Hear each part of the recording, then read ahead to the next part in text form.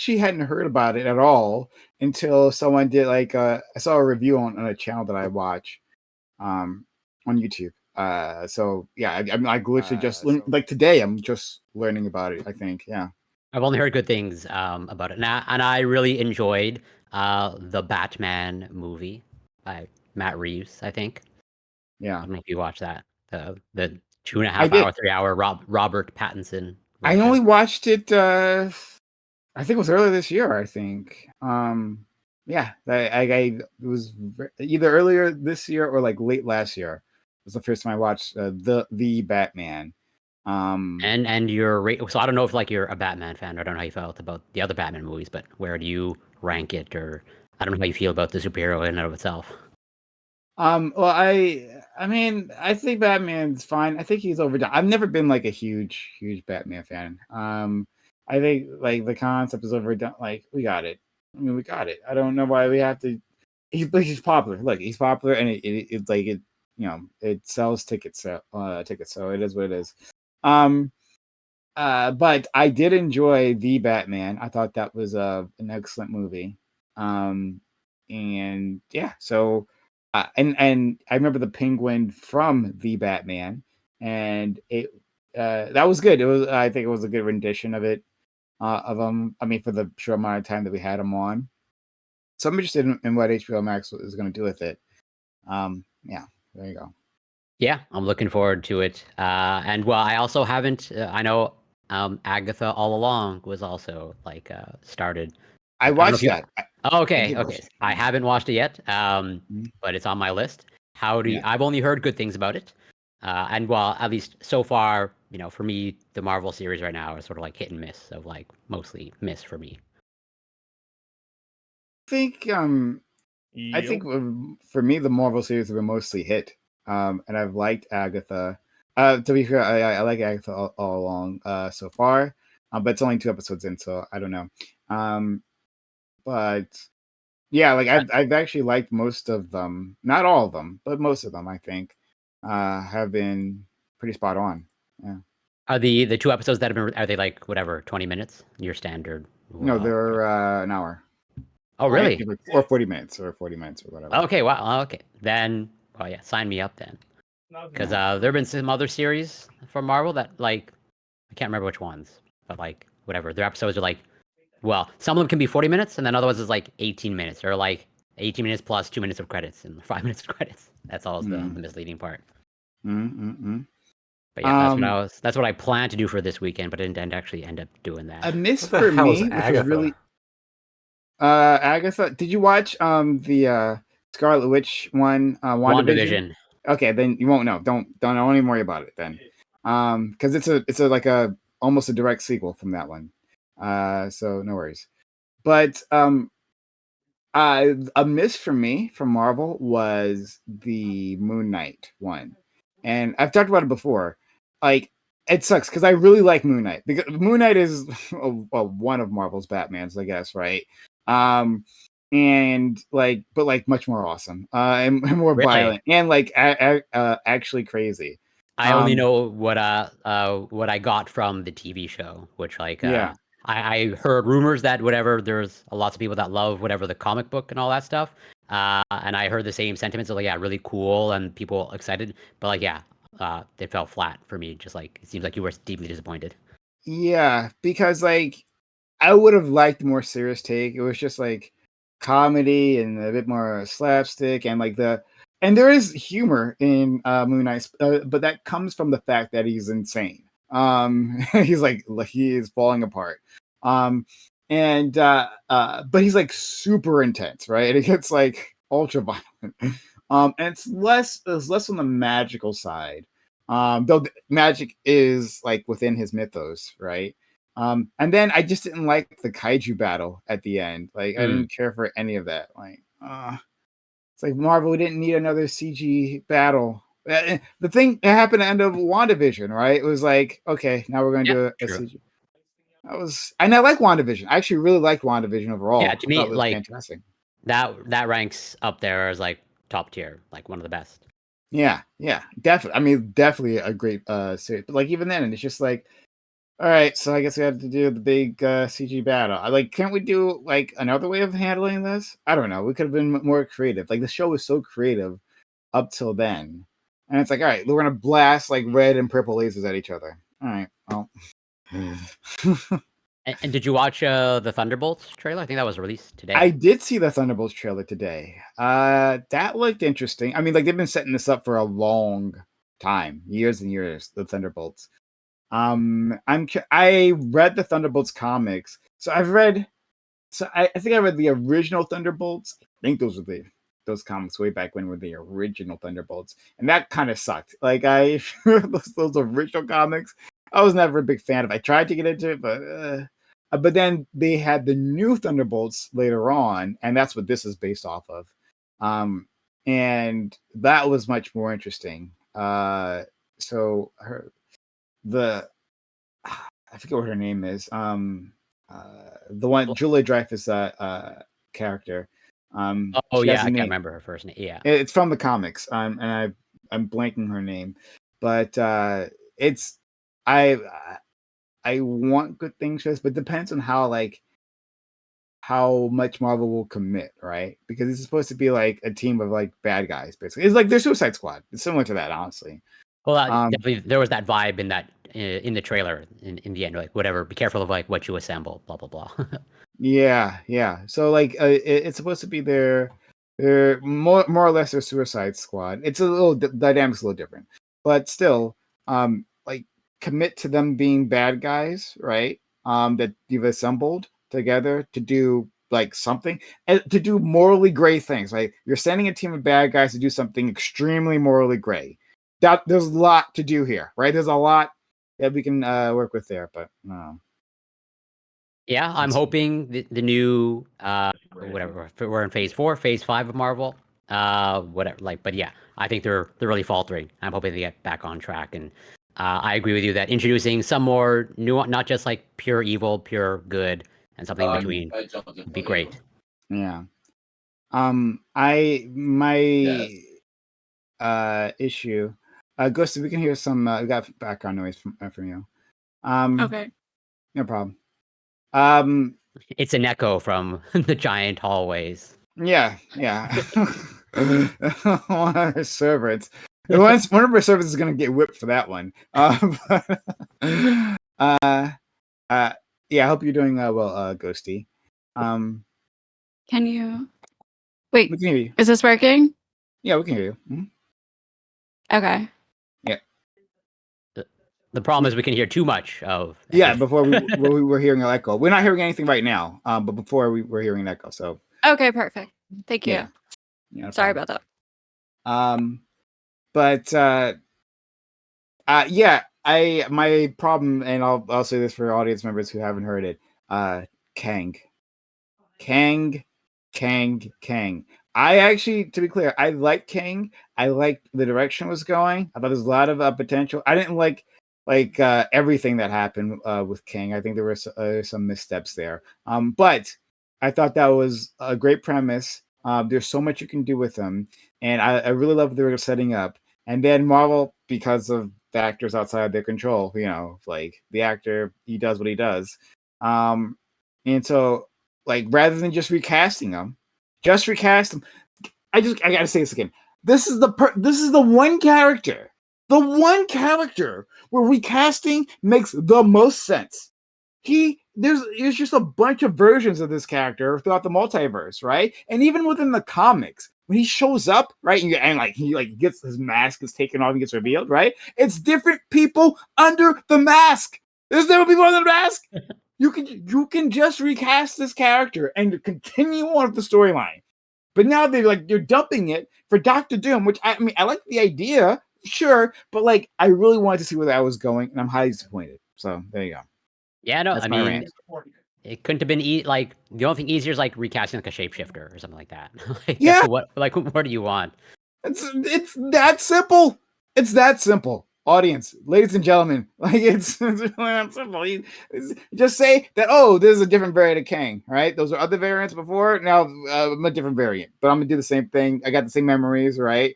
And then you can even, I guess that would be a little hard. I was gonna say you could even like reference past like examples like appearances of King, but then that would imply like paying Jonathan Majors for another thing. That's not gonna work. That's fine, but still, you don't need to. Like, you just all right, whatever.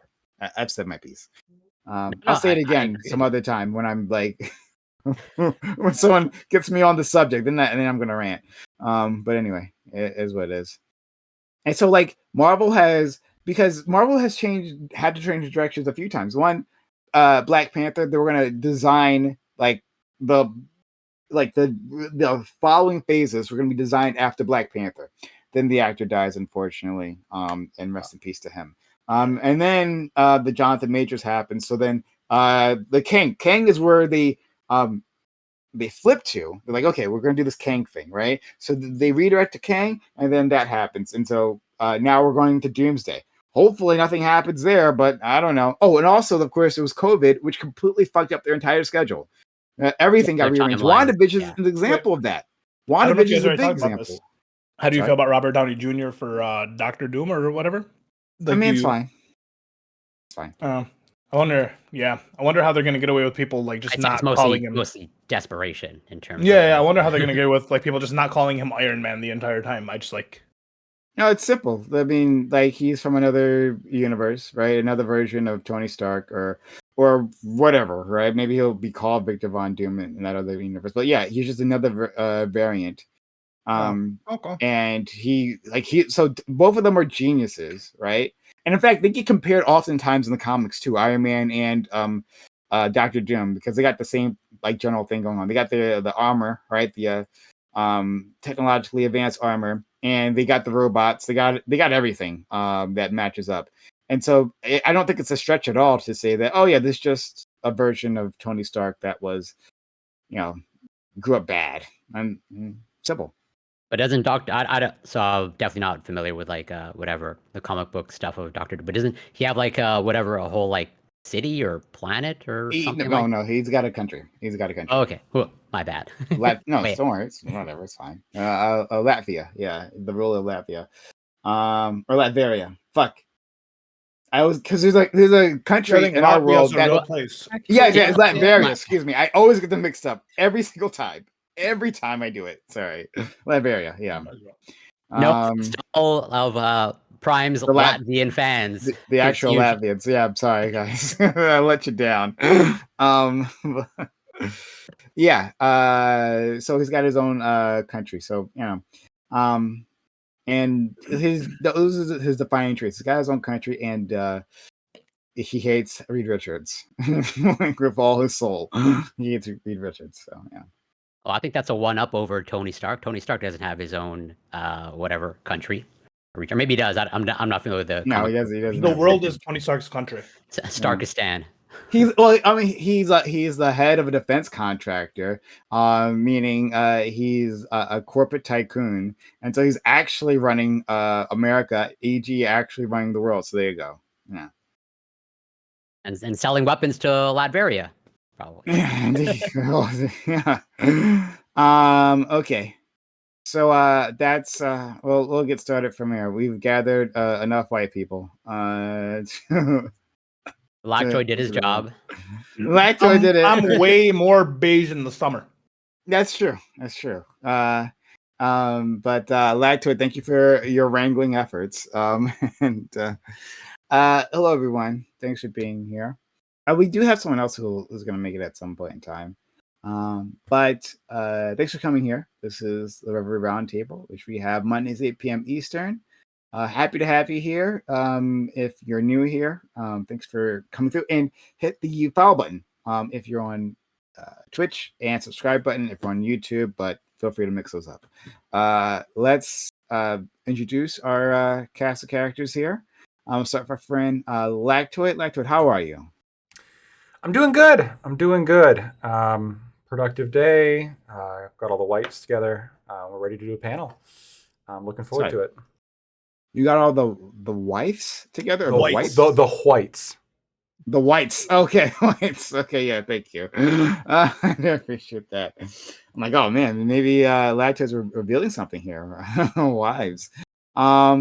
let's go to that's Ali's jam. I made a Muslim joke just now. Thank you. Thanks for being here, Fred. How are you? Man, I'm good. So I started a new job, and then I had to watch training fucking videos. All right, this is just like a little side part-time job, just It sounds like you like literal like training fucking videos, as in like okay, listen, 35 minutes of DEI, and I couldn't fast forward only that section of all of the training. The other training I could fast forward which I did.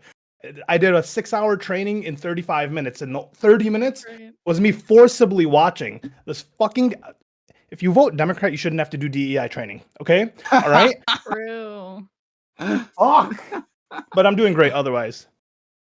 When I was I worked for a smaller company years ago, and they had like this regular training like platform, right? It was outsourced to some other company, right, where they like create these videos. Yeah, it's probably I wouldn't be surprised it's the exact same company that you were subjected to. And we had to do these modules all the time, these like training modules. Guess what my fucking job was? Like regular training we had to do, right? Guess what my fucking job was? I was a fucking mail boy, right? I just deliver fucking packages. But we had to do again and again about like how do we interact with coworkers and I don't know, like half of the videos were literally AI. It was an AI video, and I was watching. I was like, "There's no way you guys use AI for this." There was a Muslim in the DEI initiative. First of all, they got the word wrong. They got the word wrong. Haram isn't the word. This lady started talking about. She's like, "Yeah, in Islam, some people forbid you to wear pants." Lady, this is a training video. Calm down. Holy shit! It was a lot. It was a lot. But yeah, been there, done that. Those are awful. Sorry, friend. But did you do? You have to do more. Will this be it? Do you like? Are you done? No, I'm done. I'm done. I will quit if I have to do another. If I have to watch another video. Okay. Well, shout out to you for getting through that. All right, Corey. And congratulations on your new position, though. Right, shout out to you, man. Corey, thanks for being here, friend. How are you? I'm doing well. I'm always grateful to be here. And just out of curiosity, Ollie, I'm hoping those trainings are paid.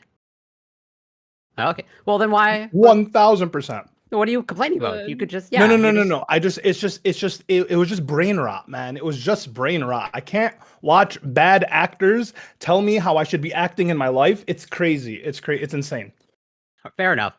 I don't know if this is a Canadian thing or a problem, but like I've never had any DEI. So come out to Canada. I don't think there's any DEI trainings here. I think that you're incentivized there. But yeah, great to be here. You can find me on Twitch, Corey Campbell 84, Twitter, X, Instagram, YouTube. It's Corey Campbell. Looking forward to getting into it. The most stilted acting, like that you could possibly find, right? Like you would go down to like your local community center, right? And you go find like better theater actors there. Insanity. All right, and then they ask you like the most obvious things, right? Well, I hope I should say I hope to be the most obvious. Maybe for some people it's usually not, right? Right, yeah, but they give you like multiple choices, right? Like, Betty is uncomfortable with your comment. Should you double down and talk about her boobs? On that note, actually, so on what you just said, this brings to mind. So at my former university institution, okay, since they had some scandals with sexual assault and sexual misconduct. So everyone, grad students like myself, had to go through a sexual assault prevention training, which is like really well. There was many bizarre aspects to it, but one of them was like they were almost like the scenario. I can't remember exactly, but it was like obviously, if one person is sober and one person is drunk, no go. But I can't remember exactly. But if you're both drunk at the same level, that might be okay. They said that? That's interesting. It wasn't explicitly outlined like the way like this. I'm gonna try to like dig it up. But let's if there's discrepancy in like drunkenness, then like totally no go. But if you're both drunk or like both sort of tipsy, then Yeah, it was really bizarre. Or Okay. they're Like, putting you're like both you should like ask yourself the question somewhat like, drunk, but if what's the you're both difference in vulnerable, drunkenness? If it's too much of a difference in drunkenness, then totally Everyone just got to wrong. carry around a breathalyzer. Such a- I such was a- just gonna Figure out- say it. You write down. You write You're- down. You know, that's the new You're- That consent doesn't form. Is how matter. drunk So both of us ridiculous. seemed. that doesn't really mean anything because, like, if people drink a lot, then at one level somebody could be like on the floor, while somebody who drinks more could be Yeah. like just fine. Well, that's But what we're even- saying. You have to get the BAC, so everyone has to carry a breathalyzer to see how drunk everyone actually I mean, was. even with the BAC, like some people are fine at like a 0.15 or whatever, but like some people are like, "Ugh." But it goes even farther than that. No, but even if they are on the same level of cognition, I guess I don't know what the word to say for this, right? But they're at the same level of Intoxication. cognition. If they're both trying, that doesn't mean that they're at a level where they can both consent, right? So even if they're like functional, but like, can they consent? If we can say that, like, if one person was at that same blood alcohol level, right, and the other person was sober, then like, how is that different if they're both drunk at the same time? Like, how is that like better? Yeah, it's odd. Yeah, I it was mean, I wild. I'm guess gonna it's try and dig kind it of up. like how like teenagers don't get arrested for being in relationships with each other. I mean, at some That's what it point you is. gotta just kind of be like, whatever. You nailed it. Yeah, that's what it is. But Katya, thank you for being back. Nice to have you. How are you? I am doing okay. I'm kind of tired because I went to work and then I had to go buy some stuff just in case this hurricane hits my area this week. And then I got home and now I'm here. Great. So, Well, yeah. I hope it's not too bad. It'll Whatever probably be is fine. okay. We'll Yeah, see. hopefully. Yeah, hopefully, if she makes it back next week, well, no, that's fine. And next is our friend Ghosty, live from her servant's quarters, right? To look relatable to the rest of us. How are you, Yes. Ghosty? I'm good. Thanks for having me again. Pretty normal day. Nothing new. Same old, same old. Trying to trick us by using that same room over and over again. No, she's got triplicates. That's the Now it's She's gonna keep. I gotta manufacturing the show you same guys room. my hermit crab room next. I have a room of crab hermit room. crab tanks. Yeah. I like, no joke, I'm like assembling an entire like Ghosty universe in my head, right? Like I her love it. lifestyle. It's like she so her hair, she comes in, she's like a little bit mussed, and like the reason is that she just landed at one of the helipads on her Yes, the estate. waterfall. Yeah, just like misting on my head, entering my Yeah, palace. and the go-karts, like the golf carts that she usually uses to get around, weren't fast enough. So she told her servants, "Get the horses." No, So it was she a galloped jetpack. along. It was actually a jetpack. Oh, there you go. Better. Yeah. See, I'm not of the rich and famous. I wouldn't know that. That wouldn't have You occurred wouldn't to me. know. Yeah. Thanks so much for being here, Ghosty. And Thank you. finally, our friend Aiko just made it in time. How are you, friend? Yeah, not bad. You're generous to call this on time, but yeah. I mean, Just got hold on, no, you're a teacher. You know how that works, right? If you make it by the time I call out your name, Yeah, right? that's right. Exactly. When I was in high school, I used to like start doing my homework when the teacher was like, "Okay, we're gonna collect it alphabetically," and I was at the end. I was like, "Okay, let me start." That's the way to do it. Yeah. Shout out to you. I love that. That's the way champions handle these things, I right? You're using your graduated time with a most 4.1, efficiently. so I lived, I guess. I made it out of there. Wish I did as well in college, but I didn't. I feel you. But anyway, here we are. So we're gonna have a free topic at first. Hey Zen, thanks for being here. Did I just admit that DEI was awful? Okay, someone asked me a question about DEI. DEI videos are awful. DEI Yeah. videos are just the new form of hell. It's just hell on earth.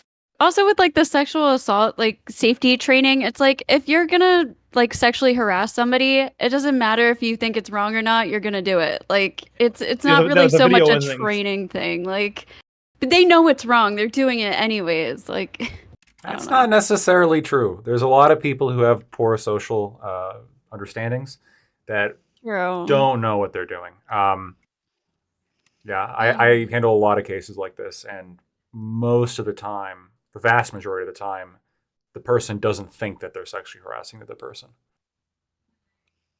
Yeah, isn't that the way they do those classes anyway? The reason they do it is so that they can't say, "Oh, nobody told me I couldn't do that thing," right? Hmm. So Do you think it's a this is just a teachable way thing for them to though? be able to say that. No, Well, not you hold necessarily someone teachable, accountable. but it I think so. eliminates an excuse. No, I think it's also teachable. Yeah. Yeah. If I anything, feel in the like way where they're like, I won't do it because I'll get in trouble. I just feel like the people who won't understand it aren't gonna learn it from like a 30-minute training video either, because they're just that unaware. There's you know some what I people mean? that are unteachable, right? But just generally speaking, I think most of the time, it's like, oh, I thought that was okay. I thought that was okay behavior. I thought that was an okay thing to say. And I mean, my rule is that you don't shit where you eat. Like, I personally don't have any kind of like sexual conversation or any kind of sexual interest or any whatsoever involving any kind of workplace that I'm involved with. Right? It's just not worth it. And it's good advice for everybody. Don't date where you work. But if you do, it's a very precarious situation, and I think a lot of people could benefit from just knowing, hey, if this is said, that's usually an indicator that you probably shouldn't follow it up with like, so let me show you, like, show me your tits or something. Yeah, probably not a good thing to ask. Doesn't everybody just skip past those videos anyway and just answer the questions? Yup. Because the questions are never hard. Yup. Ollie That's all. knows. Yeah. You should have saw the next everything, man. It was I like how you could skip the videos. Like the I could skip technology. everything but the DEI video. It was so irritating. Maybe because It it was was like in- added in afterwards. If the question starts with "Is it okay to?" you can always Yup. answer no. Yup. It's always no. Is it Also, okay to show up for work on time? Big So smile. they never asked that. They never asked that. Ollie, a question for you. Yup. You said before that if you're a Democrat voter, then you shouldn't have to take the DEI courses. What do you think now that the mayor of the only Muslim majority city in America has formally endorsed Donald Trump? Now it seems like Donald Trump is the pro-minority Who candidate. endorsed Donald Trump? The mayor because of there's the some only different majority Muslim city in America. Dearborn? No, apparently Dearborn's not majority Muslim. It's some city called Hamtramck. Hamtramck? Is that Michigan? Hamtramck, Michigan. Yeah. Hamtramck, Michigan? I think people are insane. They don't know. Like I tell you guys all the time that like Arabs and Muslims would go conservative if just given the right conditions.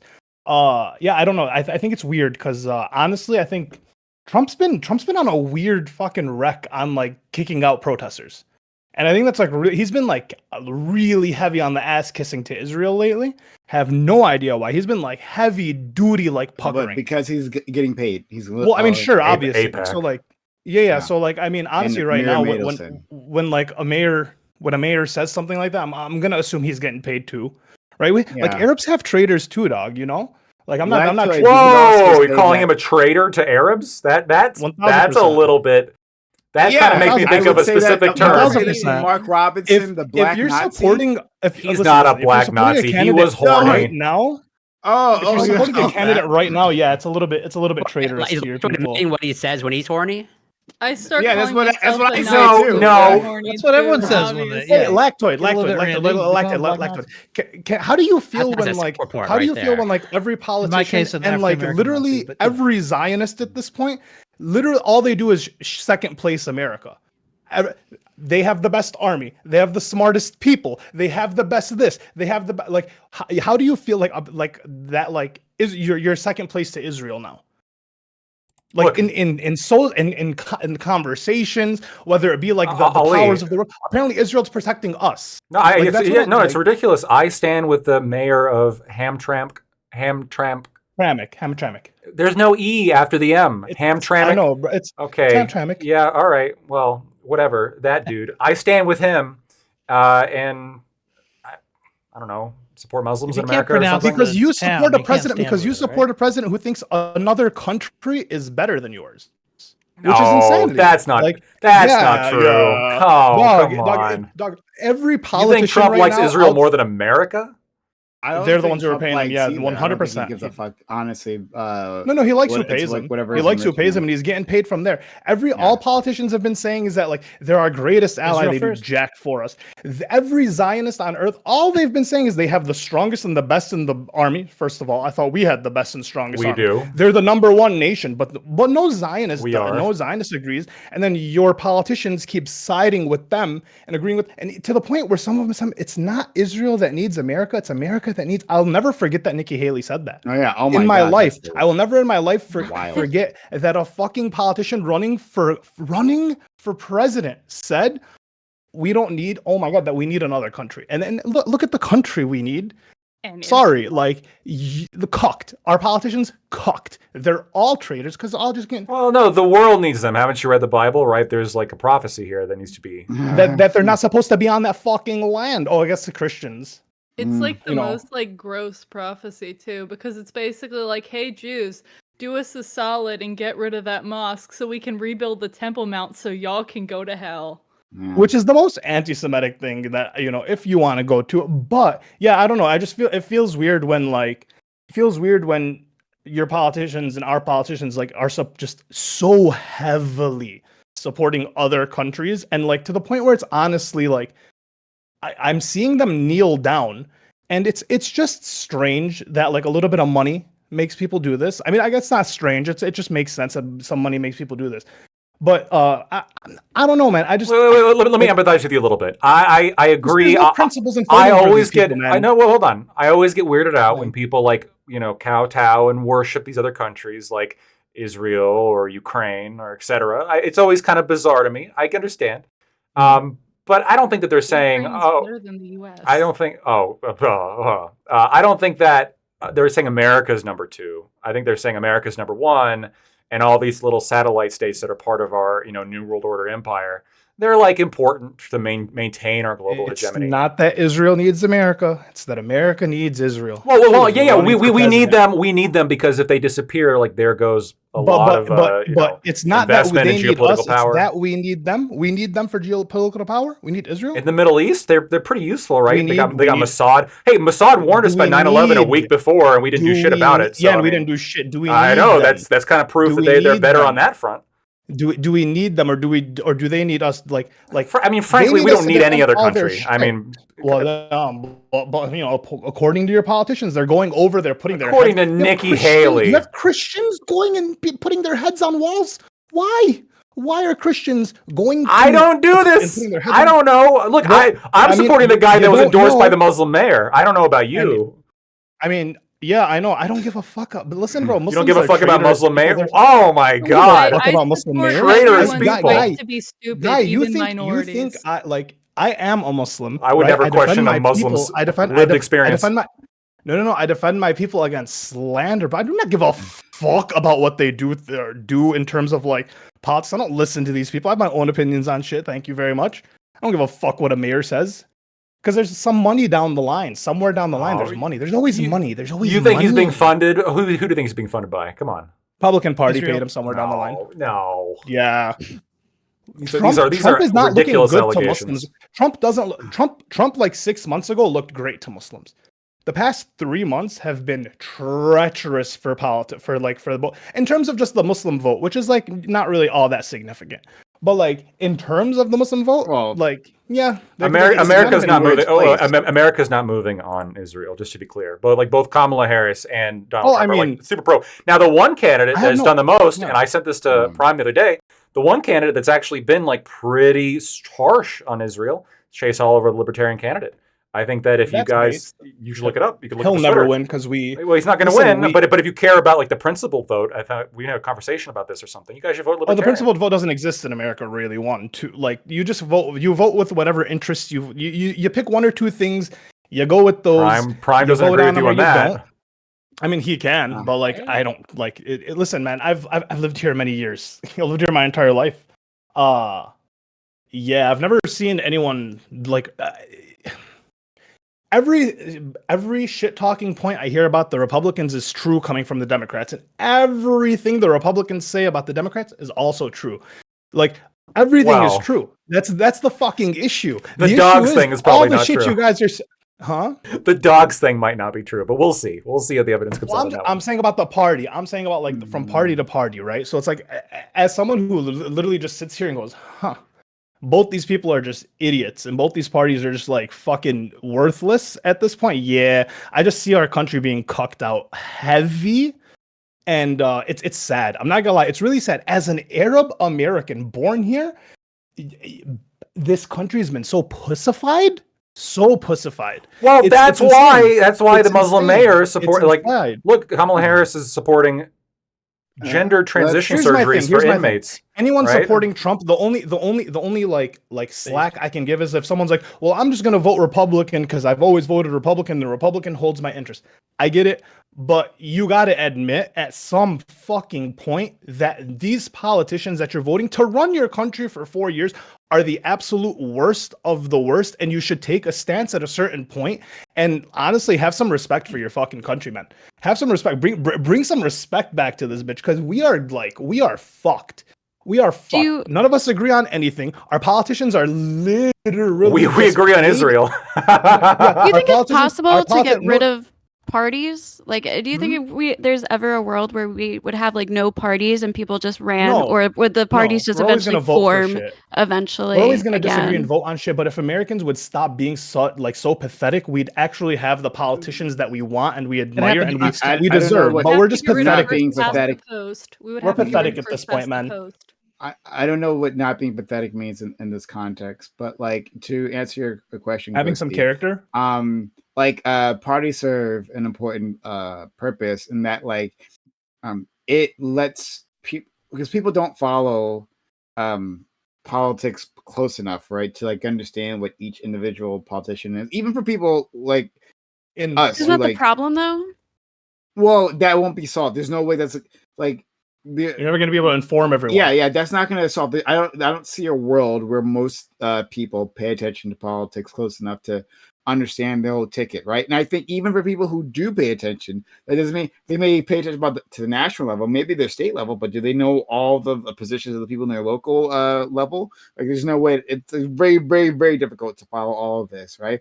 And parties give you a simple way of like grouping these people, like, okay, they should generally have like a number of positions that I agree with, that I align with, and that's like parties are a shortcut for validation of these individuals. So most people are like one position voters anyway. True, but I think the problem is in our particular country, it's a two-party system, right? And two-party is very different than having multiple parties, right? So you can't avoid parties. I agree, for the very reason that you're talking about. But if you're in a system where there are like 5, 6, 7 like major parties that all have significant representation in the Congress, and you can find the party that aligns with your ideas 80% of the time or whatever it is, then the compromises that get made in passing legislation become among the parties. And so that party might, the party that might have power in one particular issue might not in another particular issue, and they're just constantly realigning on the basis of votes. And I think they represent the people better doing it that way than the way we do it with two parties. And I think Katya mentioned, getting rid of first past the post. That would get us a long way towards making more than two parties viable in the United States. A whole big thing about this on Thursday about like ranked choice voting, but but I agree with that. It's just sad, man. It's really like the 90s seems like such a golden era, and that's because like I grew up and it seemed like the perfect time. Like as a kid growing up, that seems like this is what is called nostalgia. Hold on. Right? This is literally I understand. Listen. That's why I said it's crazy. But okay, it was also the as people who pay attention to politics, and then Iko, Rich, you're here. What do you think was the best presidential race? Like an actual race where you felt confident in both the candidates, and honestly, you felt like both held character and they held true to their character after winning presidency. 2008. Iko is probably the better because I wasn't voting in 2008. Like I said, I'm just I asked whoever. If you, I mean, you guys look into it. Like, I'm sure you guys know history. Who do you think? Just like you said, 2008. I felt the best about 2008. Right. I felt there were two men I could respect. Both of them held to like they had their own principles and they had different sets of principles, but they were McCain had that sort of magical moment where you started to see a preview of the Trump years where that old lady called him an Arab, said that he was an Arab, and then McCain sort of like defended him to her and said, no, we're not gonna. All he said is he's not an Arab, and then he lost. It's fine. It's fine, he's a fine that fellow. you're saying Arabs are bad, but don't worry, lady. He's not a damn Arab. Yeah, I mean, he had to skip a couple steps there, right? But she was obviously implying that being an Arab is somehow un-American. Yeah, and all he said was that he's not an Arab. Not that Arabs are like fine. But he also said he's a fine man who loves his So meaning he's not an Arab. Yeah, like he's not an Arab. He respects his Brian, but like I guess to be fair to Aiko, he's like you got to compare it to like Kamala versus Trump at this point, right? Like that's a pretty fucking civil and character. Trump would never have done that. Yeah. Well, hold on, stop. Let's not rewrite history. Hold on, let's not a rewrite. I'm asking him who he thought was like. I know, but there's we're rewriting history there. We're saying like, oh, it's so different from today. Well, that was the election with what's her face as vice president? Sarah Palin. Sarah Palin. The Tea Party. It was a big mistake.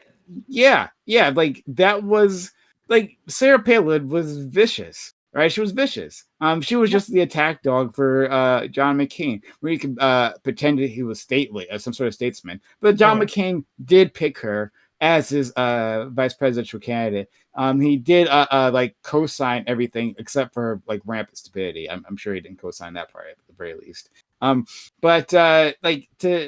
He also didn't really understand her ideology, and like I remember at the very beginning, there was a lot of like reports from inside the campaign that he was being pressured to in that direction, and he liked the fact that she was a woman, like coming from like a small sort of rural state, but he didn't really fully understand. And this was not an excuse for him. This like shows you how one aspect of his campaign was very incompetent, but the fact that he didn't understand who it was he was nominating for his own vice president, didn't vet her, didn't have enough time to vet her, but there were plenty of other people who had been vetted that he could have chosen from, and he didn't, and that was like a big mistake from him. But it wasn't because he had a philosophical agreement with her, like he absolutely did not. Yeah, and he regretted that choice pretty much instantly. Yeah, but he did pick her. And he didn't push back against the things that she was saying, right? Like she would go on, and she had all these attack lines. She was fine with like so he has that moment with the woman that Aiko describes, right? Where he says, well, no, ma'am, he's not an Arab. He's a good father or something, whatever, right? But then at the same time, at another rally, probably at like literally at the same moment, there's Sarah Palin calling him a Kenyan, right? Not a real American to begin with. That's what was the 2008 race. So I'm saying, let's not rewrite history here. Like this was extremely vicious at the same time. Once again, Lactoid gets it right with the nostalgia comic. All right, like it's been so long that we don't understand. We don't feel the vitriol that was there at the time, but there was plenty of it. Nostalgia for when I was merely 40. The crime rates in the 90s, by the way, were also off the fucking charts. Like it was a bad time. I mean, that's when I was. That's just when I was alive, and just it's once again. But the best TV show, so it balances out. Right. The best TV shows. It seemed like it was a good time. Everyone seemed happy. They had better. Yeah, like none of us worked. We all went to school. We all hung. Like it was great. Yeah. No, it felt as though everyone worked. It felt like everyone had, like, everyone's parents had a job. It seemed back then things were a little cheaper, so on and so forth. Like things seemed like they were doing a little bit better. Right, just the feeling in the. Could I have picked an election that none of y'all remember, like 76, like Ford versus Carter? There we go. None of you can say anything bad about that. No, honestly, like I was expecting you to go a little bit farther back, and like I thought that was going to be like a really I go back to Lincoln versus whoever the fuck you ran against. That one. I mean, I don't know. I'm just saying. It just seems politics just seems. I'm glad you didn't make the normal mistake and say Lincoln versus Douglas, because that was a Senate race, not a presidential one. No, but Lincoln ran against two people, right? It was a split race. There was two representative or two people running. There was a third party, yeah. Well, yeah, but it was basically split up the Democrats. Party. Yeah.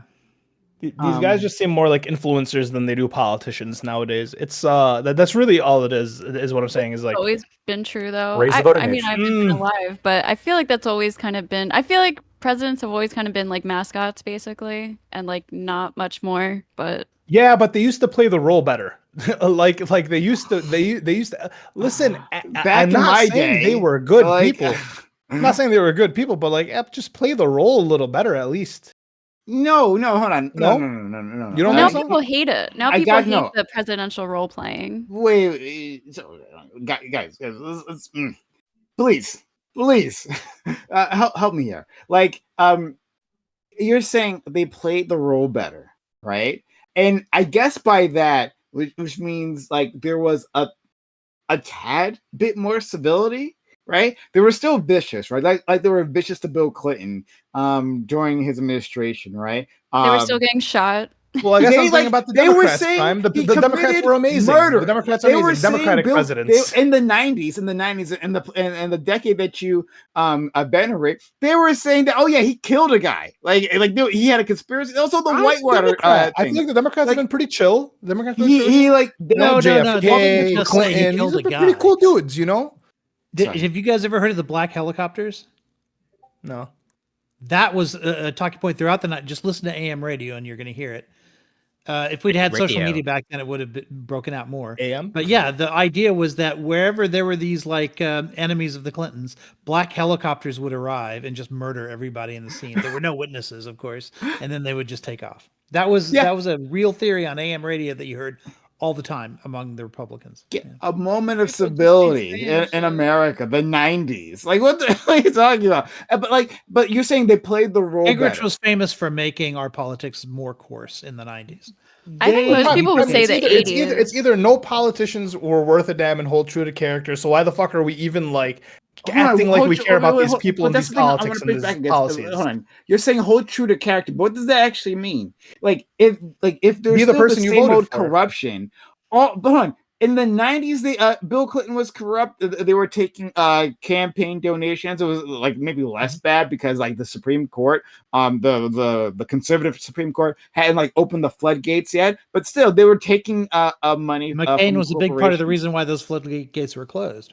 So then, fuck it, idiocracy. Let Terry Crews run the country, and let's just give the plants electrolytes. No, what they need. I'm not saying that either. Wait a minute, hold on. Come on, man. You don't have to do that either.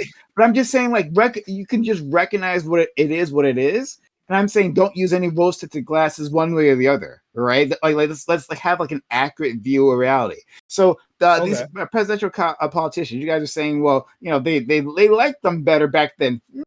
They didn't, right? Especially like with Rush Limbaugh, and the vitriol and the hate that was happening there, for one side and the other, like that. This has always been true, right? And there was the point, you know, where this country started murdering each other because we couldn't like agree, right? Like people always think that the politics of this moment is always especially vitriolic or especially poisonous. It's just the one because you're experiencing this moment at the present. But before, in the decade before, it was bad. The decade before that, it was bad. And others, that doesn't mean like it doesn't get slightly worse or slightly better. Fair enough. Which way was worse? But I'm saying like that Vietnam and everything. It's not worse in the way that you're thinking. My point was like, what was I asked who was the two that you felt at the time? So it's like, I mean, obviously, so like, which one would you pick, Prime? What was the one? What that was less vitriolic than the rest? Was there ever? And it's like that's kind of the following question is like, if it was never as vitriolic or it was always as vitriolic, then it doesn't fucking matter. And fuck it, let's just keep playing the circus. Only we elected Bob Dole, we'd be probably golden. During George Washington when they like had to come up with term limits. Who's actually not bad.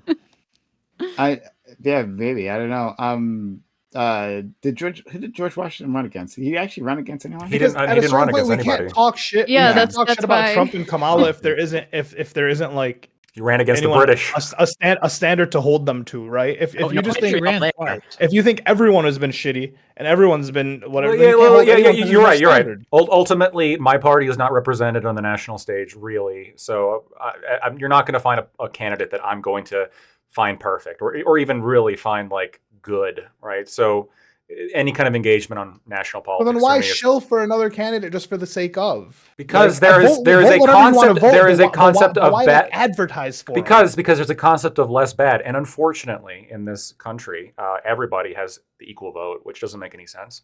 And so the only way to like have more of an influence is to speak up and to actually. But then you do see that like okay, so like coming from my side, and this is like it's tough. So like you don't even really like support Trump. You just have to because it's like that's the only fucking choice you have. So it's like, which to me is like fine, go ahead and do that. Go vote go vote your principles, your conscience. But the fact that you like that anyone defends him or to this anyone who defended Kamala, I don't think there's a defense of her really either. To anyone who was like out here advertising for these people, it feels weird. It feels like insane and honestly, I don't even believe it. I've never believed it. This insane push for like Trump. It just seems like you just want to be part of a sports team and you just want to win the goal. That's all it is. You want to argue with someone. And same from the other side. It doesn't seem like anyone fucking cares about the politics anymore. Because like you can't care about the politics because no one's representing like anyone's fucking actual opinion. No. It is a campaign of joy. It seems like we're voting for like who we don't want.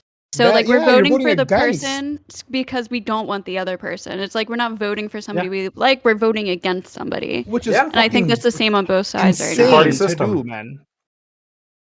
That's insane. That's the we're not like we both lose at that rate, right? And so that's why I get really annoyed when everyone's like pro Trump or pro. It's like, guys, what are we doing? What are we doing? Just like take a second, breathe. Let's pull back. If we stop cheering these people on so much, they'll stop maybe feeling so fucking inflated. Like, let's make the president just like a boring. It's a job. There are interests at play beyond just us here, right? I know. There are systems. There are systems invested in this that are much larger than ourselves. And get duped. It's not about getting duped. It's just like. Brother, it's duped when AIPAC just picks your fucking president or the AIPAC just picks your fucking congressman or AIPAC. It's fucking, you're getting duped, man. When you could just pay into whoever the fuck you want to be running this shit, you're getting duped. I'm not that wealthy yet, so I have to advocate for my candidates on different ways. I don't want to tax the rich because one day I want to be one of them. Meanwhile, you're in a country that doesn't want you to be don't worry.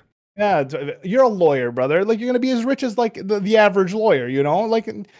You can that's not actually all that much rich anymore, unfortunately. You're not gonna be political influence rich. You get what I'm saying? This is like hundreds of years in the making, thousands. I feel like all you're like in real time, like fully like you're learning and appreciating. Wow, the American political system kind of fucked, and like it's just dawning on you. Like no. I've always known this, so I never fucking cared about politics. Then I started caring about politics a little bit. I was like, all right, maybe let's see what's all this about. And then it's just like, it's like that one the IQ like bell curve meme where it's like the really dumb ones, they don't care about politics. Like the midwits are like, I love politics, and then the really smart ones, they don't care about politics. It's just fuck it, man. I'm like, my vote matters as much as it matters. I've seen both parties run it doesn't really change much individually, right? I mean, they keep saying shit. I just keep dodging it, so it doesn't really like. It's bad. It's bad. I'm honestly, I'm just sad at the state of like people. That's what coalition building is about, right? It's not if you go out and vote, your one vote isn't going to make much of a difference, right? But if you're part of a coalition that sort of pools its votes together, like that's what endorsements are about quite often. It's about there's some group of people. If you get their endorsement, that group sort of comes together and votes a particular way based on that group's endorsement, whatever it is. And that's where the power is real, that kind of organizing. Yeah, but the people running are dorks, and I don't like them. Like they're not even cool. Like they're not even cool people. Like they're not good people. I like this theory of politics. They're not smart. They're fucking losers, and it's just like. So Ali, in your case, they don't get any puss. Yeah, absolutely. Instead of getting behind a particular candidate, you can get behind an idea, right? So back to Katya's point, like ending ranked or going to ranked choice voting would be something that, if you could accomplish it, would allow you to vote for somebody who you prefer over the two main candidates and still not waste your vote, right? If we can get to that point in politics, that like very often people will go. I know people who are on the left who are kind of like Prime, who are disappointed in Kamala, but they still are going to vote, mainly because there's a referendum in their state that they want to vote for, or something like that, right? Like they're voting for issues and not for candidates.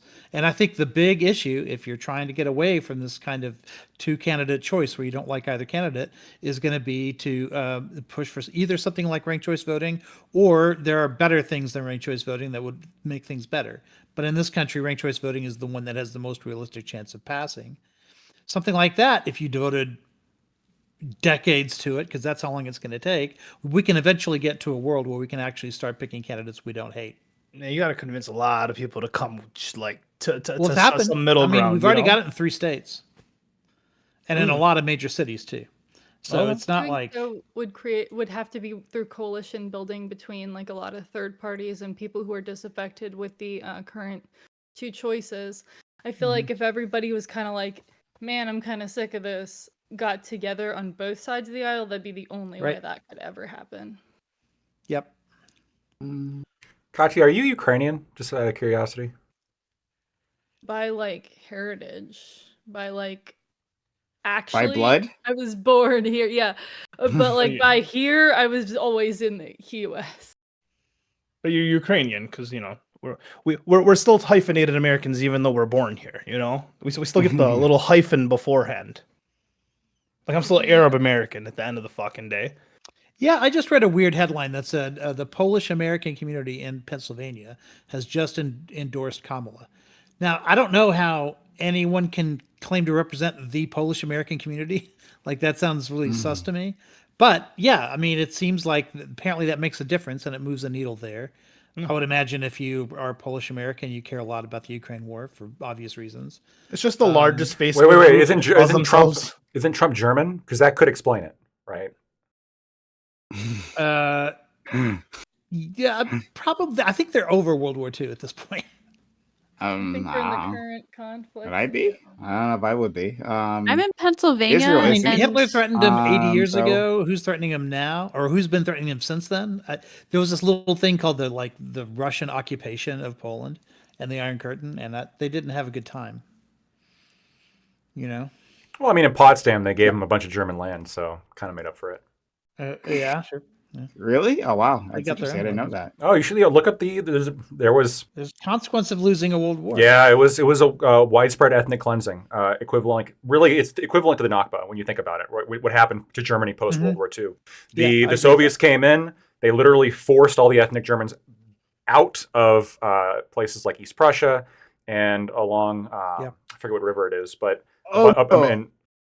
I thought you meant in America. That's what I thought you were saying, that they were like Polish people in America were given German land. Because I know, like for instance, we rounded up Germans just like we did with the Japanese in internment camps. So I thought you were implying that the Polish got their land here in the States. No, we did with the Japanese. I don't think we did to really any meaningful scale with the German Americans here, just because there's so many of them. We saw them as white. Yeah, we saw them all. We also saw them as white. But I'm talking about like post World War II, when the Soviets were sweeping in, they pushed the Germans out of what is modern day Poland, a lot of territory in modern day Poland, and now it's Polish, even though it was German, ethnically German. Not to say the Germans were the good guys. I'm not saying that. I'm just saying. Look, I'm not fucking Mike Lindell with his specific pillow pricing. No, you're not. No. Oh God, that was that was hilarious. I laughed. I was dying. I laughed for like probably 3 minutes when I was going through the comments. Like, we must secure a comfy future for her. What you meant to say is that you're not Mark Robinson, the black Nazi that you think it's just okay, right? He was jerking off, dude. Look, he was jerking off, and that's what you do. Prime, that's what you do. Prime. It was a porn forum of course, like people who are, first of all, you can say, I don't want to vote for this guy because he leaves comments on porn forums. Fair. Okay, I'm with you there. But the idea that like anybody's going to be typing hinged comments on a porn website is laughable. Of course he's going to be saying. He said he's into transgender porn. He called himself a black Nazi. Oh, first of all, okay, so ignore that. Fine, no problem. Like, just talk about his comments that he made in public, the ones that we have video of him saying, right? Like that we should kill our political enemies, right? Like those. I did. Whoa! First of all, I didn't know about that. I didn't see that. But is he getting heat for that, or is he getting heat because he said he likes to jerk off to transgender pornography? No, he's not getting heat for the first stuff because like the Republicans, because Americans don't care. They don't care. Yes, because of course they don't. Yeah, look, if there's other criticisms of this guy, I'm agnostic. I haven't heard of them. If you show them and they're good criticisms, then I could probably get on board with the criticisms. But as to the porn website specifically, I don't care if somebody's making edgy comments on a porn forum. I just don't. It's hilarious. It's weird, fair. And if you want to, look, if you want to say, I don't want to vote for somebody who is the type of person to create a account on a porn website and leave comments, reasonable, fair, okay? But like, come on. It was clear. He was clearly being hyperbolic and incendiary. So it's time to start reading quotes from Hitler and Stalin. Robinson told an audience gathered at Moms for Liberty. This is not the porn site. Though that could be a porn website. That'd be a fun porn site. Yeah. Blessing of the Mills for Liberty. Yeah. In July last year, that instead of criticizing conservative group for quoting Hitler in their June newsletter, it's time to start reading quotes from fascist strongmen like Hitler and Stalin. Quote, whether you're talking about Adolf Hitler, whether you're talking about Chairman Mao, whether you're talking about Stalin, whether you're talking about Pol Pot, whether you're talking about Castro in Cuba, whether you're talking about a dozen other despots all around the globe, it is time for us to get back and start reading some of those quotes, he said. You listed communist leaders. Most of those are communists. Once a woman, whatever. Once a woman is pregnant, it's not her body anymore. Despite later confessing that he and his wife had an abortion early in the relationship, Robinson said in 2021 that once a woman is pregnant, it's not her body anymore. He also disagreed with exceptions for rape and incest and abortion bans. Well, of course, you wouldn't mind this part. That's pretty edgy, but you could be consistent. Deserved what happened. He said he also disagreed with exceptions for rape and incest and abortion bans, implying that victims of assault deserve what happened to them under Charles Darwin's survival of the fittest evolutionary theory. Quote, what that argument reminds me of? It reminds me of the argument about seatbelts, he told East Carolinian.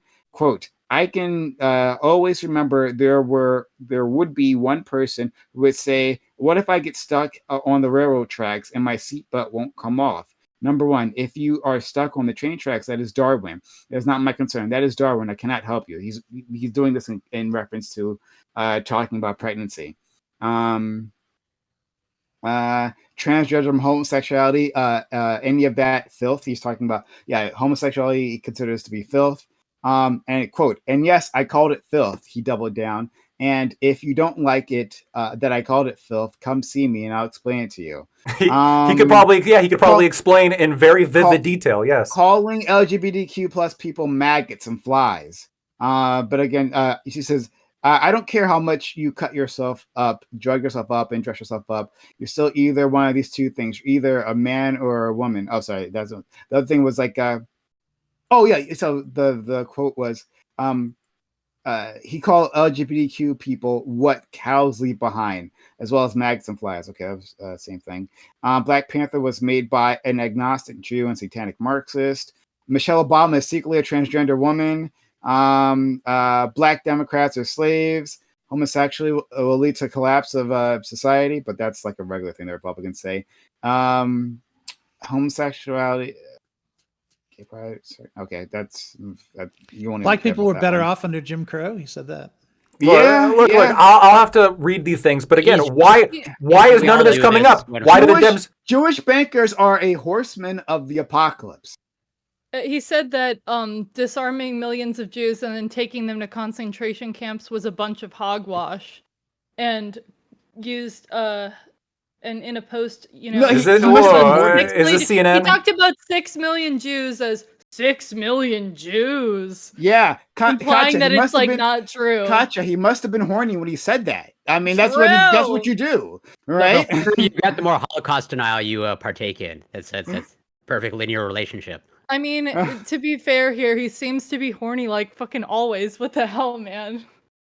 Shortly after calling the Holocaust "quote unquote" hogwash, Robinson went out on the podcast of an alleged cult leader in 2019 and endorsed the host's remarks that Jewish bankers are one of the "quote unquote" 4 horsemen of the apocalypse. The other 3: Muslim people, China, and the CIA. It was come for us next. Robinson said, "That's exactly right." Robinson told the host, "It's amazing to me that we live in this age of information where you can go online, you can find all this information that's not hidden from anybody." Agreeing with those comments.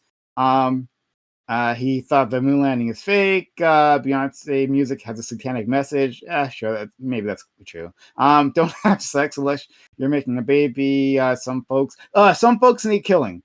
This is just you're not going to care about this one either, so I'm not even bother reading that one. I guess he's calling people the F slur for gay people here. But the crazy of all, Robinson stands by everything he says. He just stands by everything he said. The craziest thing is that he stands by everything he says. So like I that was just like the initial like from a cursory Google search. Cursory. So you could find more of these things. Like I said, I'll have to fact check this. I'll have to go through. But just to be clear, I specifically said I don't give that much of a fuck about porn website comments. And I also think it's interesting how apparently none of those are porn comments. I understand, but the beginning, that's what I said, because currently this guy's only in the media because they found some comments he left on Nude Africa, a porn website, right? Like that's why he's in the news. Well, for the reason for that, though, to be fair, is that Republicans don't give a shit about those other kinds of comments because they kind of agree with them, but they do care about the fact that he watched transgender porn. They think that's the moon landing is fake. I'll have to look again. If he said that, if he actually means the moon landing is fake, I don't think most Republicans think that. This should have been common discussion beforehand. That's right, not but at a least deal they might breaker not for most care, because most Republicans don't care about Marjorie Taylor Greene and her Jewish space lasers and all the other freaking psycho nutso shit she says. Right. Like they just look past that. So, also I did send the screenshot in the chat about the 6 million Jews comment that he made here. So if anybody wanted to read that. And if you look up Mark Robinson anti-Semitic comments and go on news or whatever, you will find a lot of articles from, a year or two ago. They're not all from right now talking about the porno stuff. There was some buzz when people found the anti-Semitic comments. It's just people have kind of forgotten about that by now.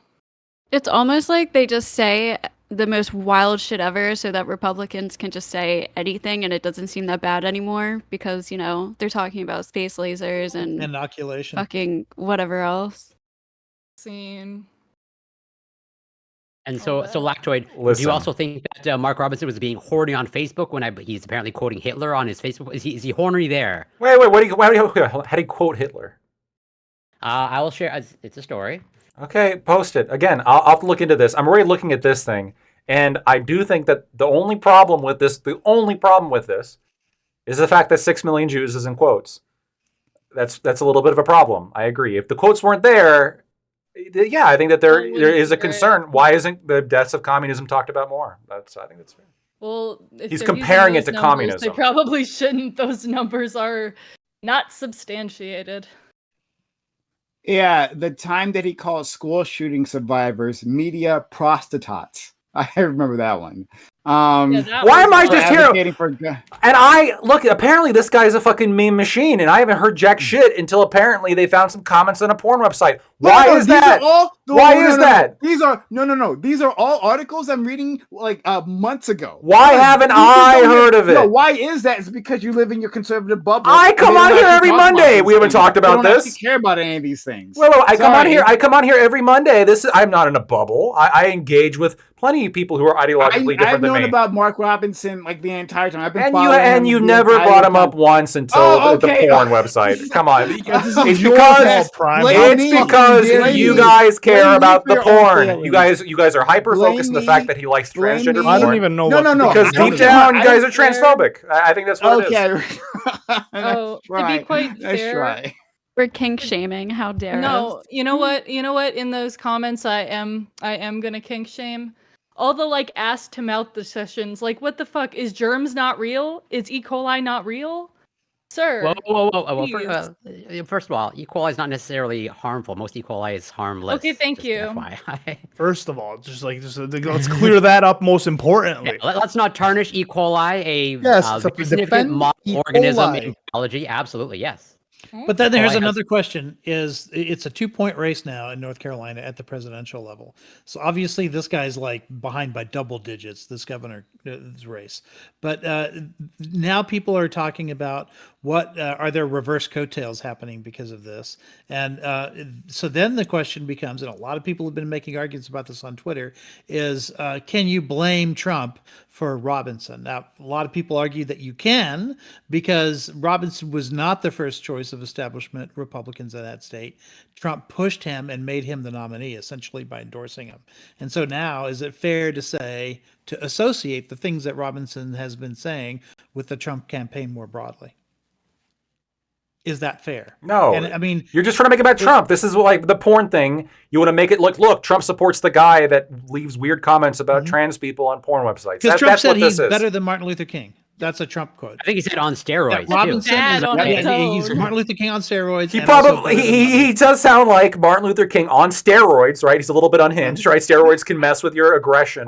Donald Trump was obvious. Like I don't know, maybe he was onto something with that, right? Like if you gave Martin Luther King a bunch of steroids. He's actually also on record as hating Martin Luther King, but that was also on the porn website. He was horny at that time too, I guess, right? When his dick gets hard, like he just starts tiling all over the place. Look, like I said, I don't know jack shit. Like a good mayor. I don't know jack shit about this guy. I don't. All I know, the only thing I knew about this guy coming into this is that he left edgy comments on a porn website, and I don't think that's enough to just the comments themselves are enough to condemn somebody. Okay. You know what I heard about Hitler was that he wasn't very good at painting.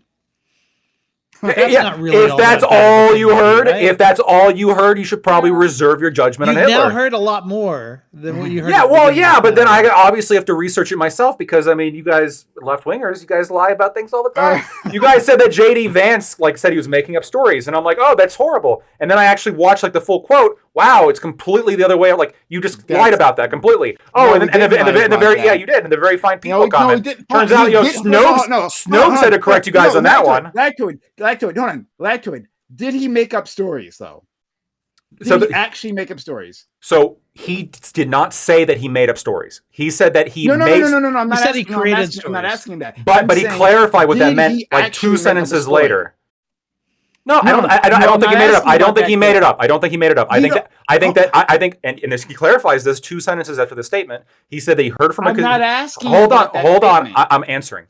He heard this from a constituent of his state, and he brought it forward. He said he did. Didn't. Okay. Where's the proof? Oh, he said it. He said he did. Yeah, but where's the proof? He's been saying, "Oh, I've been getting all these." Because somebody did put it on Facebook. Now, I know they since got rid of it. No. Okay, so counselor, this is from the lawyer, right? Who cross-examines people. Oh, wait a minute. First, you were telling me this was a call, but now it's a Facebook post, right? I didn't say you saw call. within a Facebook post You saw within a Facebook post of one of your constituents. Okay, right? So did you do any fact checking on this, or did you just run with a Facebook post and then you probably just ran with the Facebook post? Audience, yeah. It's irresponsible. A Facebook post by a woman who later retracted it. Right? She was like, "Oh yeah, that cat was in my basement the entire time." Just to be clear, none of this is the same thing as JD Vance admitted that he makes up stories. That is not what happened. Okay, oh my! Well, it's just not what happened. It's just This is not bad faith. I have to take. If what he said, hold on. If what he said is so bad, then actually just characterize it as he said it, as opposed to having to take it a step further, right? I didn't. I'm not. People have been saying that he admitted to making up stories. This has been all over the media. It is a lie. He did not admit to this. That's a lie. Okay, so he took a bullshit story off Facebook as if it was true. I'm not talking about that quote. Hold on. How many times? That's what I'm talking about. Well, hold on. But then listen to me, because that means you. This started with no. You didn't. This didn't start. This didn't start with a question from you. This started because I said the mainstream media. You lefties make this shit up. You're not listening. You're talking. You're up your own ass again, right? Once I kept saying again and again, I'm not talking about the quote. I'm not talking about the quote. I'm not talking about the. I said it again and again. Then you said, "Oh, I'm answering your question," and then later on, you're like, "Well, I was talking about the quote the whole time." Yeah, he doesn't make. He does not make up stories. He didn't make up that story. He didn't make up that story. Read it. Well, only if you read the full quote. I'll read everything. I'll read the whole thing. Okay, quote unquote. The American media totally ignored this stuff until Donald Trump and I started talking about cat memes. If I have to create stories so that the American media actually pays attention to the suffering of the American people, then that's what I'm going to do. Later on, when asked to clarify, Vance doubled down. Dana, it comes from first-hand accounts of my constituents.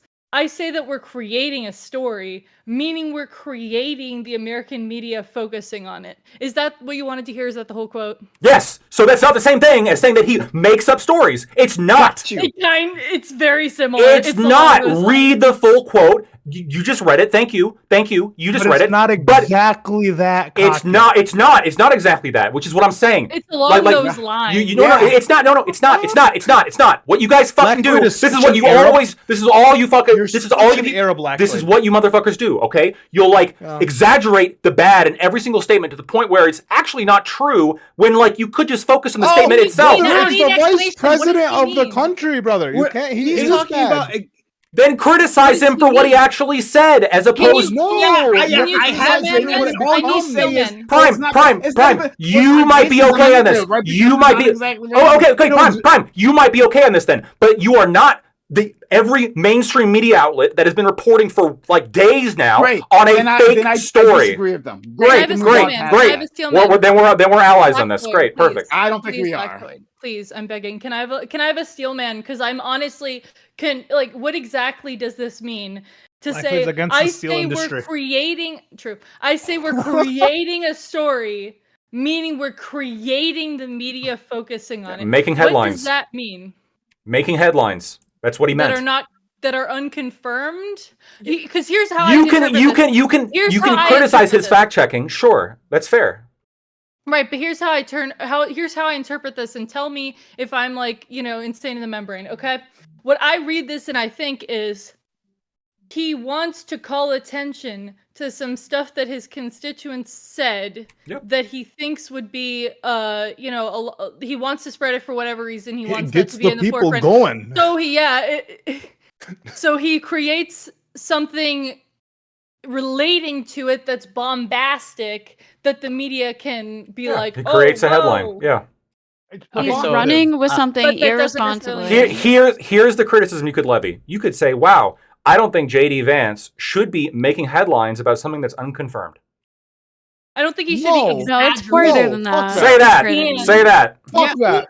If you exaggerate something that isn't even confirmed, then it's getting further and further and further away from as truth, the vice president, potential vice president. That comes into play. He talks. So I'm not saying it doesn't. I'm just saying. Lactoid complains about people on the left like exaggerating stories, and then Very fine people. When the candidate he's going to vote for, right, was saying that Haitians were eating cats and dogs, he was straight up lying, right? An exaggerated story. It's a story that didn't exist. That wasn't even true, right? He's but exaggerating Lactoid is mad. Lactoid is mad is because they slightly took a quote and blew it up just a little bit. Right just now, he was still saying lies. He was spreading lies the entire time. But Lactoid doesn't like that. It's not just a little bit.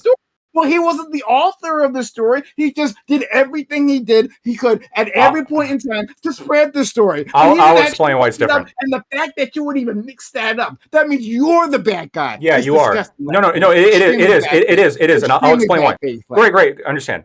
So the reason why it's different is because when you frame this as, oh, JD Vance admits to making up stories, like what that comes across as is, wow, this guy said that he admitted to openly lying, that he just pulled this out of nowhere, and he's just doing this raw political gain. This is fundamentally different. This is fundamentally different than, oh, my constituents here are complaining about this thing. I'm going to bring this to the front stage. I'm going to bring this to national attention. The left keeps telling you guys that nuance and context is important. Any of them?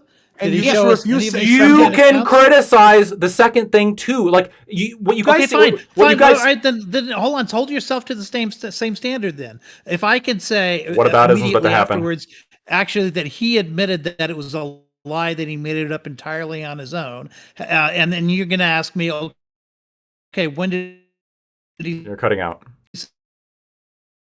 Say, oh shit! I might be cutting out. Sometime after that interview. I think Discord. Is it Discord? Is it Discord or is it me? I couldn't hear anybody. I couldn't hear anybody for a second. Oh, sorry. We had like a drop in bytes.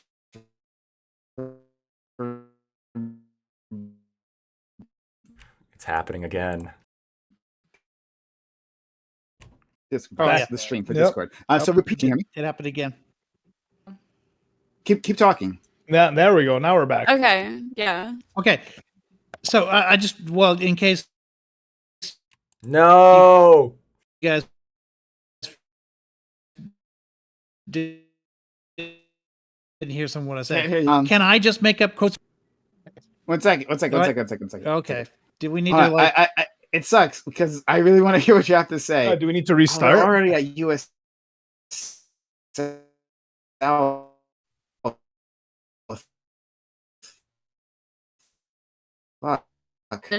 We need to let's try another.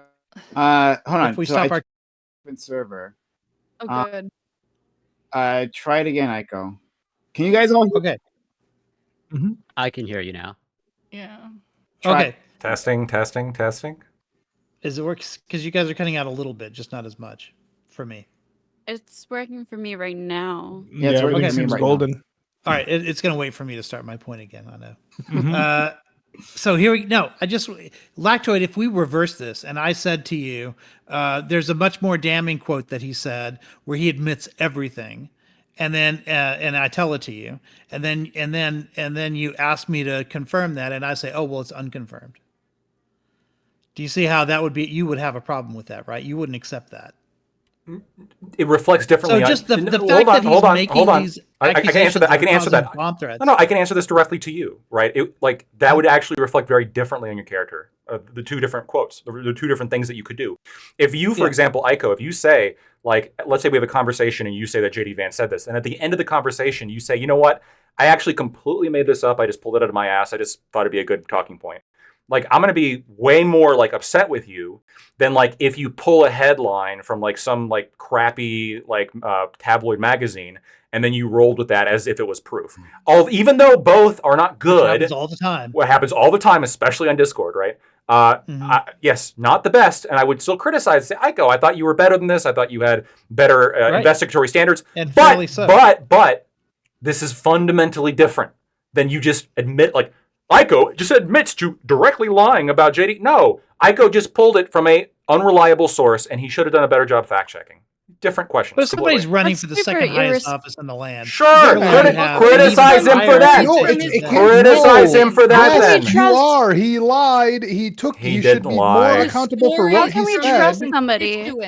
He should be more accountable for what he said. The guy clearly doesn't hold himself accountable to anything he's saying. Then say that. He's just saying whatever the fuck. I mean, that's a lie. Don't say that he lied. Anyone. So wait, you're just hung up on the word?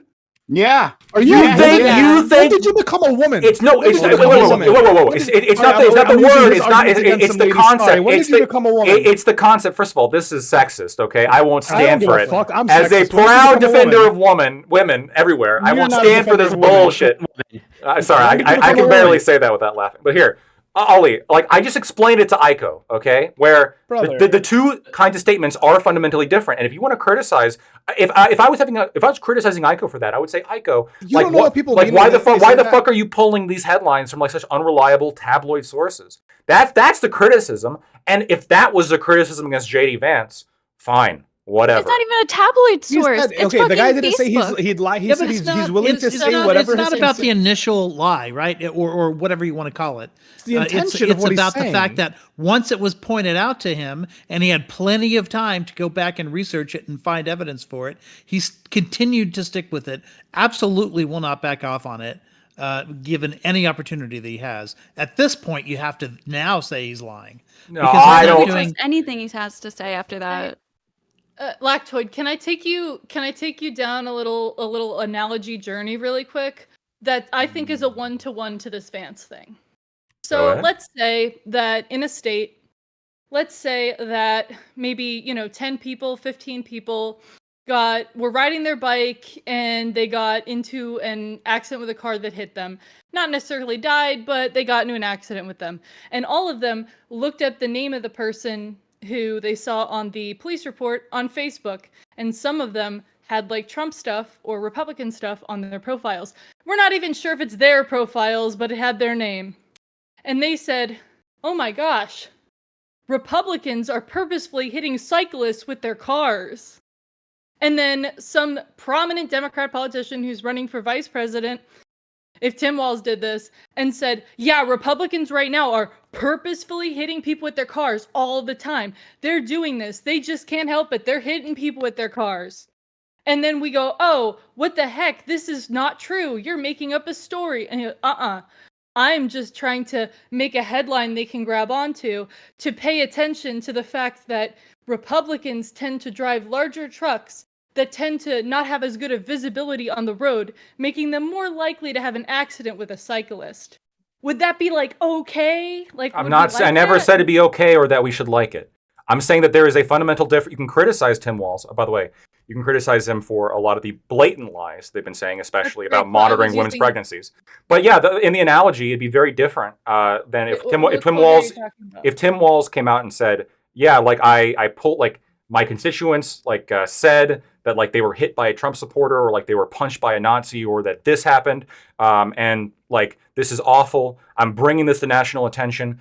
Like one of my constituents was beaten by a cop, et cetera, et cetera, et cetera. And then later the footage comes out where it's like, well, actually that's not what happens. Or, it turns out the whole thing was fraudulent. Or it turns out like there's more context or whatever the fuck. Yeah, it'd be different. The criticism is different from saying, hey, you have an obligation as a public official to do a better job researching the things that you bring to the national stage, as opposed to JD Vance, you literally just made this up out of thin air. That's completely different. Do you give him? Do you give him that criticism then? Yeah, that's fine. You give him that criticism. So how do you vote for someone who doesn't look into what they're saying? Corey in because he's been waiting.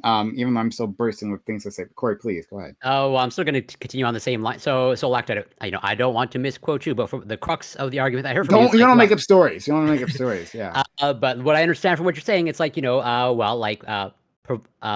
put things in context and like whatever, criticize the people for the actual bad things they say and don't make up whatever lies, or pretty much with the JD Vance situation of like, don't cherry pick one quote, provide the full quote and criticize him for that of the full context of what he says. Am I understanding you correctly?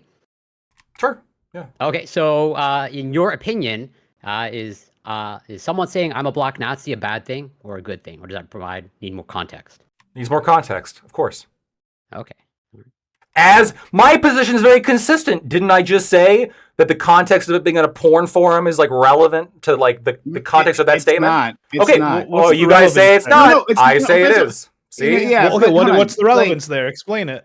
Yeah, what's the relevance of it being on a porn forum? Because the reason why I'll explain it. I'll explain it. Like it's all you have to do. Yes. This guy sounds like he's into some real like kinky shit, like gender play, some race play, and like this is all Nazi have to do with this shit. There's some people who want to pretend to be the dictator, so there's men that want to like pretend to be dogs and get like whipped by their master, right? There's of course this is part of like the kind of shit that they give you the snippet, they give you the conversation that was happening at the time. It was without any prompting. He just inserts, "I am a black Nazi." That almost makes it funnier, first of all. But I do really want to point out like this is what's happening, right? I explained why I said they should not be saying the things they're saying about JD Vance, and now here we are going back to Mark Robinson when we've already had a discussion about the statements. I am being consistent. My criticism here is not that you can't criticize somebody for bringing things to the national stage without sufficient fact checking. It's that there's a difference between that and literally somebody admitting to just pulling shit out of their ass. Those are two different things. That's all I'm saying. So, no. Acknowledge. Great, right? And I'm saying like the thing you're talking about is a complete fucking distraction, right? It's a complete distraction from the actual problem. Here's my problem with it that we keep going back to, and apparently we'll never stop. Maybe we'll be arguing about this for years to come, right? Is that like because you can't really understand systemic racism, you can't seem to understand the larger context, not when it comes to race, right? It doesn't seem to click for you, right? Then you also can't understand demagoguing. Clearly, this is a clear example of racial demagoguing, but you don't actually believe you don't believe it's racist, okay? Because it focused on a specific country of people, right? Like in othering them, right? He supports Mark Robinson. How can he be racist? So it's I know he's gonna lure you to death. It's like, whoa, it's not exactly racist. No, okay, so it's bigotry, right? It's bigoted demagoguing, but you no matter what, you'll do anything you can to ignore the larger context, no matter what it is, because you don't get systemic racism or systemic bigotry, whichever you like to prefer, whichever makes you happy, right? You don't actually acknowledge that these things exist. You don't acknowledge history. Haitians aren't the first group in America to be accused of eating pets, right? We actually have a long history of saying that about different groups, like the Chinese, like the there was I think Muslims at some point were accused of this very same thing. Like there is a history. Well, don't they actually eat dogs in like Asian culture though? I think like in China and Korea, like I have a Korean friend who literally has eaten dogs. When you say that in America, that's really awesome. When you say that in America, pets and do that here. When you say that to white people who make out with their dogs, you kind of paint this. There's white people who make out with their dogs. Yeah, they say that's fair. They say the wildest shit about every wave of immigrant groups. And it's not like you don't understand this history, right? You try to pretend that you don't. Like you can't understand the larger context. So that's my problem with you, because you're fucking bad faith. You're fucking bad. I used to think that you were that Lecter's most good faith person, I would say, but I keep seeing this again and again, especially when it comes to race, right? You have a complete inability when it comes to race to understand the context of things, how these things relate, how they have a larger history. And at this moment, the thing that you focus on, right, in this moment, when he's accusing these people, when he's making their lives more dangerous, the thing that you focus on is like, well, he didn't actually make up the story himself. He didn't actually do that. No, he just repeated a lie again and again. That's the real problem. You're the real problem, liberal. You're the real problem, not poor old JD Vance. Don't beat up on him. Hasn't he suffered enough in all this? Really isn't JD Vance the victim in this whole situation? You're fucking bad faith. Okay. I'm so sorry, Prime. Continuing on this, so for I'm you, not joking with you, man. Like I don't find this funny at all. So for you, the fact that the context of I'm the black Nazis on a porn site. That's the context for you. It's like whatever. I can't take it seriously. So with that in mind, so should if you were to make like a direct death threat on a porn site, that should not be taken seriously. Also,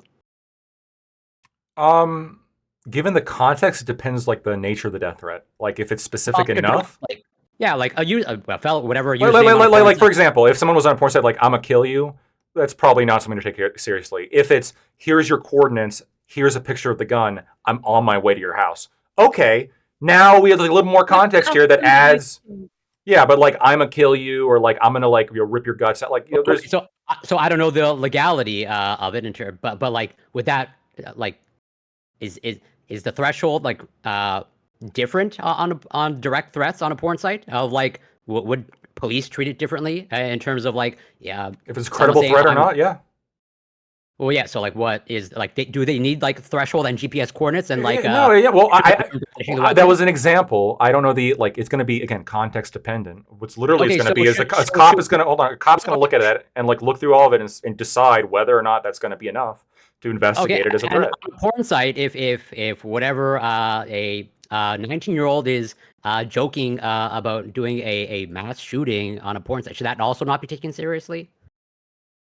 It depends on the context. If he's saying, "Yeah, I'm gonna shoot up the club" on like a cream pie video, probably like the context there is different than like if it's like a picture of like an AR and he's like, "I'm coming." Like again, it depends on the context, and obviously every context is going to be a little bit different. But just this statement, is that always going to be? No, it's not always going to be enough. There's always going to be additional context that needs to be evaluated, of course.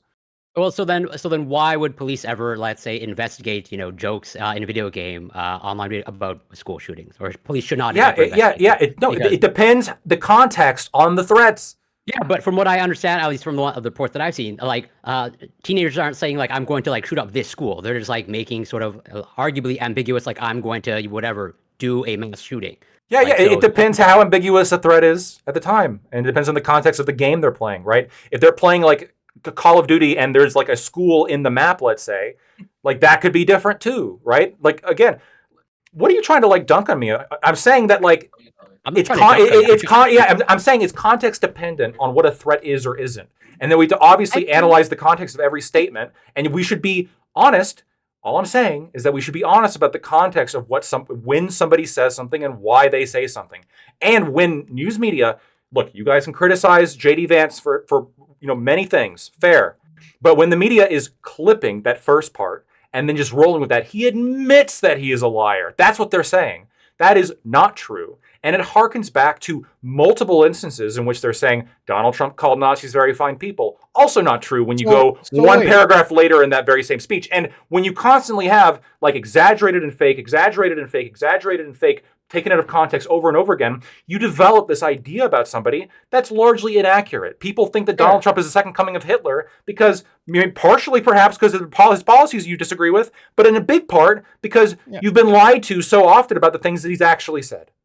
Well, rather than defending the person, right, and defending that they're not lying, right, explain that you could simply just be like, these people need to be held accountable or criticized for these things, but then also criticize them. Why is it always a defense and never like a joy? Like you understand what the criticism is when someone says he's lying about these people. You understand what we're saying. You understand the gist of what we're getting to. You may not like the verbiage. Fine, I understand it. We're not lawyers. We're not going to sit here and be specific in our speech, especially when we're talking. But you understand that we are supposed to be, we're kind of like representing the average person.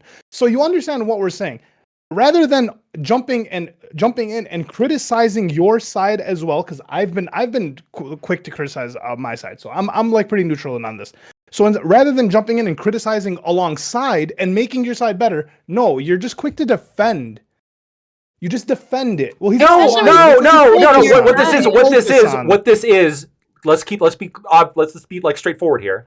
Like, no, I mean, like you guys are generally left wing, and you guys are generally opposed to him. Now we could circle jerk about how JD Vance should have done better. I agreed immediately. I just said, yeah, that was pretty irresponsible. Now, do we want to circle jerk about it, or do we want to hash out the actual differences that we have?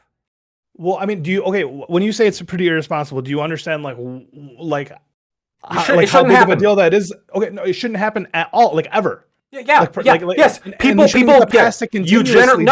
shouldn't. Generally speaking, if there's insufficient evidence to bring forth a claim to the national stage, you probably shouldn't do it. I agree. Okay, so we shouldn't support people who do this because that sets a bad precedent. That sets a bad precedent going forward. If we just keep accepting little by little, the nudge keeps going inch by inch. By the end of it, we're a mile long, and these guys can just literally lie and do whatever the fuck they want because we've been nudging so long. That's why I asked, like, who was like the most character held president, because we keep nudging the line. You will find one bad thing. You will find one bad thing that one. You will find, because your question is, well, why would you support this person if he does this? Well, no, you can find. I've never asked you that, Lactoid, because you just said he lied about the dogs. Well, how can you support somebody that said that? That's what you just said. No. I said the character of the people. This isn't something he individually lied about. This is a character of the people who are doing it. They seem to just run with the rhetoric that they hear. They don't do any fucking research. My judgment isn't that these people are liars. It's that they're fucking morons, and that you're just voting for idiots who are just puppets, that they don't even know what they're saying. I don't care that they may not be lying, but they're regurgitating facts that they don't even fucking believe. They don't even know if it's real or not. These are the people that are being supported. Not that it's liars. It's literally people who are openly telling you, hey, I don't fucking know if this shit's real or not, but like, I got some influence, I got some power, I'm running for vice president, I need people to vote for me, and we got to get the people going. Find me the perfect candidate and I'll vote for him. No, I'm just saying. Well, we never will if we never hold any of them fucking accountable. Yeah, but I'm one person. I'm one person. I am one person in a country of 320 million. I'm one person in a country with 320 million people. I have voted third. I voted third party the last 2 elections. Okay, I understand. I understand the principle argument here. I'm empathetic towards this. I've already talked about this, but there comes a question of, we just had this conversation in a two-party system. You're often voting against somebody as opposed to for somebody. I understand that. Didn't you just say though that you prefer Chase Oliver to the other 2 candidates, right? So if you're really serious by saying find me the perfect candidate, I'll vote for him. Well, this candidate is at least more perfect than the other 2 by your lights, right? But it doesn't matter. So Right, it's just kind of weird that he doesn't get to be part of the winning team. That's the problem. Hold on, wait. A metric, like you should vote a metric of being perfect is having a chance to win. You often defend these people and these people's arguments, and then say like, "Oh, well, I'm not even really on their side, anyways." But I feel like you'll often die on these hills. Yeah, because I insist on honest conversations. Correct. But it's not that honest. It is honest. It's running defense, and you never understand. Oh, it's running defense. Lactoid's clarifying the thing that we said that was incorrect. Oh, what a bad guy. He should join us and poop on JD Vance. We should all poop on JD Vance because fuck JD Vance. I never said he lied. Do you think it's a big deal that a president is saying that, hey, they're eating cats and dogs? Do you think it's a big deal or not? It's come on. I'm not defending it. It's a shitty thing. Do you think it's? I didn't ask you. I don't think it's that big of a deal. I don't. Okay, so what if Kamala got up and said, "Hey, these white teens are just shooting up schools"? Would that be a big deal? Wait. They say that, and yeah, she says the white teens are just shooting up schools. Is that a big deal? In the grand scheme, in the grand scheme of things, it's like they're doing probably it's probably a bigger deal than the eating the cats and dog. Hold on, Why? Hold on, brother. It's probably a bigger deal than eating the cats and dogs thing, but it's probably less of a big deal compared to a number of other things, right? You think if the potential candidate for for president of the United States gets up and says, "Hey, our white teens are shooting up schools. White teen males are shooting up schools." You don't think that's a huge fucking problem that would cause a lot of issues for young teens in America? And the reason I ask you that is because that's it's a different level. If you say something, if Destiny says something, if Elon says something, then if the fucking potential president of the United States says something. These are different levels of magnitudes that we need to honestly look at and think about when it comes to, oh, this person made a mistake. Fuck you. You don't get to make that kind of mistake. You are not some average guy. It's a responsibility. Yeah, as a vice president or a president, you have a bigger responsibility for what you say and what you tell the country and what you stand for. So to just take a Facebook story and spread something like that, it is essentially making up a story. So here, wait. Here. Let me. So on November 19th, 2021, Kamala Harris in a tweet stated, "Today's verdict speaks for itself. I've spent a majority of my career working to make our criminal justice system more equitable. It's clear there's still a lot more work to do." This came immediately on the heels of the Kyle Rittenhouse verdict. This is much worse than the eating cats and dogs. Is a moron. Hold on. She is saying Kyle Rittenhouse should have been found guilty and that he wasn't because he's white. That's what this tweet is saying. Yeah, he should have been found guilty. He was an idiot. He should have been found guilty of what? Yeah. of being underage, taking a gun across the state to defend property that wasn't his, that has no tie to him, getting himself involved in a situation that led him to that. Yeah, he's a fucking. All of that was his fault. Oh, wait. Whoa, just let.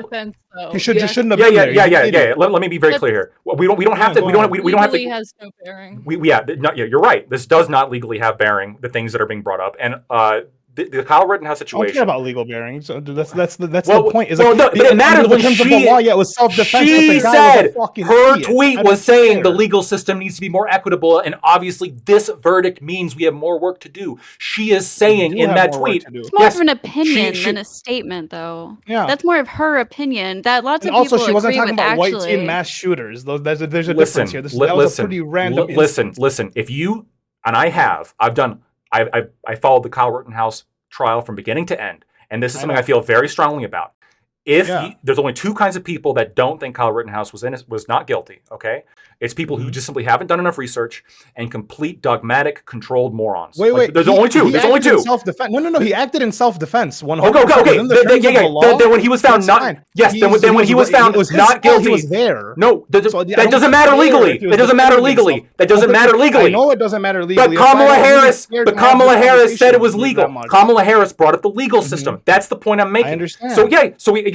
So you're saying, wouldn't it be horrible if we have a candidate saying this thing? Yeah, she shouldn't have said that. Great, sure. She shouldn't have said it. Great, sure. Yeah, she shouldn't be president. I'm not voting for her, brother. I don't like the person that she is. I stand on my shit, and I don't like the character of the person I have to vote for. Again, that's fantastic. But now going back to the very first thing that we talked about here is, holy shit, in a two-party system, sometimes you vote against as opposed to for. And when I'm looking at this, the cats and dogs things pales in comparison to an entire party defending the fact or attacking this kid who defended himself against a pedophile that tried to fucking kill him. That's literally what happened. Whoa. Fuck that. I'm so sick of this argument, bro. That's like Rosenbaum raped multiple children. Where he had to defend himself, which is one. And then he shot someone where he didn't know who the person was. So you don't get to use that as a plus on the other side. That's obnoxious. There's no point trying to relitigate this. No point trying to. I'm not relitigating. I agree that it was self-defense. Great, and I agree. JD Vance was irresponsible. Great, yeah. And the thing that I find interesting is that like you really think that like this kid being accused rightly or wrongly of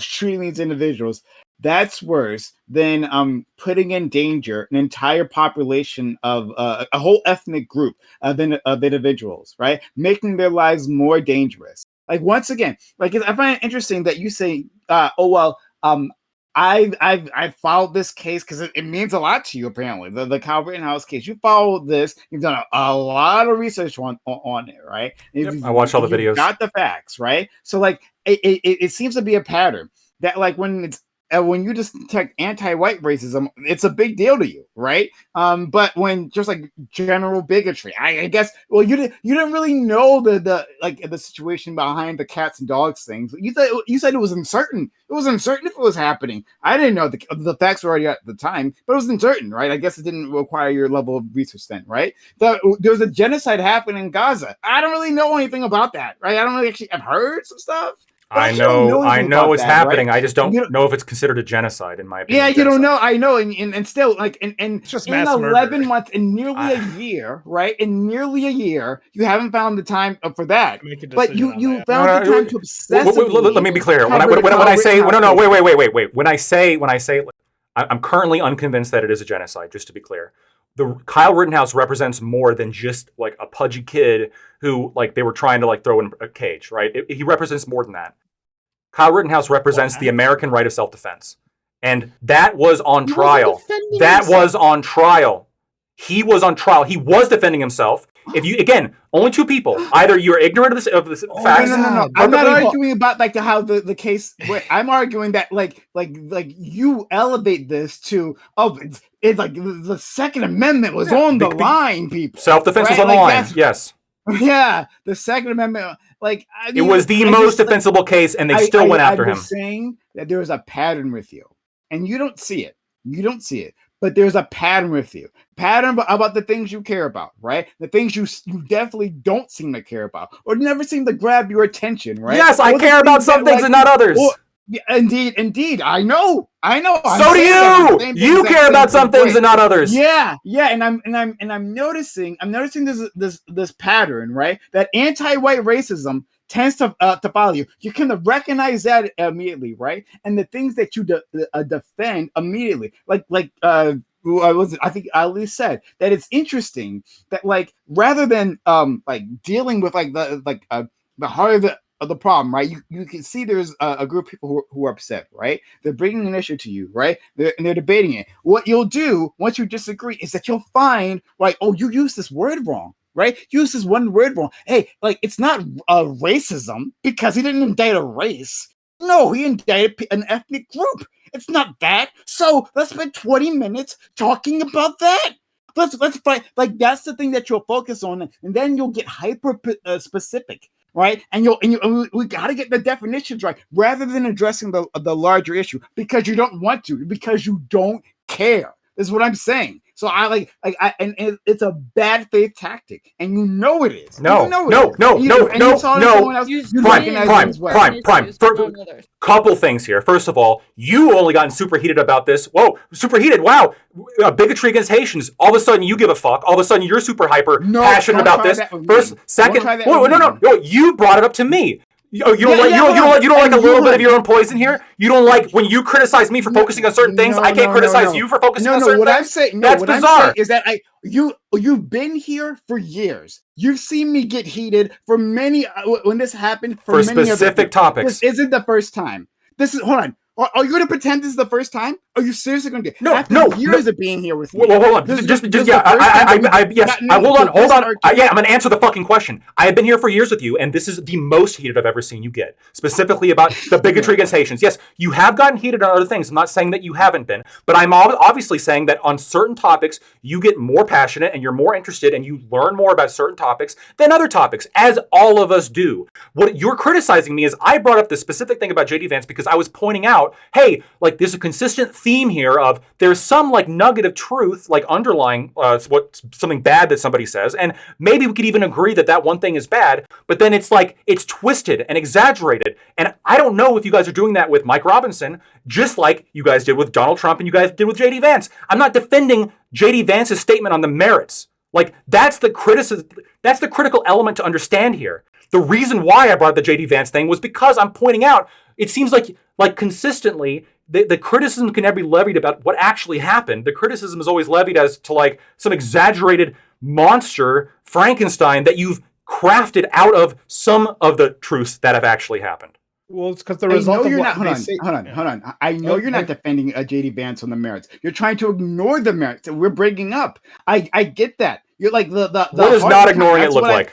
That's what the thing that we want to talk that we were bringing up there is this, and like this is. Can you answer that question? What does not ignoring it look like? I find it amazing. That you would say that. Now you that you think this is the most heated I've gotten. No, the most heated I've gotten is probably Israel Palestine. The Israel-Gaza conflict, right? Because there's a genocide happening.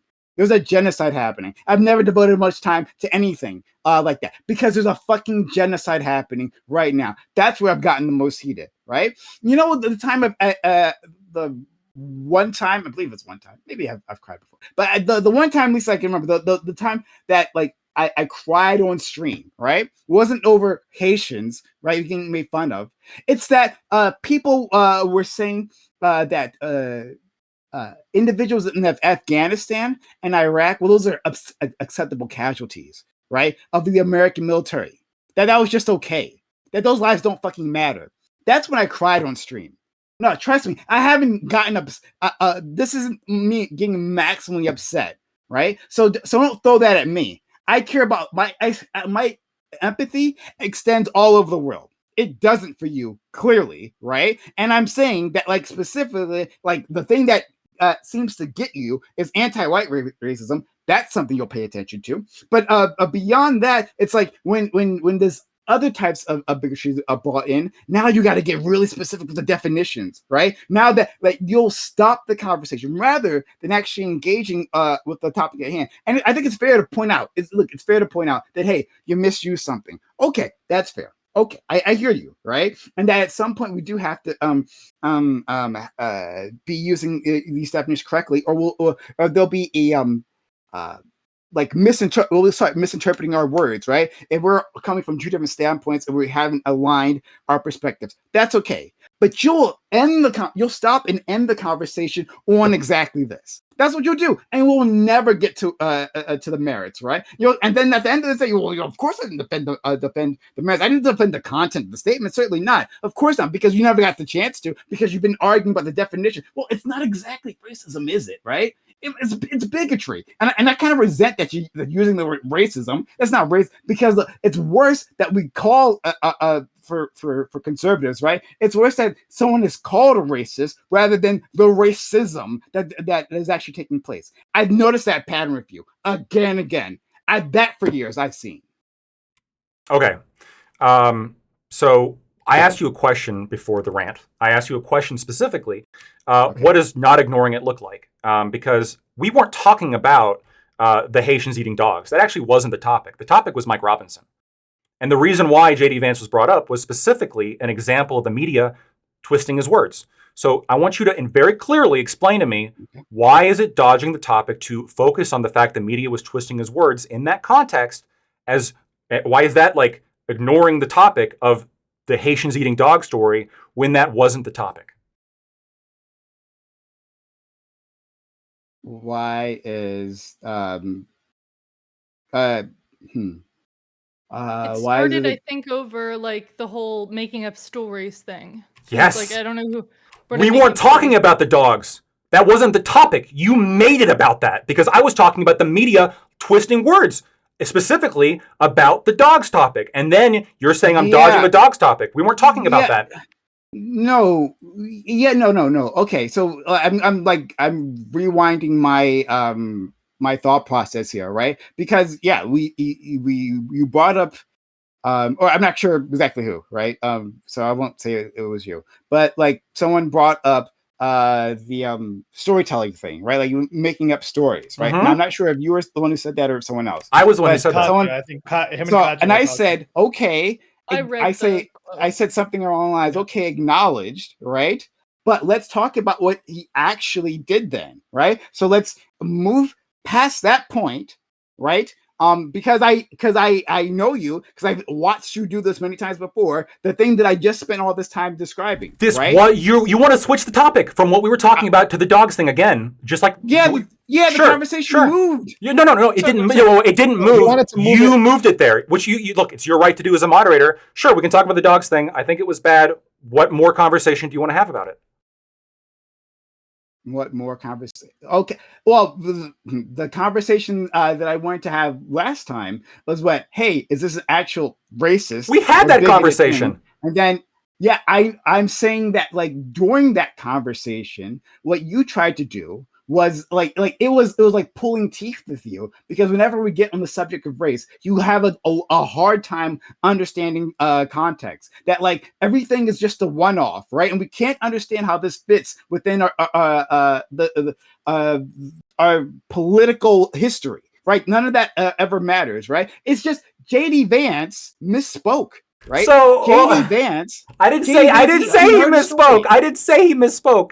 Look, what this is happening. So what you're saying is we were having a different conversation, and then I brought up as an example J.D. Vance having his words twisted, and you then just like kind of got like upset because you remembered our last conversation and that I didn't agree with you enough, or you don't think I was good faith enough in that conversation. So now we're having that conversation again. And when I don't want to have that conversation again, when I want to talk about the thing that I was going back and forth with Katya on, that's me dodging the topic? No. When I was saying you're dodging the topic, I'm saying this is a pattern. I'm not talking about just like now, right? I'm saying this is a pattern that like when it comes to topics of race, that you all of a sudden like I mean I've stated it like 10 times already. Like that context doesn't seem to matter. Like you don't understand the history of it all, right? Like none of that ever seems to play in to your calculations. Everything is just a one-off, and everything isn't really racist. Is this thing like you'll like there'll be an ethnic group I don't know what's the point of me saying it again. You're right. Racism is bad. Right. I'm sorry. Yeah, but hold on. As if you recognize if it's racist, because you won't. I said I don't think it is. You just want me to agree with you? Is that why you're upset? You can't. You're just upset that I'm not agreeing with you? Prime, you're right. It's racism. Fuck. No. Don't try that. I'm not. People can have difference of opinions. That's okay, right? You try to pride yourself on being good faith about these things, right? That if you present present an argument, you'll go, okay, well, and you'll present a counter argument, right? And then you'll battle out. And if someone has a better argument, or they just like box you to a corner, you don't really have an answer. You're like, okay, well, maybe I might be wrong on this. Except for the topic of race, that no matter what it is, right? We keep going back again. And what if you box me in on race on anything? Sorry, what? Name me one topic on race that you've boxed me in. Like any topic regarding race that you've boxed me in on. Systemic racism. We're talking about the history in terms of housing discrimination, right? And its effects, its negative effects and its current effects. What was my position on housing discrimination? What was you're the top? Fine with housing discrimination. Hold on. Do you think that? Oh, my opinion is that I think people should have the liberty to do this. Do you think that's a fact statement that I can be wrong about? No. No. Sorry. I'm saying. What have I been wrong about? The topic of when we've talked about the topic of housing discrimination, and its effects, right? And whether the discrimination is even happening, right? No matter what. It just seems like it's not happening, or any systemic racism at all in general. When it comes to systemic racism, whether it's happening, you can't see it.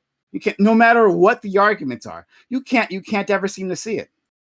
Believe? Sorry, am I wrong? Do you believe systemic racism? You haven't listed a specific. My criticism of systemic racism is that it's oftentimes you're using it.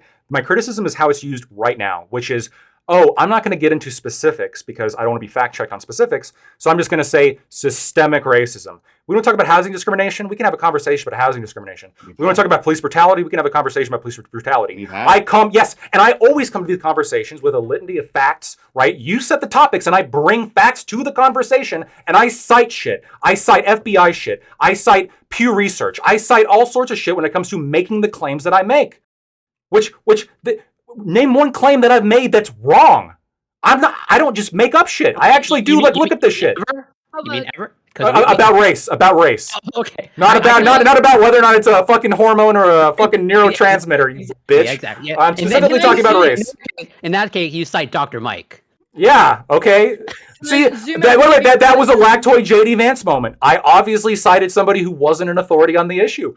That was a problem, and you criticized me for that, Corey. But, Corey, do you think it'd be fair to say, well, lactoid literally just made that up out of nowhere? He just wanted to debate that, so he just made up that it was a hormone and not a neurotransmitter, or a neurotransmitter and not a hormone. I can acknowledge that your mistake was unintentional, and it was not malice. Thank you. Malice. The attribution of malice. That's the reason why lying is different. That's why that's important. And that's what the topic of the conversation was before we went down on this fucking railroad about how lactoid's not woke enough for me. I don't know. I don't even know where we're at. Yeah, nice try. Lactoid, can I give you a little like zoomed out criticism here? What it sounds like to me sometimes is that there are certain topics for which you're okay with, more vague or like more circumstantial evidence to prove a point, and some for which you really provide, or you need to be provided direct evidence for, when they're kind of a one-to-one on either side, and it's a little bit frustrating sometimes. Like, that's the way I would say it, and not go into specific topics, but like there are some things that it seems like you have a higher standard for that isn't like for any needed basis for it to have a higher standard of evidence. This could be a fair criticism, but I would need an example to like self-evaluate, right? Okay, so for example, it seems like when it comes to stuff like Mark Robinson or like JD Vance, we're, more willing to say, I don't know, or, he could mean it this way, or, oh, this is just with the Haitian stuff, with the Haitian stuff, basically that they are the whole thing about how it's racist or it's discriminatory or it's different because it's against a racial group or against a ethnic group or whatever. I called it potentially bigoted against a nationality. Right, potentially that's true on that, but like there were certain parts of it where it seemed like if there were, if there was circumstantial evidence given kind of past events or given surrounding events that added to it, you were just zooming in on the one part of it, while with other things you'll look at the higher context. Bigoted against a nationality? That just seems like such a roundabout way of just saying racism. It's just no, it's different because the American. I'm about to go real. I'm about to go real woke on you because race in America is a far different context than just nationality. Right? Race incorporates a lot of different nationalities, and a lot of different nationalities have often different relations with each other. For example, white people include, Germans, Italians, et cetera, and all of them have sort of a unique ethnic group. But by being in America, they've generated sort of a white American ethnic group, and Black Americans have their own ethnic group as well. No, I understand. It just seems like Haitians, like you're going you're avoiding anything like. Trying to avoid saying racism at like any cost, like that's just how it comes. Well, he's just saying there's Black Americans and then there's Haitians, but like what you know this that most people see Haitians and Black Americans as just Black people. No, wait. Hold on. They may see Haitians as Black, but they don't see Black people as Haitians. No, I know, and that's what I was saying. I was like, they may see like there are Black Americans, there are Haitians. The Black Americans aren't Haitians, but the average person just sees Black people. They don't really give a fuck if they're Haitian, Jamaican, Caribbean, African, Nigerian. You're just Black. No. Wait. No. The Trump supporters are sophisticated with our racism. No. The Trump supporters are going to see Black American and immigrant. That's what they're going to see. It just seems like semantics, honestly. It's not semantics. My desire to be accurate.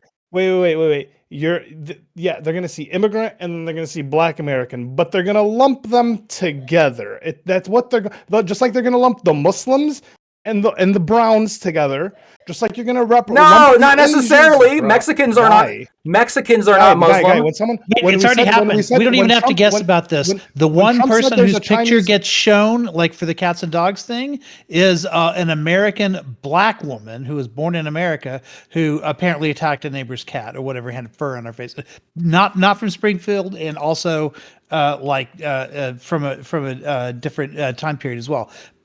And also not a Haitian, but she had darker skin, so people were willing to conflate her with a Haitian. Like this happened specifically in that story. And the guy carrying the goose, right? That was from a different town, right? And he was like, that was his job. He was cleaning up roadkill, is what he was doing, right? But like, he's a Haitian now. That random Black guy is also a Haitian to eat them. Wait, hold on. Was the goose guy an immigrant? As far as we know, I don't believe so. He was like working for this. I believe he was working for the city, and he was like cleaning up roadkill. Yeah, see, like that's kind of the thing is that when we really zoom in, you're not technically wrong about the ethnicity versus race thing, and I think that there are some topics where Lactoid, you're not like factually incorrect, and people can get you in the facts. But the thing is that a lot of them are maybe not 100% like mapping onto how the real world works, because people don't have perfect knowledge and people spread shit that isn't true and people act as like a hive mind sometimes. And speak in colloquialisms and slang. Yeah, and they, use simplified language and stuff like that. I think the person who, if you're saying, I haven't seen this meme at all, by the way. If you're saying there's a meme going around of like a picture of a Black woman eating a cat, and they're calling her a Haitian eating a cat, the creators of that meme and the people who are supporting that meme, like that could be racist, sure. If they're just like if they're just rolling with the assumption, well, she's Black. Now, but it has to be like, but then again, like. It's also difficult because, like, if you showed me a picture of a white guy and you said, like, this Polish guy is, like, eating cats, and there's, like, a meme going around in America of, like, Polish people eating cats, is this racist against white people? Not really. Like, you have people that are mistaken about the identity, thinking this is like of a specific nationality, like AKA bigoted against the nationality. But hold on. But it doesn't necessarily underlie a specific bigotry against the race that Polish people are a part of. So actually, maybe not. Maybe it's not racist. What about my statement? White American teen males are, shooting up schools. They're, like I said they were terrorists. Do you think that's like bigoted or racist towards white people? And if said by I mean, hold on. If said by a politician, could have a large impact on how we treat teen whites in America. So blah, blah, blah, blah, Look, I don't. You can make that statement. I don't. I think I think by the way, I understand. Give me a second. Yeah. Jesus. I think there is some fact issues, by the way, with that statement as of late. But we can dig into the data later. If you're saying, well, white teens do this, I think that could maybe be racist. Sure. Just to be clear, like if you were to say like black men are rapists, like that would be potentially a racist statement. But if you were to say like Haitians, if you were eating cats and dogs, yeah, but that immigrants is that race? That's the question, right? I mean, the generalization based on race, or is a generalization based on nationality? And just to be clear, if you guys want to say, well, it's bigoted based on a nationality, we can have that conversation. Well, no. It's you guys. No. What it is you guys are getting hung up on the clarification. Because you want to call it racist, because racist is a very powerful word. What you call it? Racist is a very powerful word, and you like to use it. And it's very easy to use, and it's very easy to demonize people who you can attribute racism to. Why are you guys so afraid of using these words? Actually, now that because I'm not afraid. If it fits, it fits. Okay. I'm gonna pick a different word, and I just want to know if one applies to the other. Okay, so like Hamas, they did terrorism, right? They went in. They did. Is what Israel did with the beepers? Is that not terrorism? No, it's counterterrorism. Okay, cool. Because they targeted a terrorist group. Yeah, absolutely. Yeah, okay. Hamas targeted babies in their cribs, so that's not counterterrorism. They didn't target babies in their cribs, so that's 3 kids died, and the whole country. Were they targeted? The civilians of the country. That's not the information I've received. I bet you didn't. I bet you didn't. The information I received is they went to a music festival where people there were not part of the IDF, and they shot them and they killed them. Were those babies? Or sorry, no. And then there was reports. I'll fact check them right now. Maybe I'm pulling another JD Vance, but there was reports of them going into houses, in Israeli houses, and shooting them up, and yes, killing babies. Am I right? Them in ovens. Not putting them in ovens. Didn't like. But there were reports. I know. Joe Biden talked about. I think those were fake, right? 40 beheaded babies. Hold up, wait. That wasn't true. But I mean, that was fake. That was. Didn't that turn out to be untrue? Yeah. And I was just going to say I wasn't going. But why do you got to focus so much on whether or not that specific claim is true? Shouldn't we just be condemning Hamas? Shouldn't we just why are you so afraid to condemn Hamas? Why are we getting into the weeds about what's actually true or not? Why are we focusing on whether or not this specific claim is true? Shouldn't we focus on the bigger problem of terrorism? Shouldn't we focus on the bigger systemic problem of Hamas? Oh my God.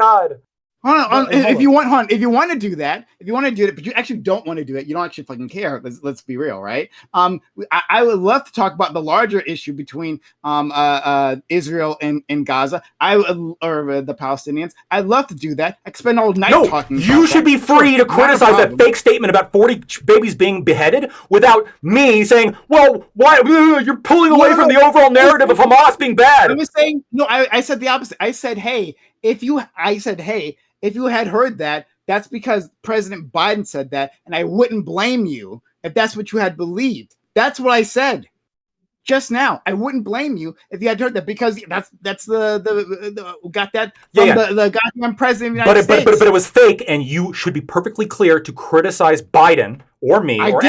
Yes, you did criticize Biden for saying that, but what if Biden responded to you in the exact same way you responded to me, which is, well, you seems like you're so hyper focused on being technically right on this one fact, but they did kill people, right? And they did do this, and we should focus overall on Hamas bad. They did do that. More.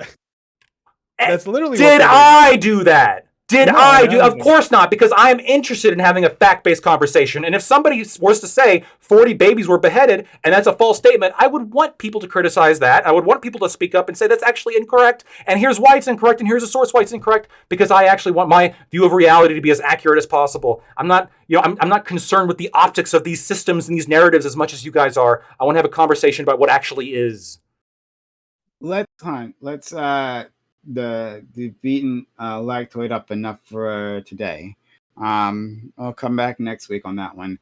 But let's move on to the topic. And he assembled these white people too. So he assembled these white people. Traitors. But so everyone, we're gonna move on. But thanks for 1 second. I love my friend Lactoid. I have to say this because this was a guy particularly vitriolic, and for the second week in a row. Now, clearly, I am passionate. All right, this isn't the most passionate I've been. That I disagree with. But I clearly I am passionate about these type of issues. I don't think Lactoid is a bad person. Even if I stand by the things that I've said today, but even doing that, I don't believe that Lactoid is some great evil or anything. I think he's imperfect like all the rest of us, right? And I'm imperfect in different ways. Just a lawyer, that's all it is. It's the biggest insult you could ever give me. Jesus Christ. Yeah. But like I just want to say this, that like I consider Lactoid a friend. I even tell Lactoid things. I don't tell other people, right? Because that's how close I feel to my friend Lactoid. So I love my friend, and I just there's just a disagreement, a big disagreement that we have between us, but we'll endeavor to continue working out. So, and I'm also I know because Lactoid's not a baby, but like I'm still gonna say this anyway. If I'm not a baby. You don't have to apologize or anything like that. Okay. All right. Well, then I'll leave it there. I wasn't going to apologize. It was good sparring. You're a good guy. Let's continue on to our next segment. I got this fucking ad break right in the middle where I was going to shill. Just going to shill. Let's wait for 30 seconds, and then I'm going to shill to the audience. We'll move on. What we're going to say? Let's make a joke about Ghosty and her massive mansion. All right. So Ghosty. What are the consequences? So here's what I've imagined. Here's what I imagine. Right.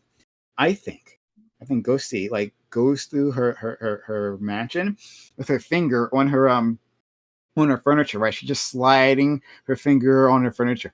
And if she detects a bit of dust, no more Counter-Strike for the boyfriend. Oh boy. Right? Like there'll be consequences to pay, right? She gathers all the maids, all the butlers in her room. She comes in ready for punishment. I can't release all my secrets. I've already released too many.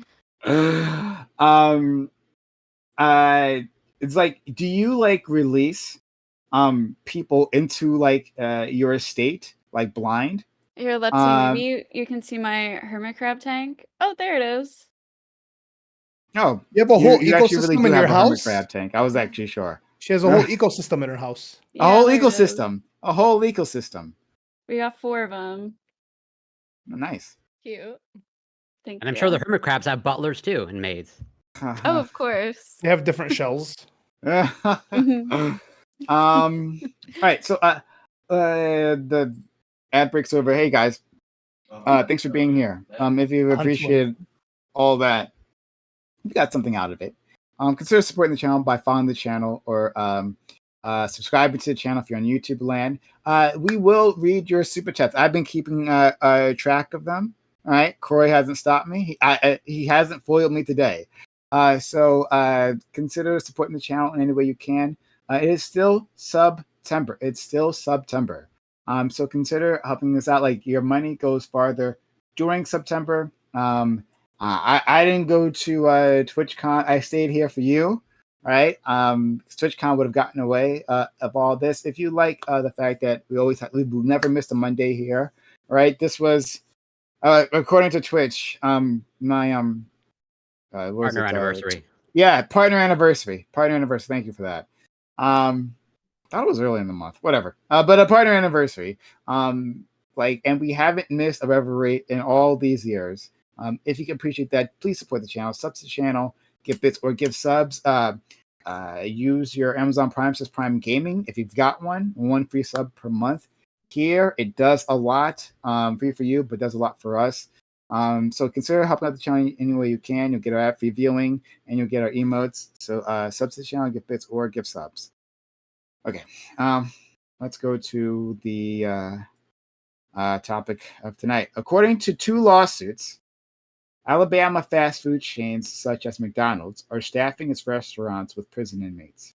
The inmates' pay is heavily garnished by the state, so they become a revenue stream.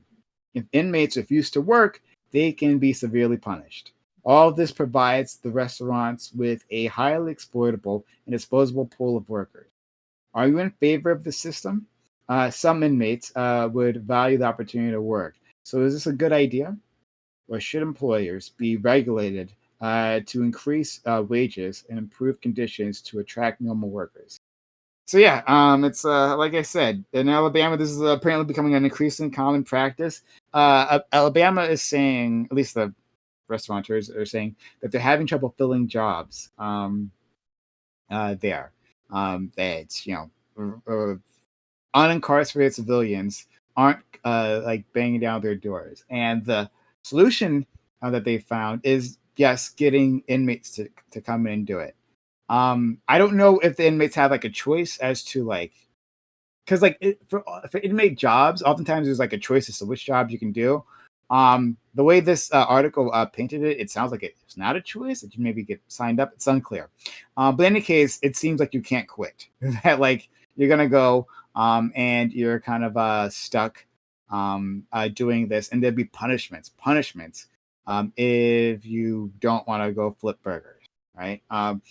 So it sounds a bit problematic, but I want to see what all these other kind people think. Sorry if you liked it. Yeah, I'm a fan. So the 13th Amendment is one of the best amendments. It says that you can't have slaves. Slavery is bad. With one exception, punishment for a crime. You can be forced to work if it's for punishment of a crime, which I think is great for multiple reasons. Firstly, and most importantly, it provides a way to minimize the expense of incarcerating these people, and potentially provides a way to provide restitution to the victims of the crime. But the best thing about this position is that the empirics are on my side. There has been research done into making prisoners work and what the effects are, and the effects are generally positive. We have less recidivism and higher post-release employment. And there's very little, if any, negatives that I've been able to find empirically. So the effects of this are just across the board, from what we know, all the data that we have currently, it's just good, right? You're offsetting the cost of imprisonment, and you're providing potential restitution to the victims. You are alleviating labor supply issues, which, by the way, is one of the biggest arguments for immigration. And so that can alleviate the labor supply issues in certain states. You are helping the prisoners themselves reform by lowering their recidivism rate and getting them better employment after they get released. And there appears to be a correlation with less violence in prisons as well, probably because when you keep people busy, they're less likely to engage in other forms of maladaptive behavior, right? Boredom is the root cause of all evil. So overall, the empirics on this are very good. I think a lot of people oppose it just because they are concerned with the concept of, well, it's kind of slavery, right? We're kind of making these people work. And that's kind of there's some kind of principle against that. But I think it's fair to say that this kind of forced labor is fundamentally different than the kind of slavery that existed in the 1800s, right?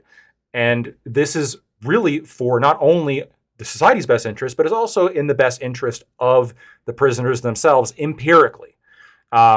So overall, I think this is good. I think the 13th Amendment allows for it. And there's been a couple states that have been passing laws against it, but it appears that there's being some legal challenges on standing here. We'll see where those go. I'm generally opposed to laws limiting the practice. Okay, thank you. Ali. Yeah, really, my biggest issue with this is going to be certainty of like those who we put in jail. Like, I don't know if every person that we put in jail is, was guilty. So proof of guilt and certainty of the guilt is like my only issue. But if we have that, I don't have an issue with putting inmates, especially if with like malicious crimes. Put them to work. Fuck it. Who cares? I mean, we're paying for them to be in jail if we're gonna keep them around. But I don't want them working at McDonald's. I don't want McDonald's to be the one who benefits off of this. If you're going to have these people do it, have them fucking fix the roads. Have them do the shit that put our tax dollars into better use. If we're going to have tax dollars anyways, put them into better use. Farming, right? If you like let's start with the local shit first. Start with local businesses who are in need. Maybe not tackle large conglomerate businesses who only stand to like largely benefit off of this. Because at the end of the day, like, prison is supposed to be reform and it's supposed to help. I do think giving people a job to do is beneficial. So if someone's serving a 5-year term, they go there working in construction, they're essentially training for 5 years, right? And then they get out of it and they're able to have a job in construction. I think that's fine. I think that's great. I just don't think that, like, once again, McDonald's or like any large conglomerate should really be the one that's like benefiting off of this. Okay. Corey, please. Yeah, so I'm generally pretty staunchly against, let's say, capital punishment for, like, one, on principle, and two, because I think it's a poor deterrence. At least from what I can see, at most, it's, a modest deterrence. But, maybe being forced to be a fast food worker, that might be barbaric enough to actually serve as a deterrence. I don't know. I'm open to that. But sort of somewhat jokes aside, I do have I have concerns about this in terms of, like, incentivizing incarcerating people for, like, access to free labor and forced labor. But I'm open to the idea in terms of it being effective. And even though, let's say, I trust Lactoid's research ability greater than Gibbs, no offense to him, I'm still a little bit suspicious on the empirics of it. And so if he wants to post it, I'd be more than happy to see it. But if the empirics check out, I pretty much more inclined to lean towards, like, what Ali just outlined, of, like, I'd probably more want to reserve it for, like, actual violent offenders, and probably not, fast food worker as, like, the go-to, and probably something more in the actual public good. And I'll leave it there for now. Let's go to Katya. Okay, so my opinion on this is I'm definitely, like, not against people in prison, having jobs, and those who are able to work, having to do something while they're in there. My main big huge problem with it is that it benefits the private sector in this manner, because prison is supposed to be there to keep people out of society and enhance the social good. There shouldn't be this idea that they're in there and them being in there benefits another industry. This also disincentivizes any type of worker benefits or any type of raise in wages for those who are outside of prison, because they can just get people who are incarcerated. That shouldn't be an option for them. If they have problems getting labor, they should have to freaking raise their wages, considering that a lot of these businesses, they're making record profits. Like, they should have to do things the old-fashioned way, actually compete in the market instead of get slaves to do their work. Let's go to our friend Ghosty. Okay. So I like the idea of people who have been incarcerated for a crime working off their sentences. And it's actually something that I would find more ideal for, like, non-violent offenders to actually just have to, like, work off their crimes rather than being in a jail cell. But as for, like, the system that we have it today, I don't find much of a problem with it. The main problem I have is I found from the video that was attached to the article, a lot of these people who are working these jobs and stuff, they end up being denied parole. And I think anybody who is able to work, and then they're even offered sometimes like 72 hours to go home and spend with their families, they do make, like, some of the money, which is, like, another question where is the money going, but I think anybody who should be working for these or is allowed to work for these programs in jail should be eligible for parole too. If they're safe enough to go out into the world and work and like go home for 72 hours without being like viewed by the prison system or whatever, then they should be eligible for parole too. So it's kind of like an incentive to keep them from being let go, because now they have like free work and stuff. So I think there's a few kinks in the system to work out, but yeah, I don't think overall it's that terrible of an idea. It just needs to be better like worked out. Okay. Anarcho. Yeah, so I just thought about this, like Manafort, Stone, Arpaio, Bannon, they could have all gotten together and started a fast food chain in prison called, I don't know, the Felons Falafels, something like that. But seriously, if Trump is himself found guilty and sent to prison, I think that's probably the best shot that we have at prison reform, because all of a sudden conservatives will find common cause with the way that we treat prisoners. Like, would they stand for it if Trump himself was forced to work in things like this, if the 13th Amendment was used against him? I think probably not. I think people would be changing their mind in large amounts, or even just like for the first time actually considering the issue in large amounts. So I think probably this has a lot to do with the fact that we just don't feel empathy for people who are in prison, and maybe it would take something like that to change it. However, I do think having the opportunity to work if you're in prison is something that I don't think prisoners would like to lose that opportunity just because of the fear of exploitation that we're talking about, right? So I think the very last part of the question about can we regulate it and make sure that these are jobs that give them actually gainful employment and give them skills and opportunities for when they get out of prison so that they can sort of move up. I think to that extent, in the same way, I'd like to see education used more with prisoners as well. Prisoners, by the way, will often take to reading like fish to water once they're in prison, because there's literally no other form of entertainment. And that sort of opportunity has helped them get like jailhouse law degrees and things like that. So I think that there can be opportunities for prisoners.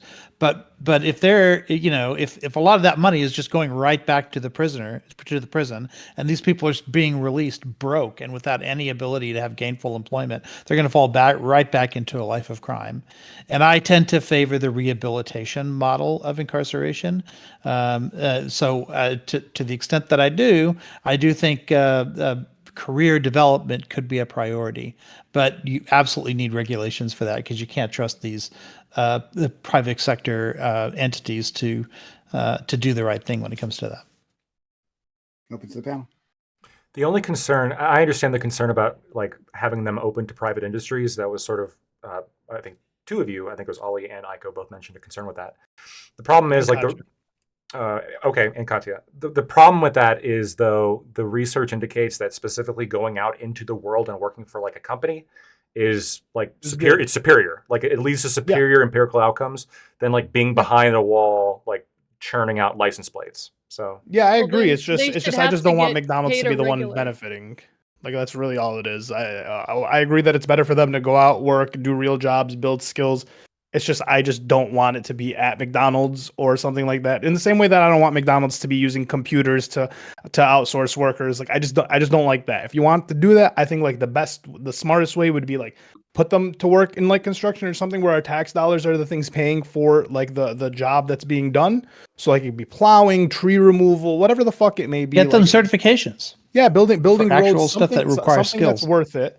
They'll be able to train. It'll be government, like we already have taxes, so the government's already paying for it. So it can be a government program. You could hire people to watch them. So you have guards that are watching them do the jobs, because you can't just like let them out into the world. Unfortunately, they are going to have to go to jail. But maybe for people that are doing this like this type of jail, like they have like like more European style like jails where it's like, like Norway or whatever the fuck it is, Sweden, where it's like maybe it's not the worst living conditions. These are people that are working off their debt. They're benefiting society to a greater good. They're also learning a skill, potentially a better a chance of being reformed. I just think it works better if you. I just don't. Once again, I just don't really need McDonald's and Burger King to be the ones that like, or Walmart to be like benefiting off of this. That's really all. That's really it. I don't see why not. But I just want them to Katya's point. I just really do want like these fucking companies to start playing. Like we don't have a free market anymore. If like the largest companies get to just hire robots and prisoners to not pay anybody to work, and then like everyone else just can't really compete with that because they don't have access to these programs. Well, then the skilled jobs will be taken by they prisoners. They have to pay them too. They have to pay them the federal minimum wage, and then they take 40% off the top of that. Yeah, the government's going to be and then there are additional fees involved in this after that. Yeah. So yeah, because they're getting free living, right? Is nobody, right? But here's the thing: nobody who's outside of there, even in that area, everybody who's not in prison, none of them are getting $7.25 an hour. Literally, none of them. No way is anybody taking that. That's the minimum wage. Nobody's gonna take that who isn't incarcerated. Yeah. But hold on. But this is supply and demand. Like I'm not going to hire. I'm not going to hire an inmate. Right, I'm not going to hire an inmate unless I can hire them from cheaper. Right? Yeah, I know. But then here's the problem: you hire the inmates, you have the robots. I understand, like the point, the benefit to the business. I understand supply and demand. I agree with you. That ends up targeting the local community, which it ends up being like you're bringing in immigrants and hiring them to do jobs, and then the people in the local communities are kind of fucked out of a job because it's not fine. It's good. Because once again, immigrants are good for the GDP. If people in the community aren't working. Right? If you don't have people in the community working because their jobs are being taken over by inmates at lower rates, the empirics are against the empirics on this. Like you got to be careful with this because the immigration empirics are pretty good. Immigrants coming to is beneficial towards the GDP. I agree with you. I'm talking about taxable jobs that are low skill. Oh, they're getting a lot. They're getting taxed a lot. Wait, they are getting taxed differently. I'm saying about getting a legal job within like a Walmart, a McDonald's, a Burger King, so on and so forth, where you're getting paid a check and you're verified, they run a background check on you. These jobs, if you end up losing them out because you have legal workers who happen to be inmates, right, within the community, you now eliminate a magnitude of jobs for people, like a lot of jobs. Fast food, groceries, and like I mean, you can say that, but like most people in your town are going to be working minimum wage jobs. They're going to be working at your fast food places, your restaurants, your grocery stores, your Home Depots. Exactly the jobs that immigrants would take, right? Let me testify to this. Let me tell you in a way jobs in which they don't need documentation this actually. for. Like, let me tell you in a way in which this actually harms. To raise the wages. This harms red states. And benefits blue states in one particular way. I used to work for like a large co-op corporation, the REI. We had retail stores in all over probably in all 50 states. And what happened was we had to deal with like increases in minimum wage in places like California, for instance. But in order to not confuse the consumer, our prices stayed the same in all of the different states, which meant that states where we paid workers a lot less, like in red states, we ended up subsidizing our stores in California in places with much higher minimum wage rates, so that the red states that had lower wages basically lost out because they were paying a higher rate than they should have to pay, like for their goods, services, and stuff. And California was paying less than what those larger wages than they should have to pay. Force them to pay. Yeah, it ended up meaning that states that pay lower wages, the people in those communities or whatever were subsidizing the bluer states. There's going to be a trade-off, right? Because when you have that kind of exploitation, you have to have other places where that exploitation isn't happening, and that's when you have this sort of like unequal distribution of benefits. It also encourages more industry to move into areas where wages are more affordable, right? Like California is like losing people and industry, and the southern states are gaining people and industry for a reason. Now, we kept opening stores in California, and part of the reason that we could was because of the low wages we were paying elsewhere. I mean, look, like maybe for your specific company, I'm saying generally speaking, right? There is like a shift of industry and people from California and New York, et cetera, to the Sun Belt. There's reasons for that. But more California's GDP is still growing.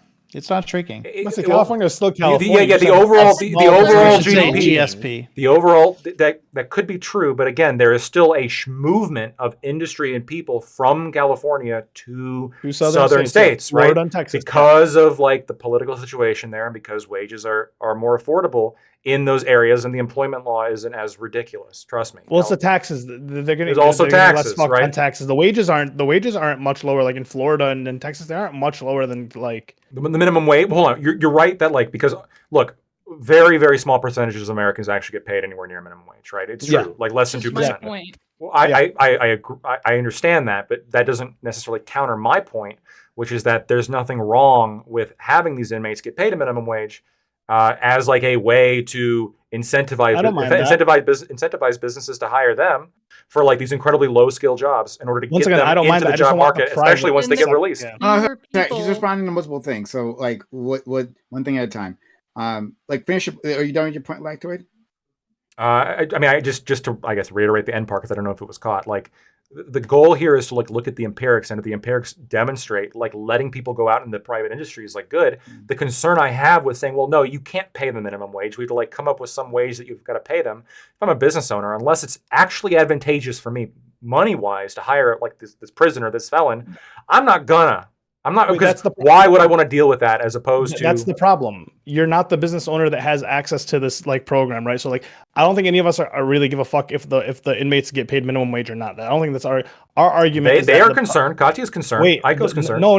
Wait. The concern is that the private sector then won't hire anybody at the rate that they've been paying people because they have access to this. That's why we have a problem with a company like McDonald's or Walmart having access to this, is because then you're just going to turn around, not hire any of the people that live in your community. You're just going to have, and you're the only person who has access to this program, right? So then therefore, like, really, it's just like it's anti-capitalist. I guess to her point, it's like they need to participate in a free market, and they're not, because they have access to now AI, robots, and then inmates on top of that. So let me just ask you a question then. Would you be okay with this? Would you be okay with this then if instead of these retail jobs, the program was specifically for agricultural jobs, like the kinds like the kinds that immigrants are coming into the country to occupy. So you'd be okay with like large groups of like farm prison workers like roaming around picking strawberries. Not specifically, not into one specific industry, but I listed a bunch of industries where I think they'd be preferred into. Oh, okay. So your question is just like things where they're being taken. Frankly, and the reason why is because whether or not English is important or not to the actual job. So like the primarily English speaking jobs, you wouldn't want these jobs taken from like the people in that area. So you would want to put them in like the kind of jobs that are normally taken by like immigrants. I understand the point, but these jobs aren't offered to like all inmates either. So it's not like the McDonald's is totally filled with all inmate workers. So maybe like a solution would be like capping the amount of like each restaurant could hire from a prison, so that it wouldn't kill the competition for regular people. Or we only allow small business to do it to give them an advantage. Here's my big red flag. That would work for me. My giant red flag with this, sentence that I've once it gets big enough, they just get fired. They get moved over like a temp agency. Let's like catch for them to do a good job. Like, let's keep it a small business. Let's let Katya go over to the next business. Let's let Katya, please. Let's let Katya finish, please. My big red flag that I see when I read this article, saw the prompt, is their reason for doing it. They said because like basically no one wants to work anymore. Why does nobody want to work anymore? Is the unemployment in this area zero? Like, it isn't. The problem is that they aren't paying competitive wages, and they're like, oh, nobody wants to work anymore. And now all of a sudden they can hire prisoners to undercut the labor market even more. Like, it's outrageous. And then it's going to result in the individuals in this community having less money to put in the economy, while these businesses that are national businesses, sometimes transnational businesses, are getting more money in their central apparatus, which is sucking money out of the community. Right, that's the other problem. Where is all, because the prisoners are only getting paid like 40% of the actual wage. So where's the rest of the money going? Well, 60% because 40% is being taken and there's some extra fees, I guess. So it could be as low as 40%. The rest of it's going to pay for the cost of housing them, providing them medical care, providing them food. Right? We would look like going to the prison. Yeah, the average cost towards the prison. The average cost of a prisoner is like what? Like almost $80,000. It could be more than that now with inflation. And that all comes out of your wallets, right? That all comes out of all of our wallets. So I think it makes sense to have them. So McDonald's not profiting off of it? McDonald's could be profiting, yeah. The problem is that there's programs that would be cheaper than incarceration that would lower recidivism and lower as much of a need for incarceration. But incarceration is profitable. Like for example, drug treatment programs, for example, those types of things, mental health related things to keep people out of trouble. And some of those are more cost effective if you're not factoring in this like benefit of having people incarcerated. I think that this incentivizes people to be incarcerated for things they probably don't need to be in there for, and they're in there longer than they need to be in there for. Well, yeah, if the average cost to keep an inmate alive is $80,000 a year, how does it like make an argument that people are living off $30,000 a year, right? Like basically inmates are making more already, and in terms of like their cost of living, than the average American. Like, so no, for them to like get out and work on top of it, like for the prison to just make more money and McDonald's to just make more money, while average people that are just living lives are like the prisons aren't making money. Yeah, the prisons aren't making money. Like the prisons are not like, I think 8% of American prisons are private. The vast majority are public. And those 8%, their profit margin is entirely from government contracts in which the government gives them oodles of money to house the inmates. Actually housing the inmates is not profitable. You do not make money doing that. It is always going to be a net cost to the taxpayer, which is why having them work is a way to somewhat recoup some of the costs. Now, drug court and other treatment programs, I'm fine with. I think those would be great. In fact, I'd be fine with maybe putting some guardrails on here where it's like, for those kind of crimes, perhaps we don't allow this kind of work. But at the same time, like, I struggle with that too, because if working is empirically, again, based on the research I've posted in the group chat, and Corey, you can challenge me on it in just 1 second, right? But based on the research I've seen, I wouldn't want to deny like drug users a potential to get better, right? But go ahead, Corey, if you got a problem with that. I just wanted to put a little asterisk of like of the research that you provided in the chat so far, in the Discord chat. So far. From what I understand, that's research based off of workers that are volunteering to work and not forced labor. It's the PIEC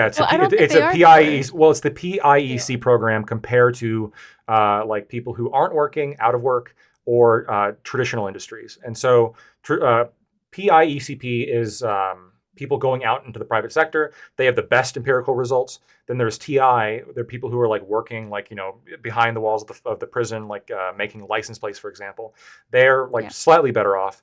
And then the out of work prisoners, just they have the worst results. There is kind of like a correlation versus causation question.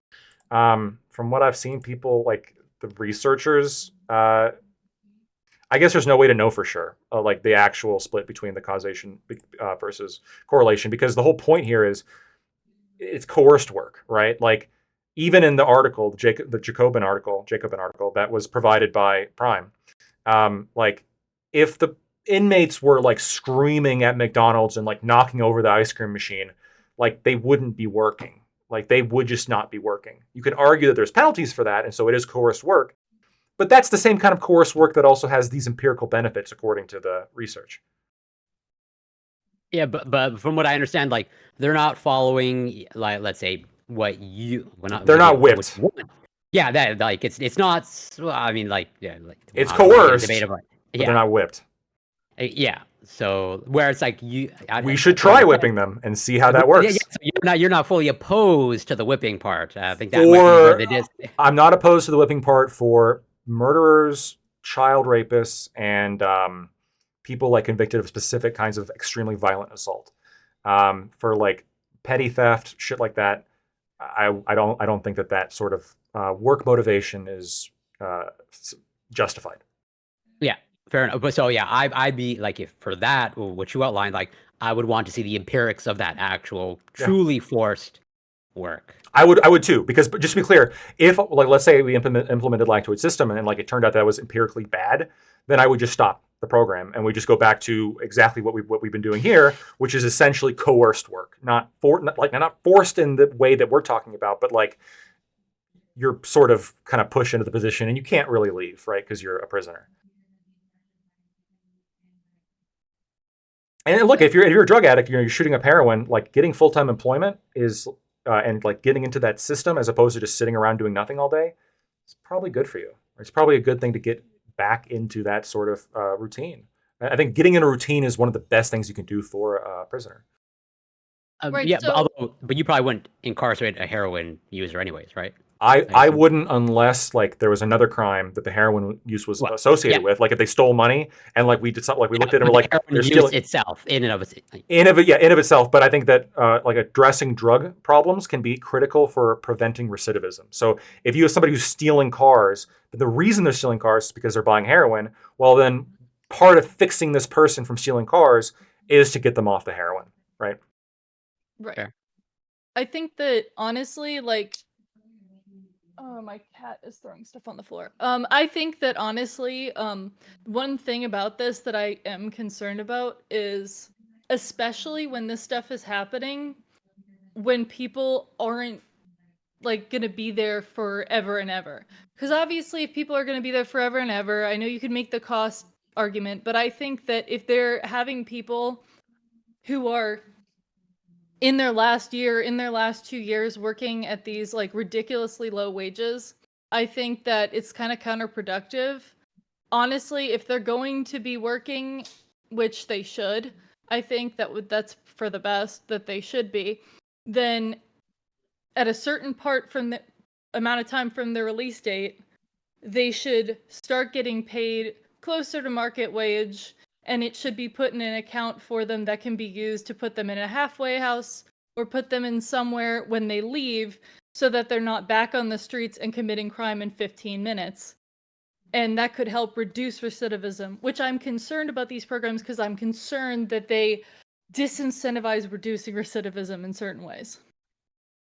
I think the problem was the whole eligibility for parole. So they're supposed to be eligible for parole when they're on the program, but in Alabama specifically, they said like if they followed their own guidelines, then 80% of these people would be eligible for parole. But last year it was 8% actually, and that was because they weren't following their own guidelines. And I think it's because they want to keep this like free labor essentially. So I think that's the problem, is that there's too much incentive for these prisons to keep the prisoners incarcerated for the free labor. I would want to see some kind of safeguard, because even though the best criticism I can think about this policy would be, yes, keeping a prisoner is always going to be a net cost negative to the state, right? But you could, I guess, have a situation where corporations could get together and lobby the government specifically to crack down on crime because they want the cheap labor. That mechanism could exist. So I think that they're like, if those safeguards don't exist, which I think the criminal justice system is generally pretty good at just preventing not guilty people from being arrested and thrown in a cage. It happens occasionally. DOJ estimates about 2%, but strong guardrails on that I'd be in favor of, right? Just like some kind of specific, no, we don't allow lobbying on this particular industry, or like there's constitutional protections, some kind of system put into place. I don't know. Yeah, I guess it's just that my two main concerns here is this encouraging people to be kept in prison longer, discouraging reducing recidivism, and undercutting the wages of communities that the wealth is extracted out of by the use of this cheap undercutting labor. And then obviously, if you've got a really poor community, guess what's more likely to happen? Crime. Cheap labor is good. I'm sorry. Like this is like a disagreement we just probably fundamentally have. Where every economist believes so. Just say it. Not every economist, but the plurality. As with most of my statements, they are economically informed. Okay, rent control is almost uniformly bad. Okay, but this is one of those more convoluted questions, right? Where immigration, the biggest function of immigration really is it's a downward pressure on wages, right? Because people come in that are willing to work for less, and that has positive economic effects, right? Now, if you are more concerned with worker wages than you are with positive economic effects, then you might want to be against immigration. If you want to maximize the amount of price. Now, and then that's even more complicated because there's also potentially new industries created by immigration that could also positively impact wages. It's a million confounding variables. But generally speaking, immigration does have a downward pressure on wages.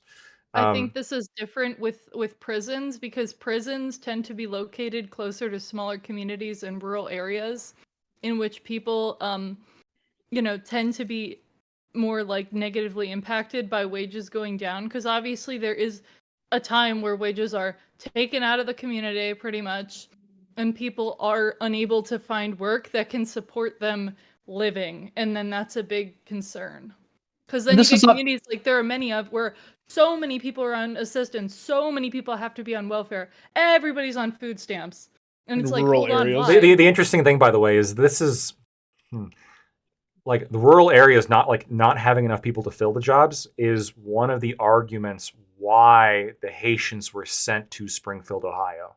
It was specifically to fill jobs that there weren't enough people in Springfield, Ohio to fill. And a lot of the animosity towards those immigrants is because they're concerned about the Haitian immigrants having a downward pressure on wages. So even if that's true, I just don't fundamentally believe people have a right to a wage.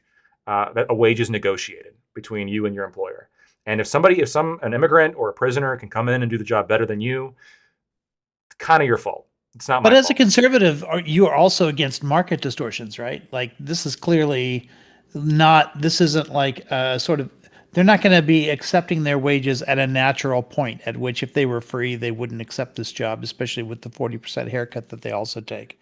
And so this is like something that's not natural to the markets that's being introduced into the marketplace, which is all of these workers who are just by the situation of their life being forced into taking this job. Right? It's not it doesn't get you to an equilibrium price when it comes to wages. It's a concern, but again, there are things that can be positive enough where market equilibrium, it's not the end all be all, right? Like if all the empirics demonstrate this is good for the prisoner and good for society, and we're already spending a shit ton of tax dollars, which taxing is also disrupting the market equilibrium when we're pulling money away from people who are working.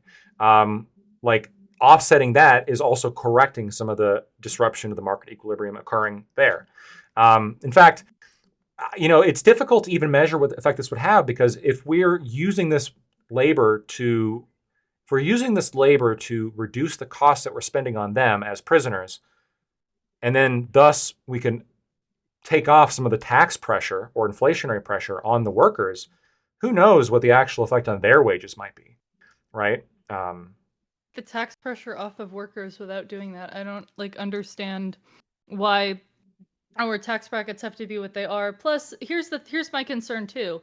My concern is can you give me a better explanation exactly of how if the wages are depressed in an area that or that improves the area as a whole or the community, where are we getting that? Can you give me the step by step really quick? So yeah, the concept is, and this is basically essentially the argument for Springfield, Ohio, is you have a community that has, for whatever reason, not enough people to fill the jobs that it has. It has a very low unemployment rate, and because of that, there's a lot of tasks that are going not done. Right, because you can hire people, and you can also raise your wages, right, to attract more people in. But when you rate, there are certain jobs that simply aren't going to be worth, based on what you can market the services, the amount that you can pay somebody. There's going to be a wage ceiling that's going to be for any kind of task. Now you can obviously just raise your prices to raise that ceiling, raise your overall margins.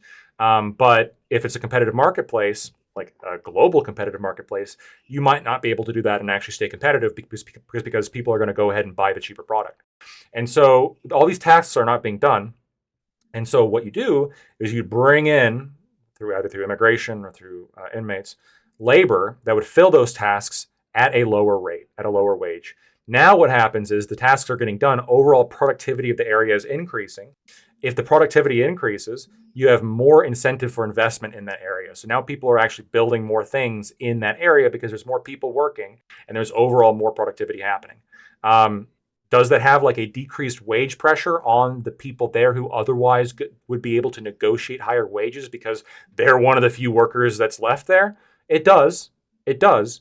But them being able to have that bargaining chip also is bad for productivity in that area and bad for the employers. I agree that ultimately people have a right to their labor and people have a right to hire people. So ultimately, if one person can do the job, you're going to have to pay them $1 million a year and you're just going to have to get over it, right?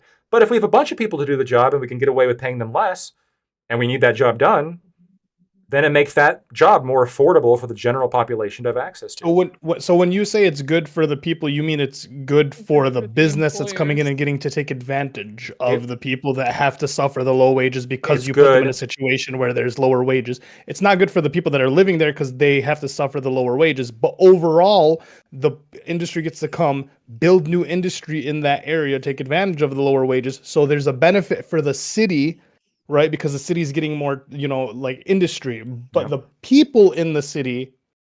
So here's who it's a benefit for. It is a benefit for all the other jobs that are going to be created to service the new workers that are coming into any particular industry at low wages. Well, here's a big concern. It's also going to be a benefit to all the customers who buy services from that industry who are now relocating to that area. This is my big concern. Two things. One, I don't think we can really compare this labor from inmates to labor from immigrants, considering inmates aren't spending money in the community and they don't really have control over where they spend their money and what they do or where they live because they're incarcerated. Immigrants who are free to roam around and free to spend money at local businesses and contribute to the economy in different ways and choose where they're working and bargain for this and that and the other are way better for that argument than those who are literally in a cage. So a lot of immigrants also don't spend their money in the area they live in, right? Remittances are a huge part of the they'd have to. Do they not get groceries? Do they not go no, but again, it's diminished, right? So like they're sending a lot of money in remittances. There's like some of the I don't know the exact numbers. I'm not going to make it up, but there is a fuck ton of remittances I know that are being sent from immigrant workers in America. From a person who sends money back home to people. It's not as much as you would like. It's not like half your check or anything. It's a little lump sum of money, but it's a pool of money that's being sent in. It's not like anyone's like you couldn't afford to be working a minimum wage job and then send half of that paycheck over back to like you still have to live here. You still have to pay rent. Sure. Yes, I understand. You're gonna have to like pay for rent and taxes, etc. You just have to exist. And keep in mind, like these prisoners are also paying their taxes. They're paying like 40% right up front, and other fees that get tacked onto that goes into something that we're all paying for, right? The criminal justice system. So they are absolutely paying into the system by working, right? They're no benefit for us, though, and no benefit to us. Paying into the system is no benefit to us. We're leaving the tax burden on every other worker. We're paying either way. No. We're not paying either way because if they're working and they're paying a bigger share of that, then we're paying less. But then you have less people in the community working, which is a bigger burden on the community. Like you're discounting that because the people of that you're taking the jobs from now, like these people don't have work, right? And the people that are replacing them aren't paying into the community at all. They're paying into the prison system, sure, but the rest of the community isn't benefiting just because the prison is like existing. That money, you would agree that people in the community would be the ones having to pay into that prison absent the work. We pay either way. Either way, we have to pay in. You would pay less. No. Wait, hold on, Ali. You wouldn't pay less if the prisoners are paying more for their own cost of being in prison, then they're not paying more. They're paying more to the system. The prison system is taking 40%. Right. It's not like they're taking 40% and applying it to like the general taxes. Yeah. Like, no, hold on. But where does the money for those prisons come from? General taxes, right? No, now we're saying that we're replacing right now we're replacing it with like they're working, their wages, they get taxed 40% or 60% depending on whatever it is. Yeah. And you're saying that that's supposed to offset what we're paying in taxes like towards the prison system. It does. Yeah, except okay, that's true. You're correct, but then you're forgetting the other part where you have less people in the community working within the community. You have less money being spent within the community, so we're still paying for it just another way. Yeah, I'm not convinced that like that's going to be a bigger effect than the overall economic boon. So if they're prisoners versus if they're immigrants, fewer people are spending money in the community. Hold on, real quick. Would you be in favor of banning remittances then? Would you ban, for example, if you had an elderly relative or a disabled relative who needed help who was here? Would you really like be against people giving other people money for stuff like that? How much remittances do you really think is happening among minimum wage workers? Yeah, that was the question. How much of my paycheck do you think like I'm giving my family back home? Like how much of it like do you think it could possibly be to people with low skill, low income workers that live in high price like at this point like these low price point apartments, like the worst part of Detroit now is like $900 to $1,000 a month for like a studio or a one bedroom, which is like if you're getting paid $10 an hour, $12 an hour, it's kind of hard to maintain that and send money back home at a certain rate. Like you're maybe sending like 10% of your paycheck. Okay, wait, hold on. So we have the most remittances of any country by far. For sure we do. So hold on. So here's not as anything. But here's the issue that I have with this. So this is a article from 2021 titled "How Sheriffs Are Extracting Wealth from People in Jail." It goes on to talk about this is a little long, but I'm going to read like 4 paragraphs of this, so I'll try to do it quickly. California's legislature adopted a bill last year, this would be 2020, that would have limited the price of commissary items in county jails and imposed new constraints on how the sheriffs who run those jails can contract with private companies that provide jail services. Advocates hope that the reform would prevent jails from excessively charging people and ensure that any revenue sheriffs generate through fees is poured into jail services. But Gavin Newsom ended up vetoing this bill. Okay,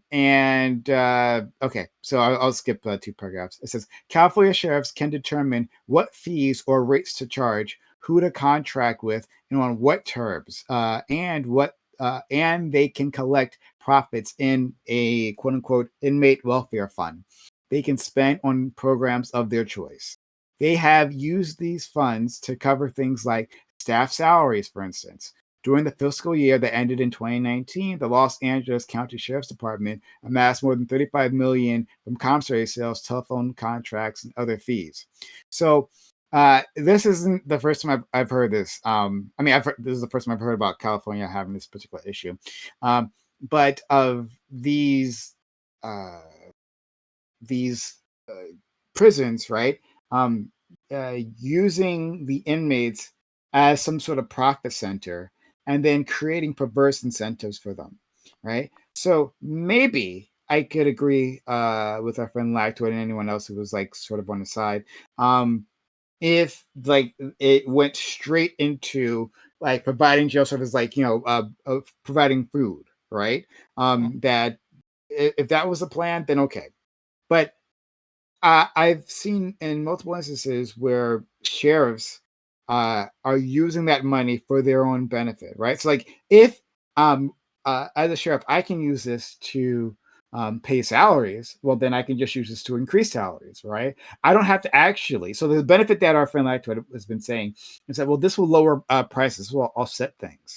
Well, if I can put this into my salary fund, right? If my salary starts at $80,000, that's what the I would get if it was just the states paying. But then now I can get in this additional revenue stream. Well, then I can increase salary, right? Well, now I'm being paid $100,000.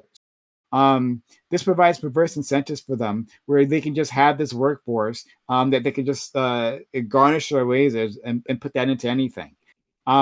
So that's like an issue for me. And I doubt that Alabama has more controls on this than California does. I would be shocked if Alabama was more discerning about where those funds are being used. But it could be the case. Maybe I just don't know. It could be the case. But that's the thing that's a big problem for me. Like it creates a perverse incentive, especially when these this pool of workers can't refuse. If one thing, if they're saying, well, yeah, I really want to work at McDonald's, right? And I accept that my wages are going to be garnished in this way. And that's just like, I'm in prison, so that's just how it's going to be. But if you're saying that, well, you have to work, and you have to make a profit for me, no, I don't like what that looks like. I don't like what it encourages people to do. That's my issue. So again, I don't.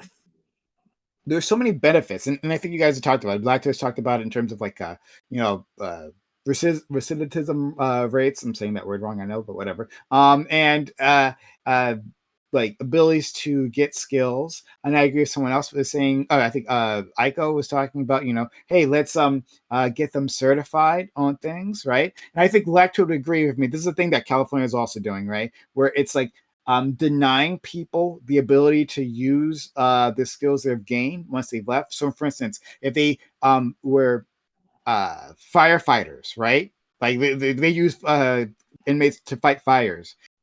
They can't use that skill to like apply for a firefighter job. That's the thing that happens in California. It's like crazy. In other places, like if you're like a barber within your jail, you can't use that. Like that doesn't qualify you to be a barber outside of the jail. So like it's like fucking wild. So, but I think a lot of people would agree, like with those reforms.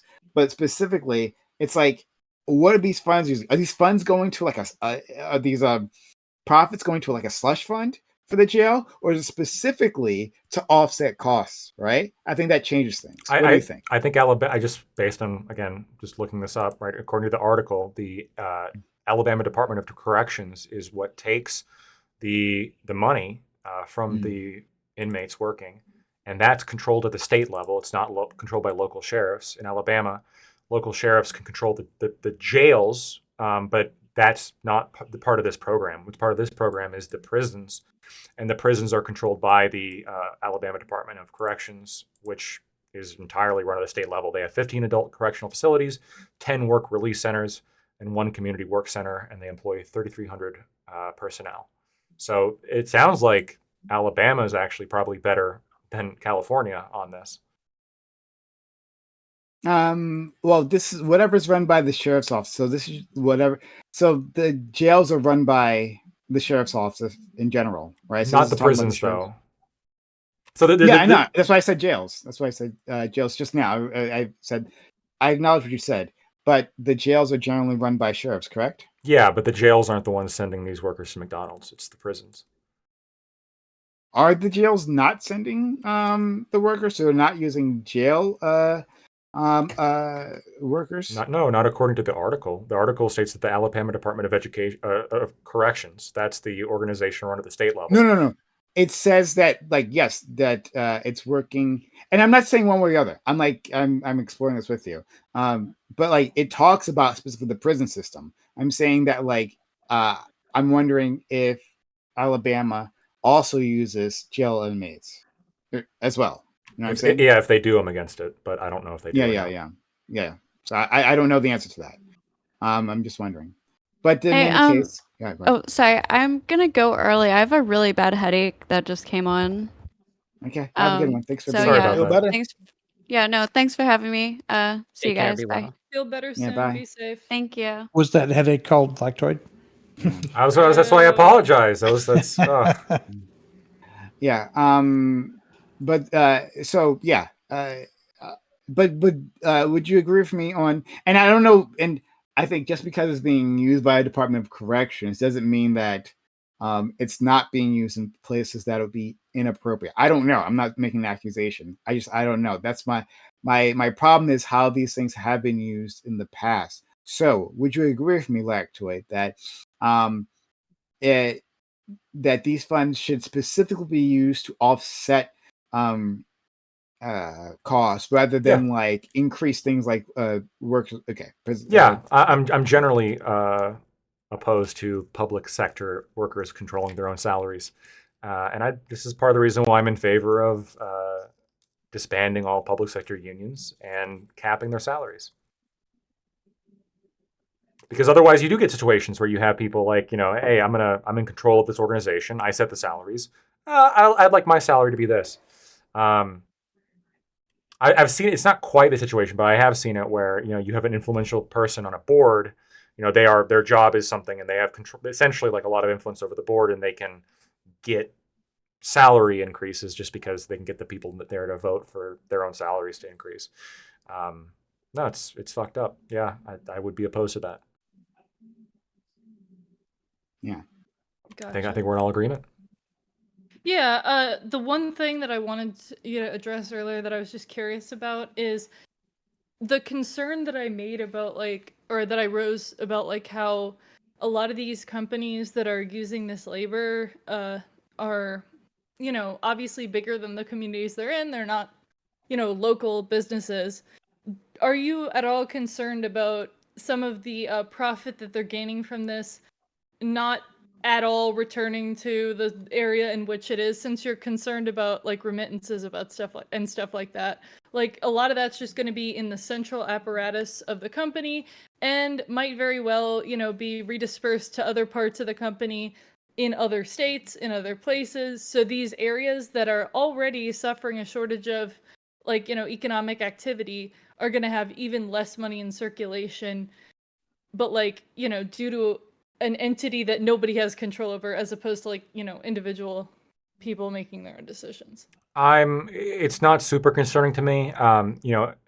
If somebody's doing a job in a particular place, even if yes, them spending the money there and circulating more money in the community, that's good for that community, right? This is also running with the assumption that we owe anything to these particular communities. I don't think that any community is owed anything. I don't think that any community is owed anything. If your community is failing, move to a better one. But when it comes to that's just people don't move enough.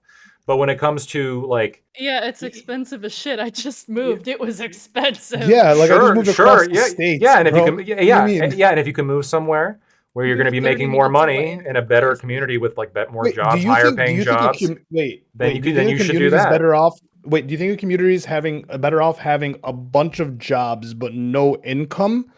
Just the fact that jobs exist in the location. No, the jobs. Wait. Hold on. The people. So then you're owed. Then you owe Ollie. The people being there doing the job is in of itself a boon to the community, even if they don't spend a penny that they make in that community. No, it's not. So yes, it is. If everyone in the community worked, and then they sent all their money outside of the community, they wouldn't be able to afford to work in the community because they can't live there. They don't have money to support themselves to work, right? Because their money is not going into the community. They're not paying rent. They're not living in their community. They're not paying for groceries. They're all their money is going outwards. Right? Wrong? There's Wait, hold on. But if they're all coming to a place to work, and then they all have obviously people have to sleep somewhere. Then that somewhere. city doesn't benefit. It does because those are jobs in the city being filled.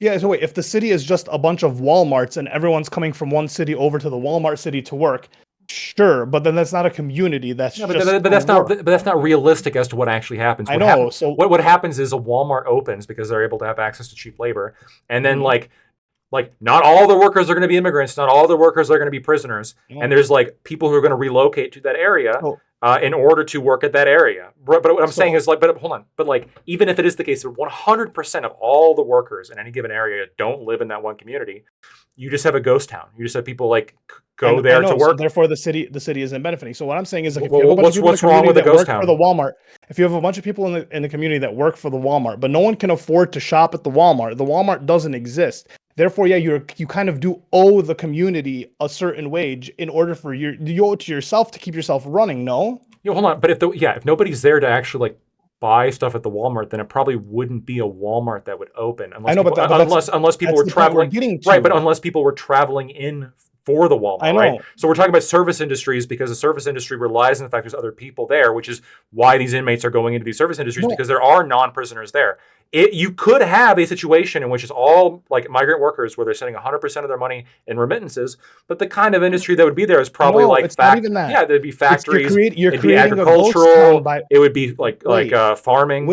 With like having robots working and then this inmate thing, you're creating a ghost town because if these large companies can afford to open up and have essentially free like close to free labor, but like then the people you're missing won't be there. Yeah, no, you're missing something critical. Okay, so Walmart exists and they have to sell to the community.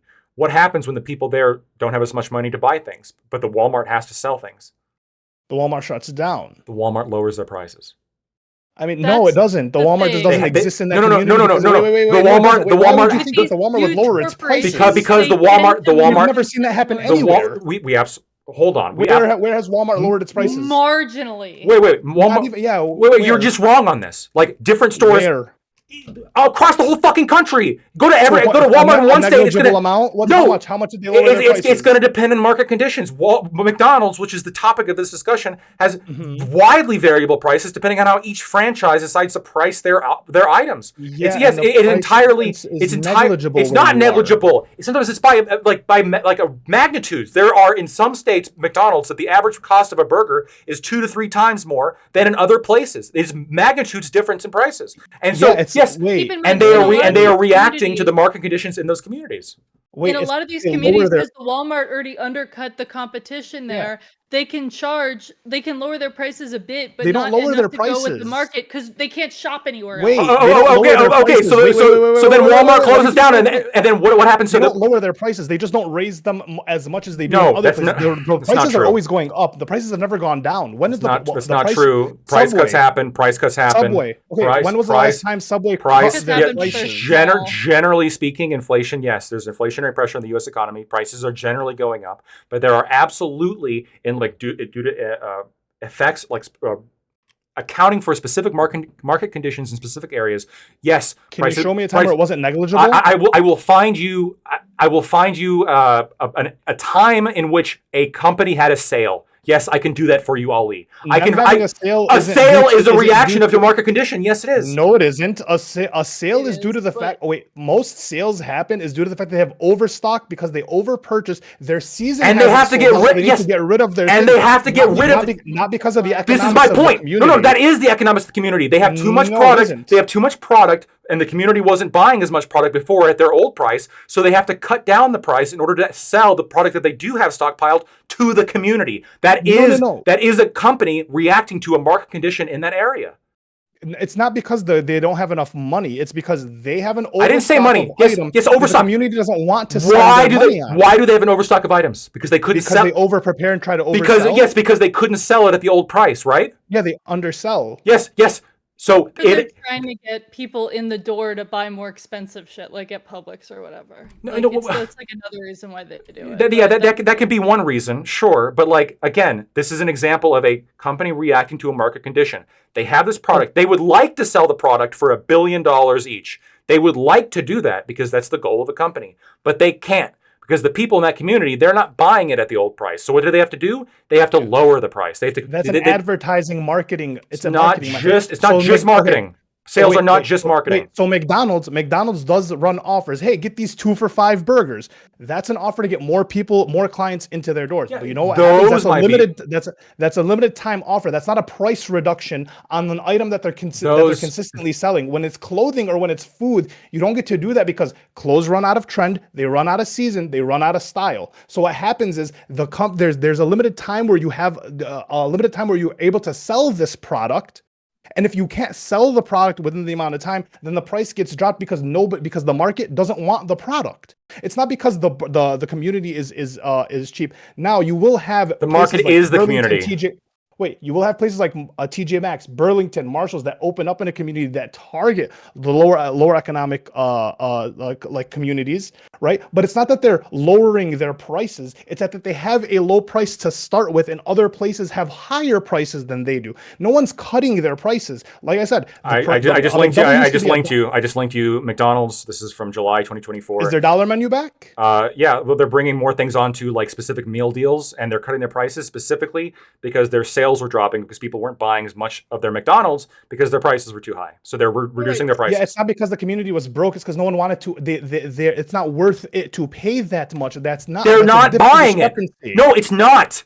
Ali, if they're not buying something, yeah, if you're not buying, hold on. If people aren't buying something because the price is too high and you reduce the price, this is reacting to market conditions. If people would buy it at the old price, you would sell it for that. Why would you ever lower your price unless it's to try to get more people to buy it? Well, let's look right, but I feel like there's a point in which they reach a point where people, especially in these communities that are, they don't have as many businesses and as much competition, there's a point in which they don't need to lower their prices because people are just going to buy it. Because if you've got a Walmart and you've got like a Dollar General and a Family Dollar in your community, the other two are, in areas where people could walk to them, but they're way more expensive. The Walmart is the cheapest option already. So even if the market conditions have changed, they don't need to lower their prices because people have to buy goods somewhere. I guess this is like a monopoly concern, which I understand. Eventually, that's the eventuality of like a lot of these labor issues. Well, no. This is hold on. A monopoly concern is like fundamentally different than like a remittances concern, or people coming in to do work and like not spending their money in that town. These are two different like economic concerns. The monopoly concern as to like, well, Walmart is the one business. Yeah, the remittances concern, I don't think is a big concern at all. I think that just simply them being there to do a job is providing a service to the community. Would it be better if they spent their money there? For sure, but they're still providing a job to that community at a rate that obviously the business finds profitable. Now, the concern is, well, what if the one business is Walmart and Walmart owns everything and there is no competitor whatsoever? So Walmart can really just milk the community dry. Obviously, they can't like raise their prices too much, otherwise their community is just going to die, and then they're going to have to shut down. But like they can maintain this sort of unfair competitive edge. Yeah, I mean, monopolies are potentially like a market concern, but you could still even use the system to address that. Remember before when I said that what if we gave small businesses first dibs on these low wage workers? You've basically just alleviated any kind of monopoly concern, at least from this program.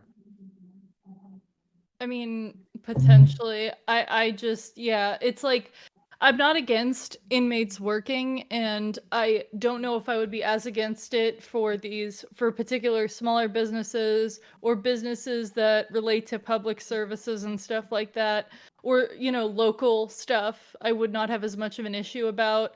It's not like a fundamental issue with people working. I do think that, people, especially if they're going to get paroled sooner, we hope, I don't know, in some of these places, that, they should be able to keep a bit more of the money that they're earning because they're nearing the end of when they're going to be housed by the prison, and they're nearing when they're going to have to actually have money to exist in society. So these are kind of more like smaller concerns here. Basically, I think that there are ways to have this type of a system be in a way that doesn't cause as much negative effect to communities, but the way that it is now, I think this isn't kosher. So I found this article. I was going back because I wanted to find something specific on Alabama jails, right? I think that most of these articles mix the term prison and like prison inmate and jail inmate. I don't think they actually disambiguate these things. But and wow, I was basically, what I was doing is I was using custom date ranges in my searches to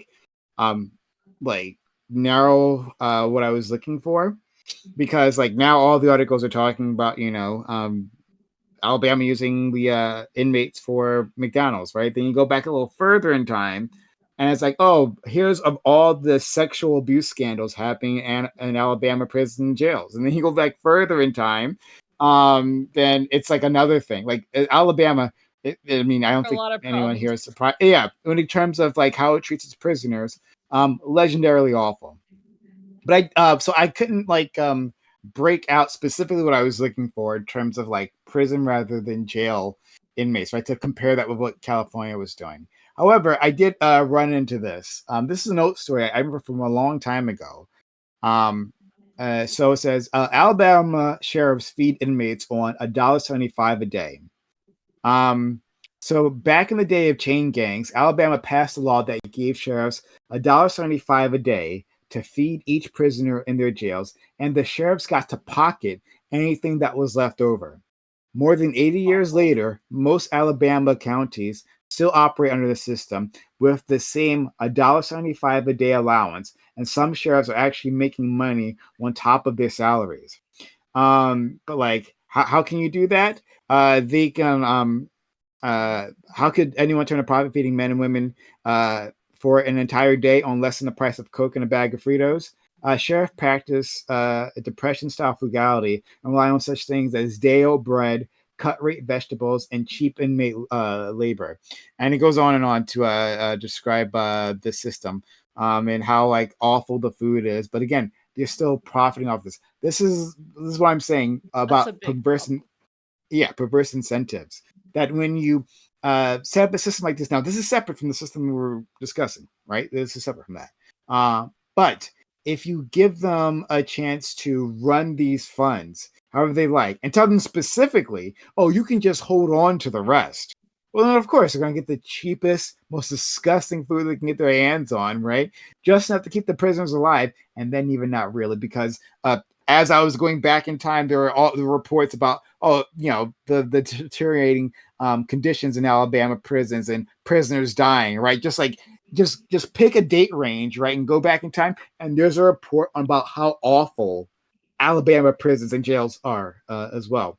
But this is just another example of that, where again, you give these people control over a captive audience that can't like rebel, who is unsympathetic to the public, right? Then they can get away with these things forever. So this isn't, to be clear, I'm not like trying to disagree with anything like our friend Lactoid has been saying. I'm just like adding on to this and how bad these things are treated. I'll put this link in the. What's wrong? So like I one small nitpick. What's wrong with day old bread? Like I eat week old bread. Like what the? What's the problem with that? Yeah, you're a fucking weirdo though. There's one ply toilet paper. Wait. You guys open up like a loaf of bread and you're like, oh, I got to eat all this today. Like no, like that lasts like a whole week. Did they mean like day past when it's supposed to, the latest time in which it's supposed to be used, or day past it was baked? Because if you have the bread and it's got a shelf life of a week, and then after it's gone stale, that's what they're using, and that's what they mean by that. That's different than if it's literally one day. There's also a difference between like real bread, which basically gets stale in a day, and stuff like loaded with preservatives, which is what we tend to think of when we go to the supermarket and we buy bread and we keep it in our kitchen for a week. You couldn't do that with actual, like, if you baked your own bread and then like you would want to eat it that day. Wait, so they get fresh baked bread? That doesn't sound right. Hold on. Well, no, they're getting. They got to get the same kind of preservative-laden slop that we eat. Otherwise, like I'm gonna have a problem with this. The sell-by date. Only Wonder Bread. Preservative-laden. Yeah. Shit. When they say day old bread, also, in this case. Wait. These people. Okay, hold on. I'm sorry. Like, if there's no mold on it, okay. If there's mold in it, I won't eat it. Okay, but like, come the fuck on. Like, I eat shit a few days past its expiration. I eat like milk and meat and yogurt, as long as it looks and tastes fine, like I'll eat it. Right. Like what do you mean that's wild? What? I like how in other contexts you're germophobic, but when it comes to food, it's like it's like fuck. I bought it. I'm not gonna throw it away unless it's gonna hurt me. Like if it fell on the ground, got a little fuzz on it. I mean, it's not a big of a deal. Wait. This is good for This is good for your immune system. No. Yes. No. It depends on the environment in which I guess things are contained in, for how long it takes for something to get bad. It's bread. I have a gross story. So a house I used to live in had black mold under the floor, and I didn't know about it, and none of us knew about it because it was underneath the floor, and bread would get moldy in 2 days. Mm-hmm. It was disgusting. And I was just like, what happened? Why is it like this? and then the floor gets picked up and it's moldy under there. And it's like, no wonder. But yeah, if there's shit going on, if it's not, clean, if there's mold in the air, obviously, stuff can go bad a lot faster. Okay, fine. We just give them cans of beans. No complaints. Canned beans last forever. That is unironically healthier than bread. Look, it's dirt cheap. I'm serious. Let's just give them each 1 can of beans a day. 2, maybe. I'm feeling generous. I mean, Alabama people aren't going to complain. And a potato. Look, milk and potatoes, you can live off that, right? So potato, beans, and water. Matt Damon did it in space, so why not prisoners? Look, it's prison. It's not supposed to be a fun place. Like, I'm not saying we should torture them. Well, like I said, people are used to beans or rice. I mean, actually, that's not necessarily a bad meal. We can probably want to give them a little bit of meat protein, just to round out their amino acids. Meat and contribute to the torture of animals? Absolutely not. They're going to be on a vegan diet. Lab grown. You could give them jobs growing their own meat. I've thought about this actually. What if we just made them work on the farms to grow their own food, and that would teach them self-sufficiency and self-reliance? That's kind of a good idea, right? And now they got farming skills, and now they can work as farmhands when they get out. Yeah. Hey, and Orange is the New Black people fought for those greenhouse jobs. They did. And if Netflix tells us anything, that's how real inmates act. They even stashed a dead body in there for a while. Ooh. Lactoid and all the benefits of slavery. Okay, appreciate it, friend. So we'll leave it here. Thanks all for coming through and having this conversation. God damn it. Whatever. It's fine. Okay, yeah, whatever. It's fine. Thanks all for coming through and having this conversation. This was a lot of fun. Let's give an outro to all these fantastic individuals. Start our friend Lactoid. Thank you for coming through and fighting with us, fighting with me, really. I mean, let's be honest. I do appreciate you, friend. Like I said previously. Yeah, no, Prime. Thank you so much for having me on. I appreciate you as always, and everybody here. Thank you. Never hesitate from challenging me, and I will always fight back if I find it necessary. So don't worry about that. If you like what I had to say, you can find me at Lactoid TV on Twitch, Twitter, and YouTube. And then Prime, I think at some point we also need to have that Ukraine discussion that we've been brought up a few times, but we just haven't gotten around to it. But I think that'd be good at some point for a discussion, for a topic. Yeah. Well, you specifically, the thing specifically is that you had different information than our friend. I think Aiko, right? Aiko, you had a disagreement with Lactoid on Ukraine. I think that was you, right? Probably. Well, I certainly do disagree with on Ukraine. Yeah, I don't know that it was unique to anyone else's disagreement with them, but yeah, I did. I disagree with probably 90% of Americans on the voraciousness of how much they love Ukraine. I'm the most Ukraine skeptic, I guess, the best way to put it.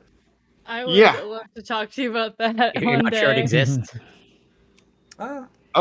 Okay. I mean, it's a tough one to talk about because I don't know how many of our general group is educated on that. But maybe we'll have to make a separate thing. I don't know. But we do. I'll do Ukraine. Damn, he just called you all stupid. Learning moment. I'd love to be here for a learning moment. I want to see what side I land on. I'm relatively red on it, so I'm down. Now you're not so confident. Okay, I see you. But no, it's fine. We're going back to 2011, guys.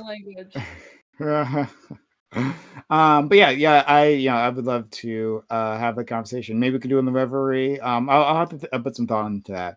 But yeah, thanks so much. And let's go to our friend Ali. Thanks for being here, Ali. Yeah, I mean, this is honestly one of my favorite conversations and topics because it proves to me that just large American businesses cannot exist without essentially slave labor. They just can't do it. They can't function in the market that they want to create. They can't function in against anyone, right? They're afraid of the small guy, which is why they have to do all these little tricks and schemes in order to stay afloat. It's just, I find it funny. Maximizing profits. They can technically exist, but not at their current, It's pussy capitalism is what it is. And it's just like, you rigged the system, and now you're playing the game and saying, well, we're the best players. Are you? You have the pinball machine tilted. But yeah, you can find me at Sociologic on Twitch, Twitter, and YouTube. Thank you for having me on, Prime. Yep, absolutely. Corey, thanks for being here, friend. It's biological automation, just to be clear. But go ahead, Corey.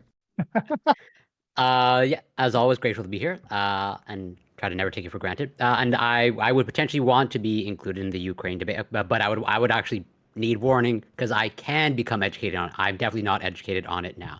Me and you, we'll be there to learn. We'll be the deciding factor. But I would need a little bit more time than 2 hours notice to be prepared on it. Ideally. I feel like that's a shot at me. Okay, No. More than 24 hours, 48 hours notice. Okay, fair enough. At least a couple of days, probably. Set it up. As always, it's great. You can find me on Twitch, Corey Campbell 84, Twitter, X, Instagram, YouTube is Corey Campbell. Katya, Rich, Ali, Lactoid, always a pleasure. Love you, Brian. Love you too.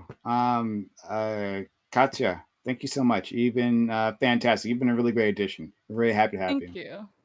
I try. Yeah, so I am Premier Katya on X, Twitter, whatever the heck it is. And that's it for now. So, yep, good conversation with you guys. And you know what? A nice discussion about the free market and what parts of the market should be free and which ones kind of counteract that. As well as the other conversation before that about JD Vance and the horny Nazis or whatever that was. Good talk, guys. I was wondering, because I was looking at them. Your tattoos on your collarbones. What are those? It's just barbed wire. I got that when I was edgy in college. Is it after the Pamela Anderson movie, Barbed Wire? Classic? No.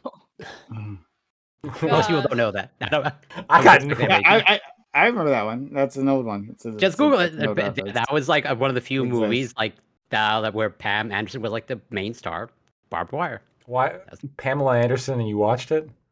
No, I didn't watch. He just knows of it. He heard about it from a friend. The 90s were the greatest decade because the 90s. Yeah, it's like OnlyFans before OnlyFans became a thing. I get it. Yeah. Sure. Is that a heart in the on your throat? Like a radiation. It's Mickey symbol. Mouse. It's a what? Radiation symbol? Yes. Oh, it's a hidden Mickey. Okay. Mm-hmm. So you were definitely that was your edgy phase. Gotcha. But no, that fair was enough. after that. But I'm still in it. I've never left. I don't know. Maybe not. Maybe I'm in it. But like I've just been like gaslighting myself into thinking I'm not edgy. I don't know. Okay, fair enough. I was just curious, but thank you for answering my question. And Aiko, thank you for coming through, man. I always appreciate having you here, friend. Oh yeah, sure, no problem. I just wanted to respond to the last thing that you put into the group DM, which was about Alabama sheriffs. I think I just typed in as a response to. They can feed their prisoners on $1.75 a day. Okay, fine, so long as the sheriffs eat the same thing and no more than the prisoners do. Make that part of the rule. I agree. Well, Lactoid, why would you shake your head? You don't like public workers anyway. Why don't you punish them and then maybe get less public workers? Because hold on, if they're getting, we have to like attract people for the job if we consider the job to be necessary, and they can spend their money however they want. I'm not going to put on a free man a requirement that they spend a certain amount of money. Saying they follow the golden rule. Right? No, but it's eat how you wish others to eat. Well, okay, then let's put them in cages too, right? It's the same thing, right? No, obviously not. Yeah, actually, I said that during the Arpaio years. If Arpaio can spend a week the way that the prisoners do without complaint, then okay. Make it a month and we'll talk. By the way, it's live streamed. So I don't agree with this, just to be clear, but it does remind me. So Christopher Hitchens he refused to call waterboarding torture, and then somebody actually invited him to be waterboarded. Oh yes, it changed his mind. And he did it. He did it. The man fucking did it. He actually went and got waterboarded, and then afterwards he was like, "Yeah, it's torture." Yeah, and famously, it was Hannity that said the same thing, and he was challenged, and he said, "Okay, he'll do it," and then he wouldn't do it. He backed out. He's no Christopher Hitchens, and yet he continued to maintain that it's not torture. That was just a little splash in the face. Yeah. He's afraid of water. Yeah, he was definitely no. Okay, so I'm ignorant on this. What is like the big deal? I understand that it is a big deal. I'm not, but like, what is it? It simulates drowning. Yeah. Okay, so it's just constantly throwing a buckets or like loads of water in the face. Well, normally what they'll do is they'll lay you back on a table, and then they like use like a cloth and like press it against your face with water, and it simulates this feeling of drowning. Oh. Yeah. And it's like it's hard to breathe because as well, like if you like really try to breathe in too much, then the thing gets like sucked into your mouth and nose, and it's harder to breathe. So yeah. Okay. Yeah. It's apparently pretty rough. It doesn't sound like it, but like Yeah, I've just like never like thought about it. Yeah, simulated drowning. All right, so I'm gonna. You know what we're gonna do on stream now, Ollie, for next week. Simulate it. I'll send you guys off to a different channel. This is Coco. She's a big creator. I watch her stuff sometimes. But anyway, Trey, just calmly waiting for this countdown to go to disappear. Okay, bye. I never know how to end these things. Every time it's awkward. But yeah. Thanks everyone for coming through. This was great. Thank you. I put the movie poster in the group chat. Barbed Wire classic, and based off of apparently a DC Comics superhero. And this is all he's seen of it. He's only seen the poster. He wouldn't have any idea. Technically, she's met Batman. I definitely do not have a worn out VHS. Definitely don't have. Eyebrows were really something. Well, she also made that cartoon Stripperella, right? That was her thing too. Yeah, she also had another show way back when that someone made me aware of. It was like a teen. No, not Baywatch. Not Baywatch. That'd be funny if I was mentioning Baywatch. No, it basically show. It was called like not MIB. That's Men in Black. It was like a 3-letter thing like that, and they were like a group of like not superheroes, but like super agents. Yeah, like spies. That like not spies. They weren't spies. But they were like interfere with crimes or like track down bad guys, and like this was apparently a really popular show. Pamela Anderson was like dressed ridiculously, like she would like fight crime, but like in like stripper heels, right? And she had like a team around her that like like a no nonsense, kind of like a Latter-day Charlie's Angels. Yeah, something like that. But they also had guys in there too. It was a ridiculous thing, but like apparently it was quite popular at the time. So there you go. I want to say one thing before I go. This is going to be. I'll display a little bit of my woke side here. Okay. Mm-hmm. I think it's a little bit weird that Mike Lindell priced his pillows at $14.88. I think it's a little weird. It's oddly specific. Where did he come up with this price? I don't know. I want some answers, Mike. What the fuck? $14.88. Really? What does the tax round out to on that? Maybe he was horny. Yeah, maybe he was horny. Yeah, what if the tax rounds out to like a flat like $16? If it rounds out to if it rounds out to $15, I will. I will give him the benefit of the doubt. But if it doesn't, then I'm going to be a little bit concerned. But if he sells it nationally at $14.88, then it's all over the place, right? Oh shit, yeah. Oh, aren't you? I didn't think about that. Yeah, if you're online. No, it's over the whole country. Yeah. Oh, that's crazy. Okay. Yeah, it's fucking weird. Kitty. Yeah. Okay. Well, fair enough. I think that's weird too. All right. Well, I'll leave you guys here, but this was fun. Take care. And again, thanks for being such a good sport. I don't know. Maybe sport is a good way of putting this, but thanks for dealing with us. Being a loser, I mean, he can take the heat. Look, I'm a conservative, right-leaning, conservative, libertarian-ish thing in 2024. Okay, I know what it's like to feel oppressed. I live it through it every day. Okay, you are the oppressed. Yeah. So nobody understands you.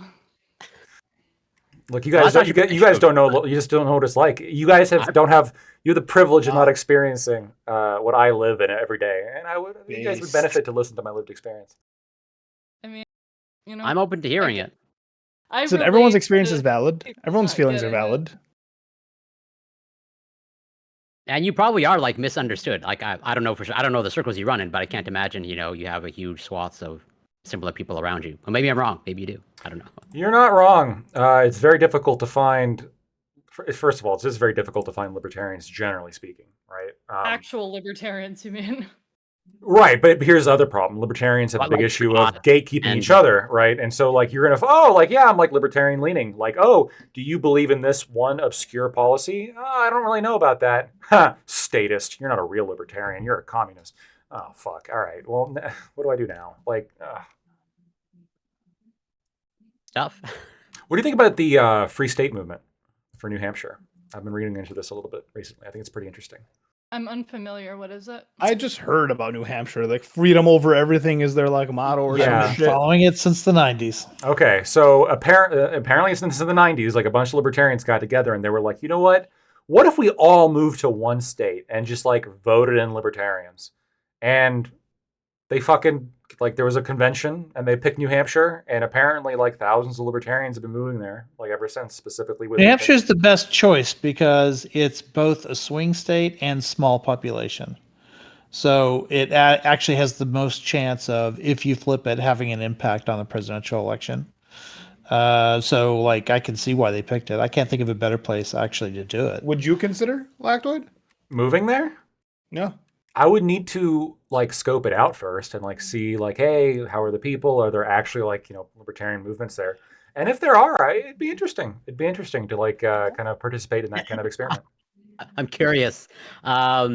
Given you know probably better than I do, the demographics in terms of libertarian, how sustainable is that state? Do you think?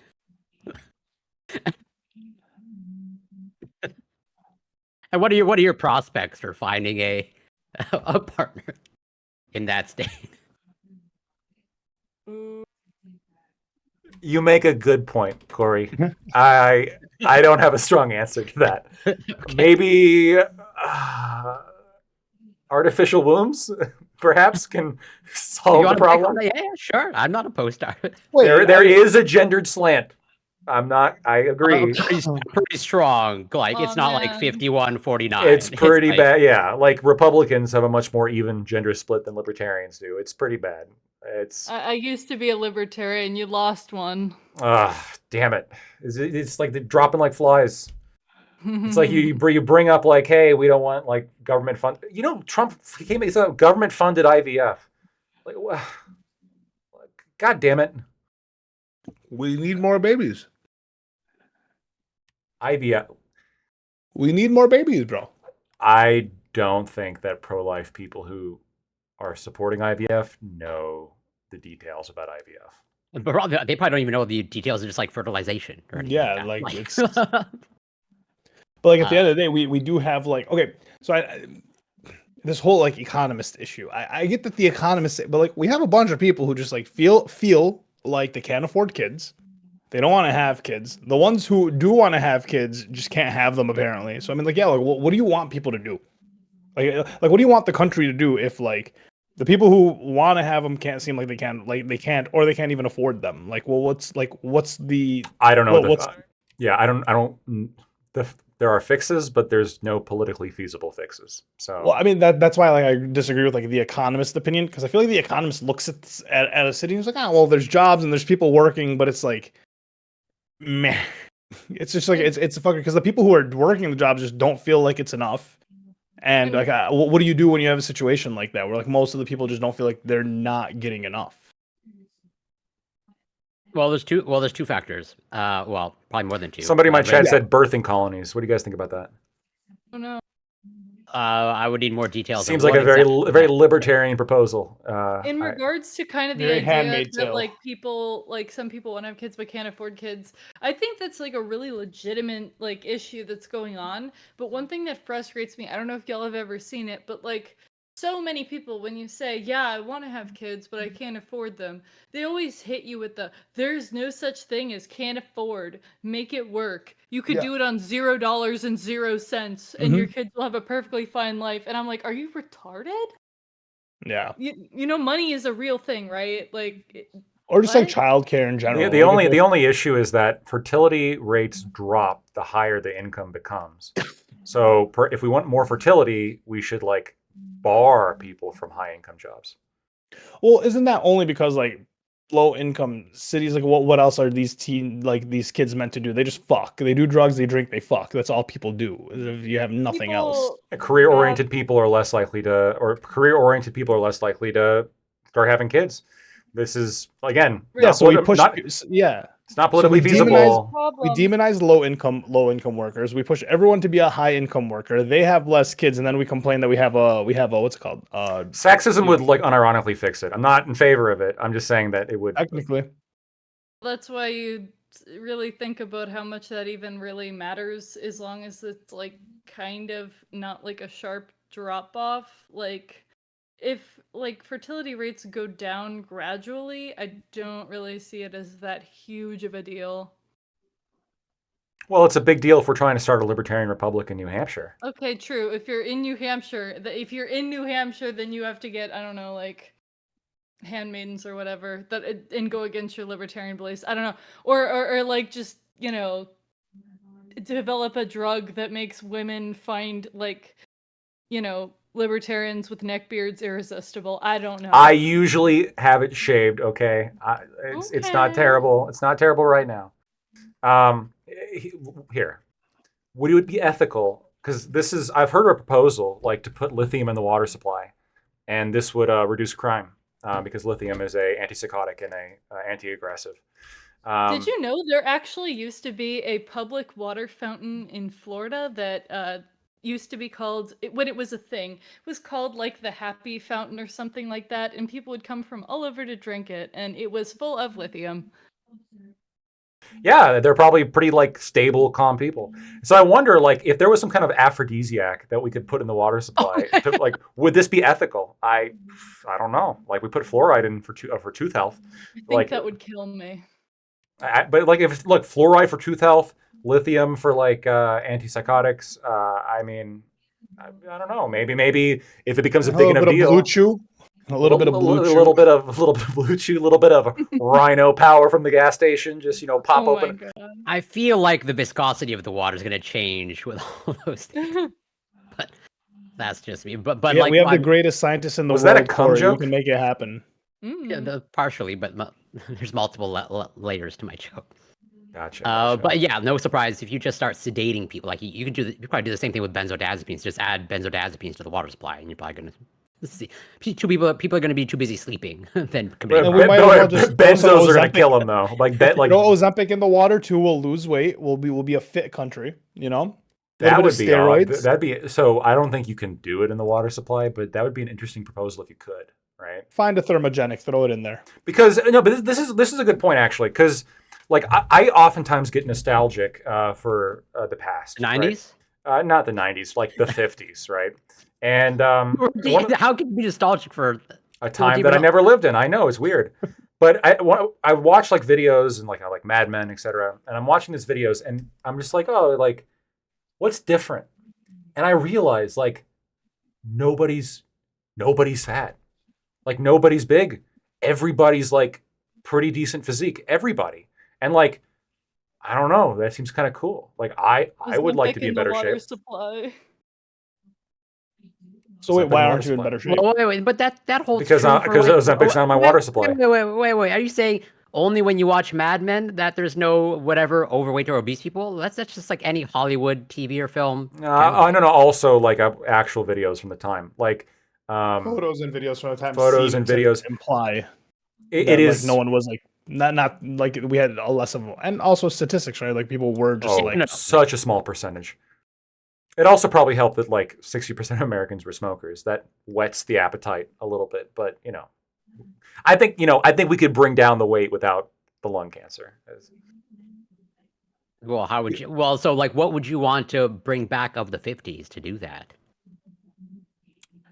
Ozempic in the water supply, like the weight. Like, oh no, I thought you were literally like, we need to actually do some practice from the 50s so that we. The cars look cooler. The cars look cooler. Bring back cigarettes. cigarettes are pretty cool, but they're not super healthy. I don't know. Those are just this is disgusting. They smell. Yeah, but you would be used. But if everyone did it, you'd be used to the smell, so you wouldn't care. They stain your teeth. Everyone's teeth are stained, so you wouldn't care. If everyone's ugly, then everyone's beautiful. Yeah. You need over-the-counter amphetamines. Well, yeah. Well, okay. New stat. If everyone's overweight, obese, then everyone's and also no, but like people, and this is the other thing that I have nostalgia from a time that I didn't live. When you watch videos of people out in public or at parties, etc., nobody's on their phone and everybody's looking each other in the eye. Well, nobody's on their phone because they don't fucking have them. Because they don't have them, right? But like you're off work and you are free. Like have any of you watched Chaos on Netflix? Yeah, I have. Okay, so it was pretty interesting that like it was the Greek gods remained, and this is like modern time. Did you notice that like everything was kind of stuck in the 90s, and even though it was meant to represent like a modern time, the phones were the clothes. Some of it stuff, yeah. Some of it was, some of it was modern, but some of it wasn't, yeah. But there was no like. So what was interesting to me was like because they had the gods, I feel like they didn't focus so much on technology, and therefore like everything kind of got stuck in this like one era. And like I mean, yeah, maybe like tech was really like the big fuck up for us. Like the more tech we had handheld, or like the more screens we had. I mean, we're sitting down, we're lazy, we're not eating. I mean, we're not eating, we're not going outside, we're not exercising. Like we're not doing. Everyone's doing like computer work. No one's doing manual labor anymore. It's probably a lot of issues that came with it. Have you guys? There have been improvements though, but obviously, there are definitely two sides of the coin. Mm-hmm. Have you guys ever, like, in a social gathering? I've considered this. I've heard people do this. I've never done this personally. What's a social gathering? See, the 50s, there would have been many. But by the way, boomers, even despite the fact that a lot of their friends have died off, have more friends than millennials or Gen Z by magnitudes, right? Like, we are lonely generations. It's really unfortunate. But what do you guys think about like social gatherings where you have to put your phone like in a bucket when you walk in the door? I sort of do that. Not that I I don't drink and I don't smoke, so the social gatherings that I attend are pretty. Oh Jesus, Corey. But like I do that anyways. Of like if I'm with a friend or whatever in a group, like my phone is like away. Yeah, I have the self-control too normally, but like a lot of people don't. And a lot of people are there on their... And one of the reasons why I do it, because there's research showing like it's a phenomenon now, a document called fubbing, of like having your phone out like next to you on the table. It like that sends like an implicit signal, like like you're competing for my attention. Like the person sitting across the table, and like that erodes the relationship, which is why it's like a bad thing. But people don't recognize it, okay, and people just unconsciously like, I'm sitting with my friend, and like I'll have my phone right next to you, like that's like. You're just not a good whatever. Have you guys ever had that happen on a date? No. Well, that I've had it happen once, and we split the bill on that date. Smart man. But I mean, to me, that's sort of like a filtering mechanism of like, like if they have the phone out, then it's probably not going to go any further. Like, it's fucked up. Don't do that. I extend the courtesy of like if I'm on a date, like my phone is away, or it's like it's on whatever do not disturb, and only my 5 selected contacts can get through the do not disturb. What if you bring up your phone to show her funny memes, though? Right, that can be important to facilitate. I mean, you're engaging with one another. That's different, but it really depends on like where the conversation is. What if it's edgy racial memes? Is that a smart idea? What do you think? It's a filter. Then you're really putting yourself out there, yeah. Well, Lacto would do that because he's selecting for the libertarians, so he needs to show the racially edgy memes. To the guy he's sitting across who's fellow libertarian. Lactoid, when do you show Corey. your Twitter account? At what point do you show them your stream or your like Twitter account, like a prospect woman? I don't. I don't do that. What do you do on Mondays from 8 to 11:30? I'm sleeping. I'm open about all my beliefs, but like when can she watch the streams? That's what I'm wondering.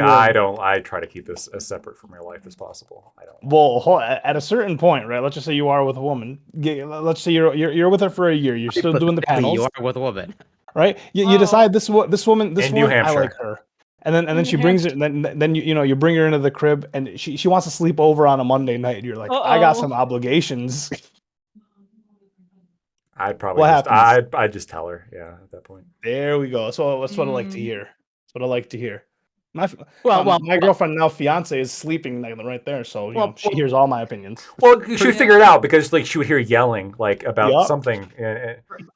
Presumably, I don't know for sure, but like whoever you end up with, they probably would like to argue too. I would imagine, and maybe they would want to even like participate. Who knows? That would be weird. Yeah. Really? Yeah. Well, no. I mean, I presume I would assume likely that you would maybe not fully align, but mostly align on things, and you'd be arguing together. Corey, tag team. Let's think about this like realistically. It'd be weird as like it'd be if people do it, it'd be a little bit weird. Like, oh, here's Lactoid's girl. You guys would grill her. Andrew Wilson does it. Does Andrew Wilson do that? He brings his wife. Yes, he brings his wife on, uses her arguments, and brings his wife on panels all the time. That's cute. That's cute. That's cute. It's lovely to see them kind of just letting it all hang out like that. Yeah, I like that. Oh my god. Well, yeah. Why is it I don't think I'd be comfortable enough to do that, but if they make it work, good for them. He doesn't want his girl to get berated the way he does. No, because I would be the one berating her. Okay, that's the problem. I'm here. I get into these like the zone sometimes, and I'm just gonna start going, and then it's but like again, there's probably some sort of like I don't know for sure, but like she would probably like arguing too, and like you can go. I'm assuming you want someone you can go toe to toe with, and it's like, like she would be able to she would take the berating, and does Lactoid believe in equality? Or you're looking for like I'm braiding her and she's just like this demure like, oh, I can't take it anymore. Oh no. Demure. Because if she starts crying, what do I do then? Right? Do I stop? Absolutely not. That's when you got to. Yeah. What if she just starts crying because you're having a political debate? Oh my god, what's up? Well, it'll probably be like some kind of criticism of some deeply held belief that she has, and wouldn't that be a good debating process? Well, yeah, I guess we're not meant to be. Yeah, like if she's crying and not saying fucking you're a fucking retard, then maybe she's not the one for you. Be a good vetting process for 99.9% of people in America and the world. Yeah. We solved it. We're gonna turn Prime's panel into a dating show at this point. Absolutely not. Oh my god. I am honestly glad to be in a relationship because I feel like if I wasn't, it would never fucking happen, or I would just hate it's tough in the world. But am I wrong in my like you would probably want someone who like would argue with like, or at least I don't know. Williams? Look, okay. I wake up in the morning, and my job is I'm glad to hear that. Actually. My job every day is to contend with people and argue with people, and then I get done with that. And then what I do for fun is to come argue with people, and then I go to bed. And then I'm like running over arguments. Like my life is nothing but conflict, nothing but contention. He wants peace with his woman. Peace might be good. I don't know. You're looking for docile and demure. He's looking for Ariel, who's lost her voice. She can't speak. Oh no. Lactoid, how long have you been a lawyer? How long have you been a lawyer? Question mark. More than 4 years. Ooh, congratulations. Thank you. Yeah. I'm gonna probably go to law school soon-ish, but like I'm not ready yet. But yeah, it is experience. Have you taken the LSAT yet? I've prepped for it some, but I know I'm not like, ready for it yet. Cause especially I know, I didn't do the best in college, and I'm going to probably either try to do really, really good on that, or I'm going to just end up getting like a second degree from like, a local college to offset that, because just shit happened in college that, did not result in me getting the optimal GPA, so I'm aware of that challenge. Yeah, being a lawyer is tough. From what I've, becoming one actually is really the tough part from what I hear. The advice I know a lot of lawyers.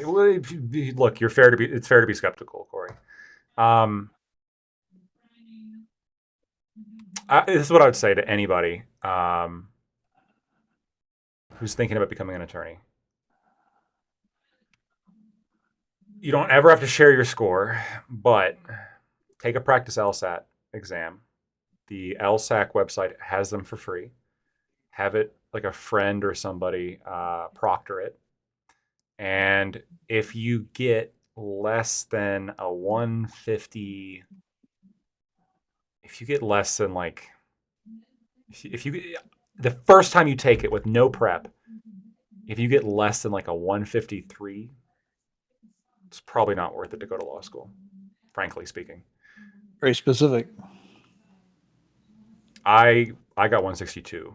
Just to be clear, I did not get 154 or something along those lines. Did you do? How much prep did you do? To be honest with you, didn't do a lot of prep. As in, I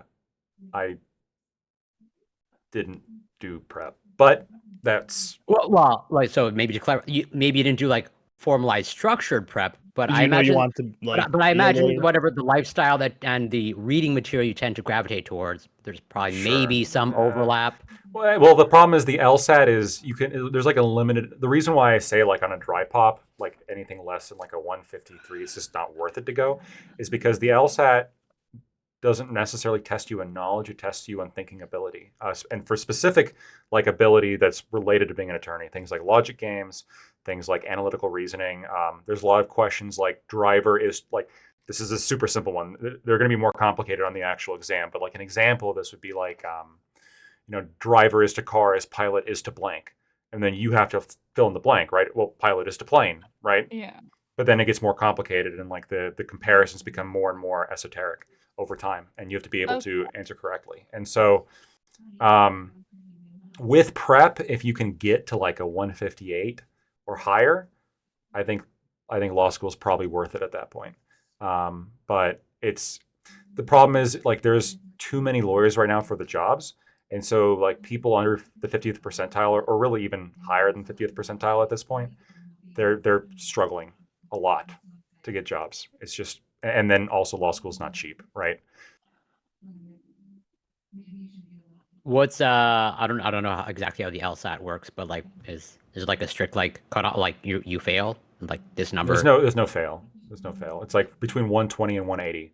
If you get like a 170, anything in the 170s, go to law school. You're probably going to get it all paid for, and you're probably going to get a job right away. Well, yeah. My follow up is also like I don't know if it's similar to like obviously it's maybe somewhat analogous like the MCAT, which I'm way more familiar with. But like, is it the case like the MCAT's not a guaranteed admission to med school, but like if you score like X whatever, like on the LSAT is like a guaranteed admission to like law school? There's no like official guaranteed admission, but like again, if you get like 175 or like 170, like if you score a perfect 180, like apply to the Ivy Leagues, you're almost guaranteed to get into one of them. And they're going to give you like, they're going to make sure you go. They have the endowment necessary. Like it's a good deal, right? But again, like somebody in my chat saying, if it's on a 160, it's not worth it. And that could be true as well, right? I mean, I would say if your end score is not at least like in the high 150s or low 160s, it's just not worth it. It's going to be difficult to make ends meet, especially with all the debt. Now, I guess I got a little bit lucky because I got almost all, not all of it, but almost all of it paid for through scholarships, merit-based scholarships. So that made it easier. Not those DEI scholarships? None of those DEI scholarships. For some reason, I didn't qualify for those. But no blue eye scholarships. None of those black scholarships. No, they exist.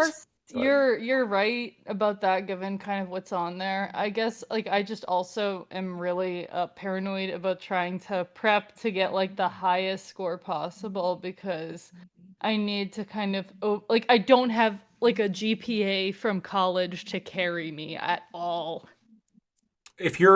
So I don't know, you don't have to say what your GPA is. I don't know what it is, but if you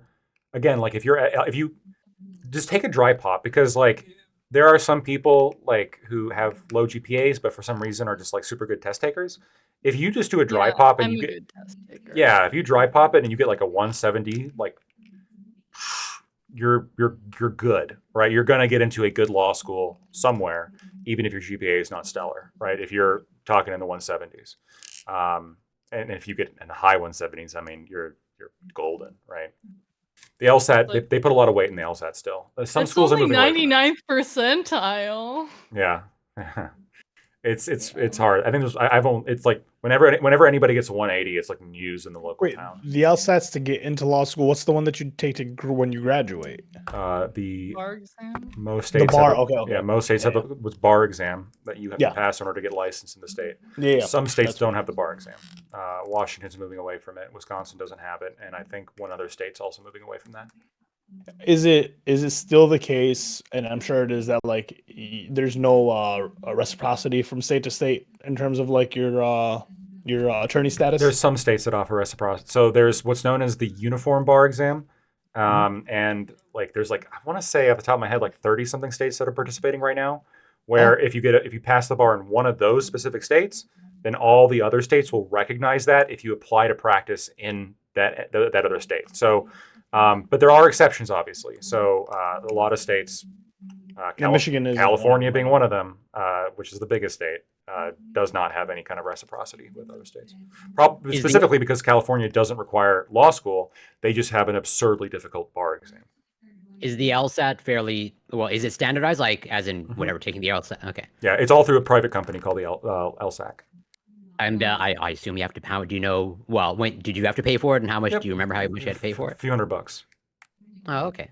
Heck, maybe I'll just take it just for fun. Well, no, take the practice. The practice one is free, and it's they use old LSAT tests for the practice tests. So you can just go to their website LSAC, and they have a free practice test there somewhere, and you can just like print it out and just test yourself and see what you get, right? It is a timed exam, so try to stick to the time. Like I don't want to do it like, pretty much like by the books, like by the books.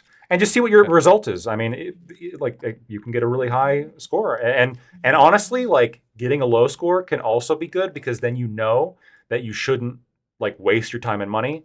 And being an attorney can be fucking miserable, even if you are good at it. It's just, it is a soul draining job sometimes. So you're not missing much if you decide not to become an attorney, I assure you. Yeah. No, I know enough lawyers. Yeah. My biggest concern with it, like as like on a personal basis, is just because I know how like difficult law school is and how like, as far as like the endurance of it and as far as like actually, being a lawyer, like the amount of, time and like ongoing commitment and stuff like that. Because that's why I'm like not trying to do that just yet, because I'm trying to get like my health shit under concern because I have a lot of health issues. I'm trying to get that under control first. Sure. Yeah. Well, I'm sorry to hear that, but no, that's there's no time limit. I mean, when I went to law school, there were people my age. There were people. I was one of the younger ones, but there were people that were a lot older than me. There was a few students like in their 40s and 50s. So I mean, it's really people decide to do it at all sorts of ages. There are people who make it through law school, but take someone like 2 or 3 times to pass their bar. And that's there are. Don't you have to wait like 6 months in between like per exam? That's probably going to be a state by state thing. I know that a lot of people will graduate, get their JD, and never become a licensed attorney. They'll just take their JD and go into like some kind of business like job where they don't need it, and they never actually become a licensed attorney, and they're happy. So I mean, they're just stealing that doctor title. It is a doctorate, Juris Doctor. It shouldn't be, but yeah, like it is. I am a doctor, Corey. Call me Dr. Lactoid. Wait a minute, why shouldn't it be? It's a terminal degree, right? There's no degree above it, and therefore, by definition, that's just my personal opinion. Just as like, I wouldn't want to I don't think like English PhD should exist. Do you have an alternative term that you'd like used? Wait. Technically, all PhDs are philosophy degrees. It's I know they're doctor. I know, but like they're doctors of philosophy with a specialty in English. That's technically what an English PhD is. I know, but I just don't think the PhD degree should exist for like the social science or the humanities. That's all. Oh, at all. Like getting that higher level of education shouldn't exist, or not that it should just be named something else? No, yeah, it should be named something else. Just to like. Do you have an alternative like thought of what you'd want? Trying to steal my glory. No, like, but I mean, I think the word doctor ought to be only reserved for doctors of the church. Corey, just so you're aware, also become saint. You pissed off Fairy Queen when you said that English PhD degrees shouldn't exist. She told me in the chat to tell you, you are full of shit. So that's her opinion. That's fine. Does she have an English PhD? She's a candidate. Last I heard. Maybe she has it now. I don't know. But yeah, in my mind, the research skills are totally separate. Okay. I'm a doctor, Corey. Yeah, then calling you a doctor, calling whatever someone with a PhD in whatever. Are you a doctor? No, I'm not a doctor. Okay. What's older, but I'm a PhD doctor. or an MD? Which came first? That I don't know the history. I mean, if I were to guess, I would say PhD came first. So I can speak with authority. It is a neurotransmitter, not a hormone, because I'm a doctor and you're not a doctor. So. Okay. So if you want to what are we talking about? We need to call Gibbs because he's a double doctor. Okay. So what is a neurotransmitter? Wait, what are we arguing about? What substance are we arguing about? So a neurotransmitter, and as a doctor, I can explain this. I know what they are, but I don't know what you're trying to classify. I don't know what thing you're trying to classify. Ozempic. Gotcha. So yeah, if you want to walk me through what is a neurotransmitter. I think it's a little bit, it'll be lost in you. I would understand. Yeah, you're right. Yeah, it's a little bit too. Transmits neurons, okay? It's a little bit above. Walk up to a television, right, and the neuron in your brain gets transmitted to a different television, and then it literally goes into the brain of the person who's watching the other television, and you've just transmitted your neurons. True. So ICAO, apparently MD 1755 is the first use of the abbreviation, Latin medicine doctor, and then PhD came in like 1869. There's some MD is philosophized doctor of philosophy. Yeah. Oh, but the doctor of the church is like a 2,000-year-old term.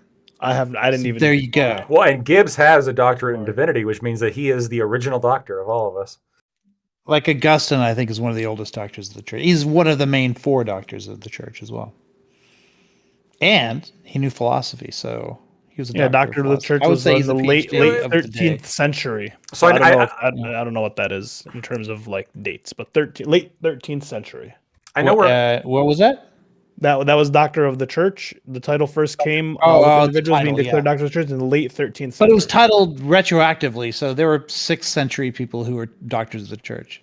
Hey, I'm gonna skedaddle because I have work tomorrow. So good night, everybody. Nice talking to y'all. Be well. Pleasure. Be well. Bye. Ultimately, all I want is just like some sort of distinguishing factors, and people do not conflate. Like this is even just an issue with like STEM PhDs. So like people mistake like a biomedical doctor, scientist, with a medical doctor. Okay, and, like those are different things. But people understand. So like I just want to distinguish the labels. That's it. This is fair. And just to agree with you, sort of. I know I meme a little bit. Hey, I'm a doctor, and the fact that I say technically, I think implies that I know it's a joke, right? Like when people think of doctor, they don't think of that. But what about Dr. Demento? Well, but what I do think is what I don't like, and what I could do if I was a sarcastic asshole, which I'm a little bit of, so I could, now that I think about it. But people who insist on being called doctor, like Dr. Jill Biden, obnoxious. Yeah, I've had professors. I've had professors that insist on being called doctor or professor, etc. And the coolest professors, like we walk in, they're like, "Yeah, call me Jeb." Okay, Jeb, thank you. Yeah, it's largely instant. Like I totally know those faculty members of like, and they'll just say like, "I earned the title, so call me that title." It's like, well, you're just kind of like an idiot and insecure. What do you want me to say? Yeah, like I earned the title, like to make you. No, it's like it's ridiculous. Like it's just you're making me run through the fucking honorifics like it matters. Like, are you trying to establish yourself as superior to me, or are we equals in this conversation? That's the question. Yeah, exactly. I'm on the same page as you. Of like that. That's why, like, I think the titles are largely meaningless at this point. Just like, and then like, yeah, if whatever, and a literature PhD and an art PhD and a chemistry PhD and a Juris Doctor PhD or whatever Juris Doctorate or for some people, they're all the same in their mind. I think that's a problem. Like, just as I'm sure there's some demographic out there that actually think Dr. whatever Joe Biden is a medical doctor. Yeah. There is some segment out there, and that's a problem for me. I thought so for a little while.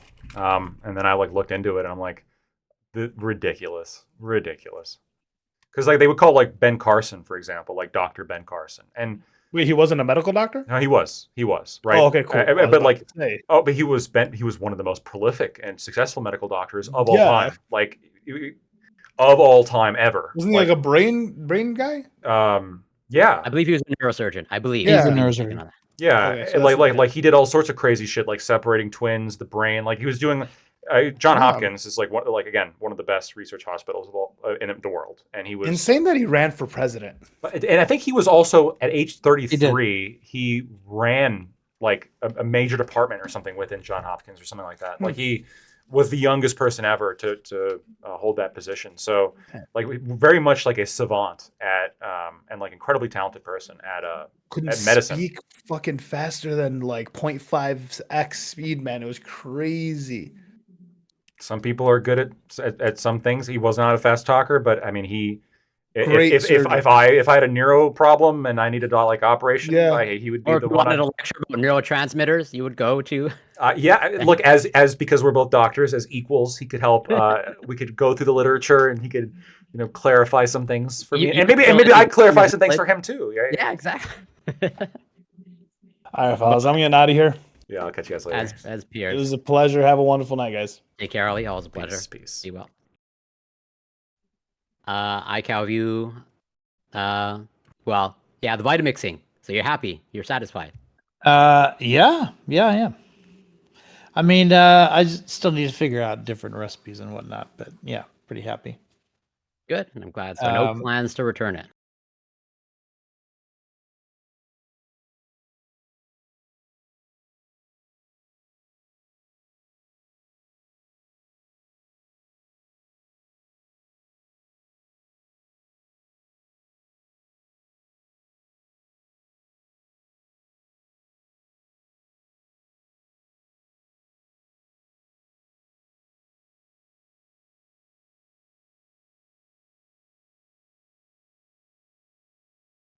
Bro, when she called out my fucking neckbeard, oh my god. I should have fucking shaved it. I normally do. I normally keep it fucking clean right here because I don't want to fit into the fucking stereotype like the libertarian neckbeard. All right, I'm gonna fix that. Line it up. Yep, I'm gonna line it up. I'll line it up. I'll get it lined up. Don't worry. Probably tonight or tomorrow. I don't know. Definitely before I go on stream next time. Let's go through some comments. Fairy Queen is mad at Corey. Lufira, do you think it's worth it to be a lawyer in New York? It entirely depends on the job. There are massive firms in New York that if you can get hired at, if you go to a good law school and you get a good, have a good GPA, like extracurriculars and all that, it's not, you can get hired right at a law school, $230,000 a year salary. Yeah, I would say it's worth it if you can get one of those positions. So, very possible.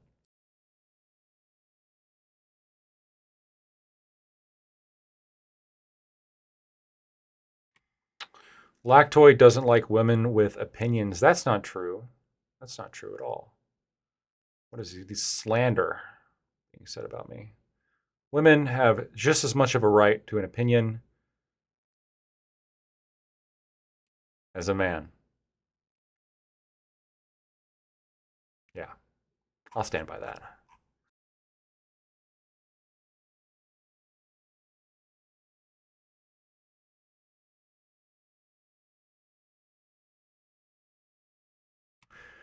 Majin, I know, because unlike you, brother, I'm always right. 1v1 me in Warhammer. We'll see who's always right. 1v1 me. Come on. Come on, brother. 1v1 me. What's that all about?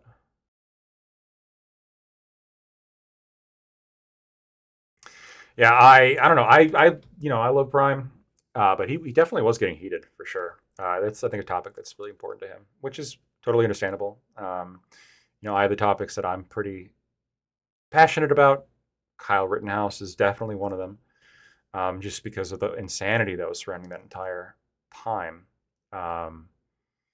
So, yeah, no.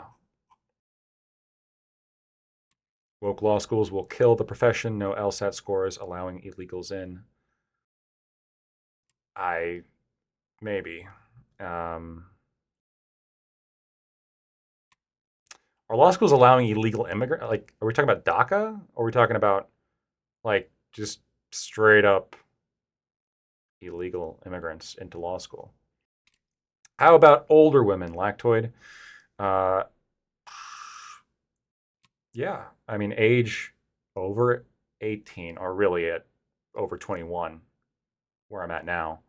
Over 21, age is just a number. There's other things that I think are much more important. If under 20, if I can't go to a bar with you, it'd be a little bit weird, right?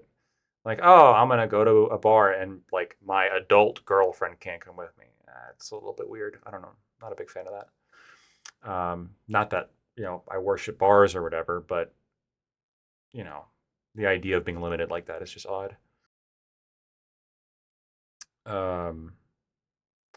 This LSAT practice questions don't seem too hard. I'm not taking a timed one, but I got 6 out of 7. Good.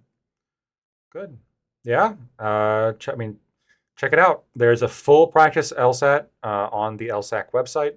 You guys can take it. If you have any questions about law school, I can see if I can help. I can help you guys out. Just in terms of just some basic questions, we can talk about the law school experience. But again, I just want to emphasize this, like, it's not what it used to be in terms of it can be difficult to get into the profession, and the profession is not always conducive to happiness, just so we're clear. Is everyone as big of a douche as media suggests at law school? Yes. Highly competitive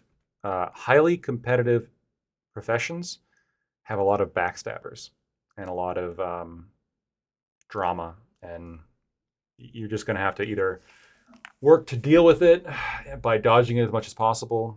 That's what I do. Or if you're that kind of person, maybe you'll be happy in that situation. I don't know. Yeah, I know a lot of lawyers that are miserable at being lawyers. There's some people that really enjoy it, but it's not most of them.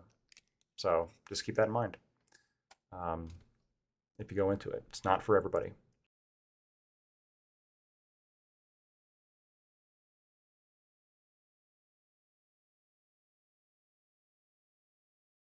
I don't know if going back to the older woman thing, I don't know if I would date like an 80-year-old unless she was like really rich and was like, I want to leave my will to somebody and you're hot. Can you come clean my pool or something?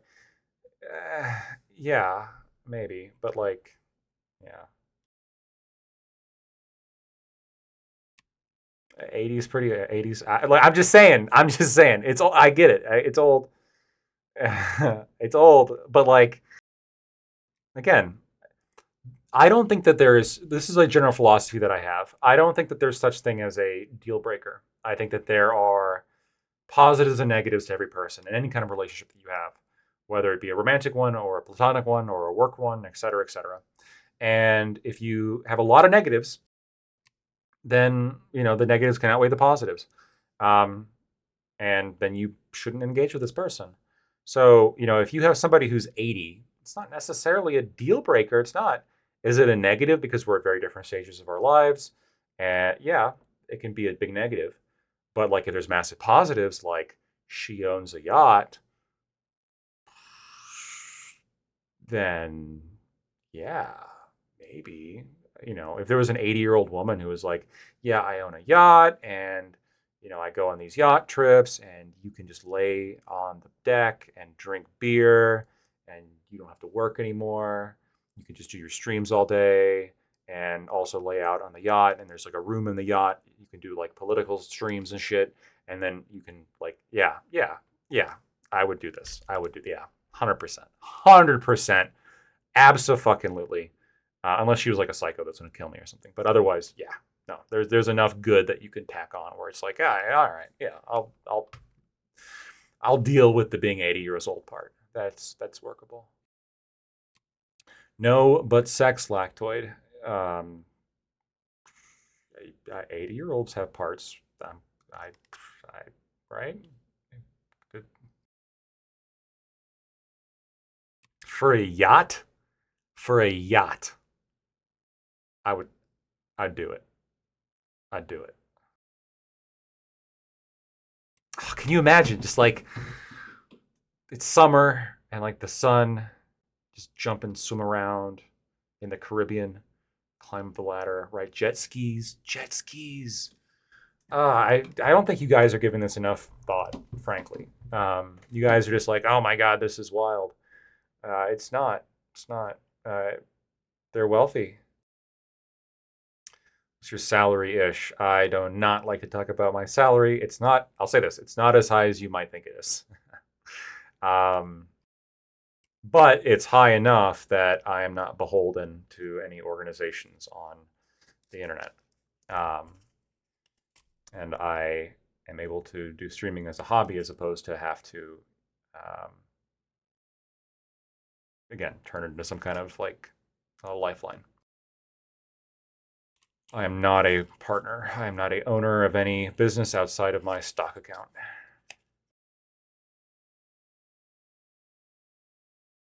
Which, I mean, I own stocks, so technically I am a part business. I am a capitalist, technically.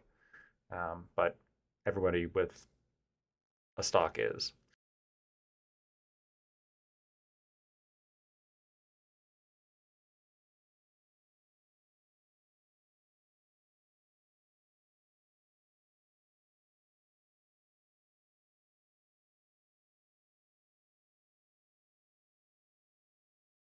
Yeah. Yeah, there's all sorts of different paths. Any Hoosers. I have to fucking go to bed because it's late and I do have to get up early for my fucking job. So, how are you going to spend your break? What break?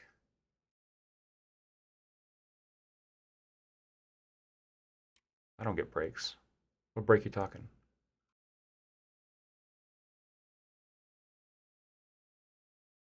Work days off? Like weekends and stuff? Oh, was I streaming when I said that I took some days off for the near the election day? You guys hear that?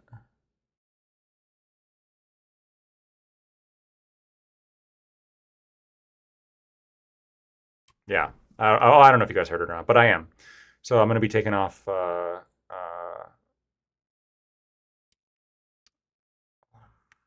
I'll take a look at my calendar again. I think it's like it's election day and the day after, so I can stay up all night, cover the election. But then also a few days beforehand as well. So the actual election we're going to be streaming a lot. Unless there's some weird unforeseen circumstances, but yeah. And then I'm expecting to also do some more longer streams as well in the days beforehand of the election as well as things heat up. And then the day after, maybe some kind of recap stream on just how things ended up and where to go from here. I think it's going to be interesting. So that'll be in November. But normally on my days off, I like to do work and home improvements. That I do a lot of the work around the house myself. And I bought a little bit of a beater up that I've been fixing slowly over time. I ride my motorcycle. Yeah, sleep a lot. You're using 4 days of vacation for an election. Yeah, I am. And I'm not going to the Dominican Republic or anything. Staying right here and fucking streaming. I'll take a few breaks, go for a few rides, maybe sleep in a bit. But that was the one concern I do have in terms of Chris, when you're saying, I wonder how many days until we get the results. That would be kind of sucky, right? Like, I stay up all night and we don't even know the result. It's possible. It's probably going to happen that way, but we'll see. We'll see. If Trump loses Pennsylvania, it's over. I've said this from the beginning. I keep doing the math, and it keeps spitting out the same result. If I'm wrong on if Trump loses Pennsylvania but wins the election, I will be genuinely flabbergasted. I will be genuine. Like I will. I don't know what. Like I will fucking lose my shit, and I think you all should laugh at me for being so short-sighted. But I will stand behind this prediction strongly. If Trump loses Pennsylvania, it's over for him, because he's so far behind in Michigan and Wisconsin. And if he loses Pennsylvania, that's it. It's over. Dems have 270, right? If he wins Pennsylvania, he's got a very good shot, because then all he needs is Georgia and North Carolina, and then he wins. So he's negative. He's behind 5 in Pennsylvania right now. I've seen some polls that are saying he's behind in Pennsylvania. I'm seeing some polls that he's ahead. The polls are all over the fucking place right now. New York Times have already put a disclaimer that we won't have results. Bro, remember when we used to have fucking results the night of? I remember that, America. We used to do that. That used to be how things were done. Like, the election happened, and then the results were released. I don't like this fucking, oh, the new norm is that we gotta wait for days. Fucking obnoxious. Is your wound better from your accident? It is a lot better. My ribs are still a bit sore, but my leg is a lot better. It is. It's going to be scarring. I'm not going to like. I'm going to be my. It's never going to fully heal. I'm going to have scars on my legs now, but it doesn't hurt anymore. So that's all that matters.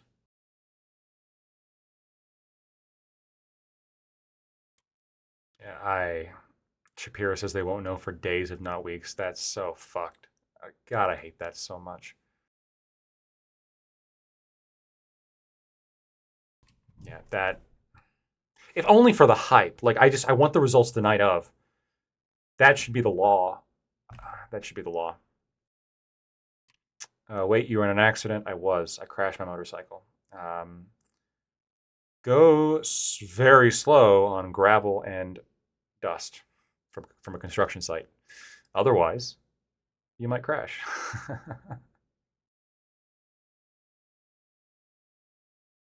I'm okay, though, obviously.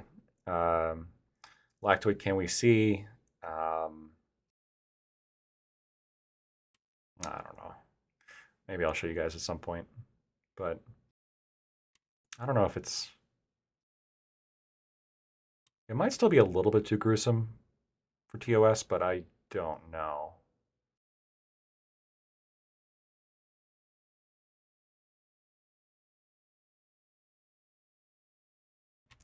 It could be like CTV. I've heard of CTV. I don't actually know who he is, though. Speedo Stream.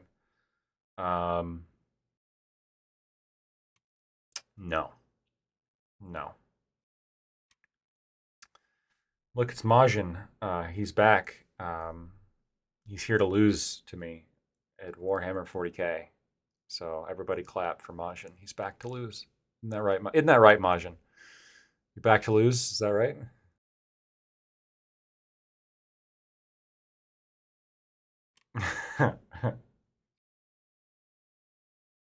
It's not fake news. It's not fake news. I will stream this. Don't make me check you. Don't make me check you live. Any race, any faction, I'll play.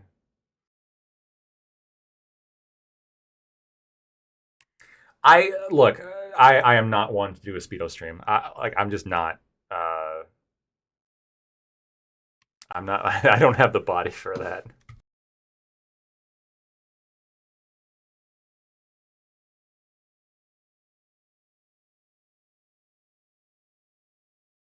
But if I get ripped and I get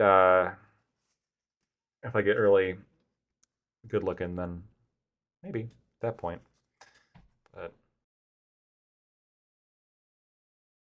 all right, I have to go to fucking work tomorrow morning, so I'm gonna be bouncing out, guys. Really appreciate your guys' support and love and all that good shit. Activity in chat, always great to interact with people.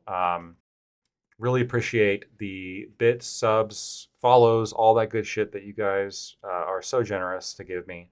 I always appreciate it. We're gonna raid on out now into a friend of ours with Tiberius D. We're gonna raid on out into Tiberius. He's normally not streaming this late, so it'll be cool to give him a little bit of love. And yeah, I hope you guys enjoyed the stream, and we'll be seeing you next time.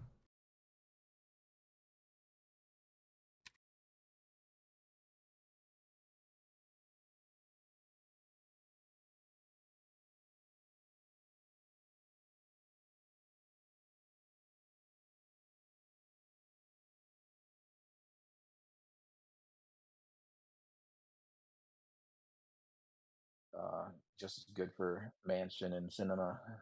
Well, no, right? Because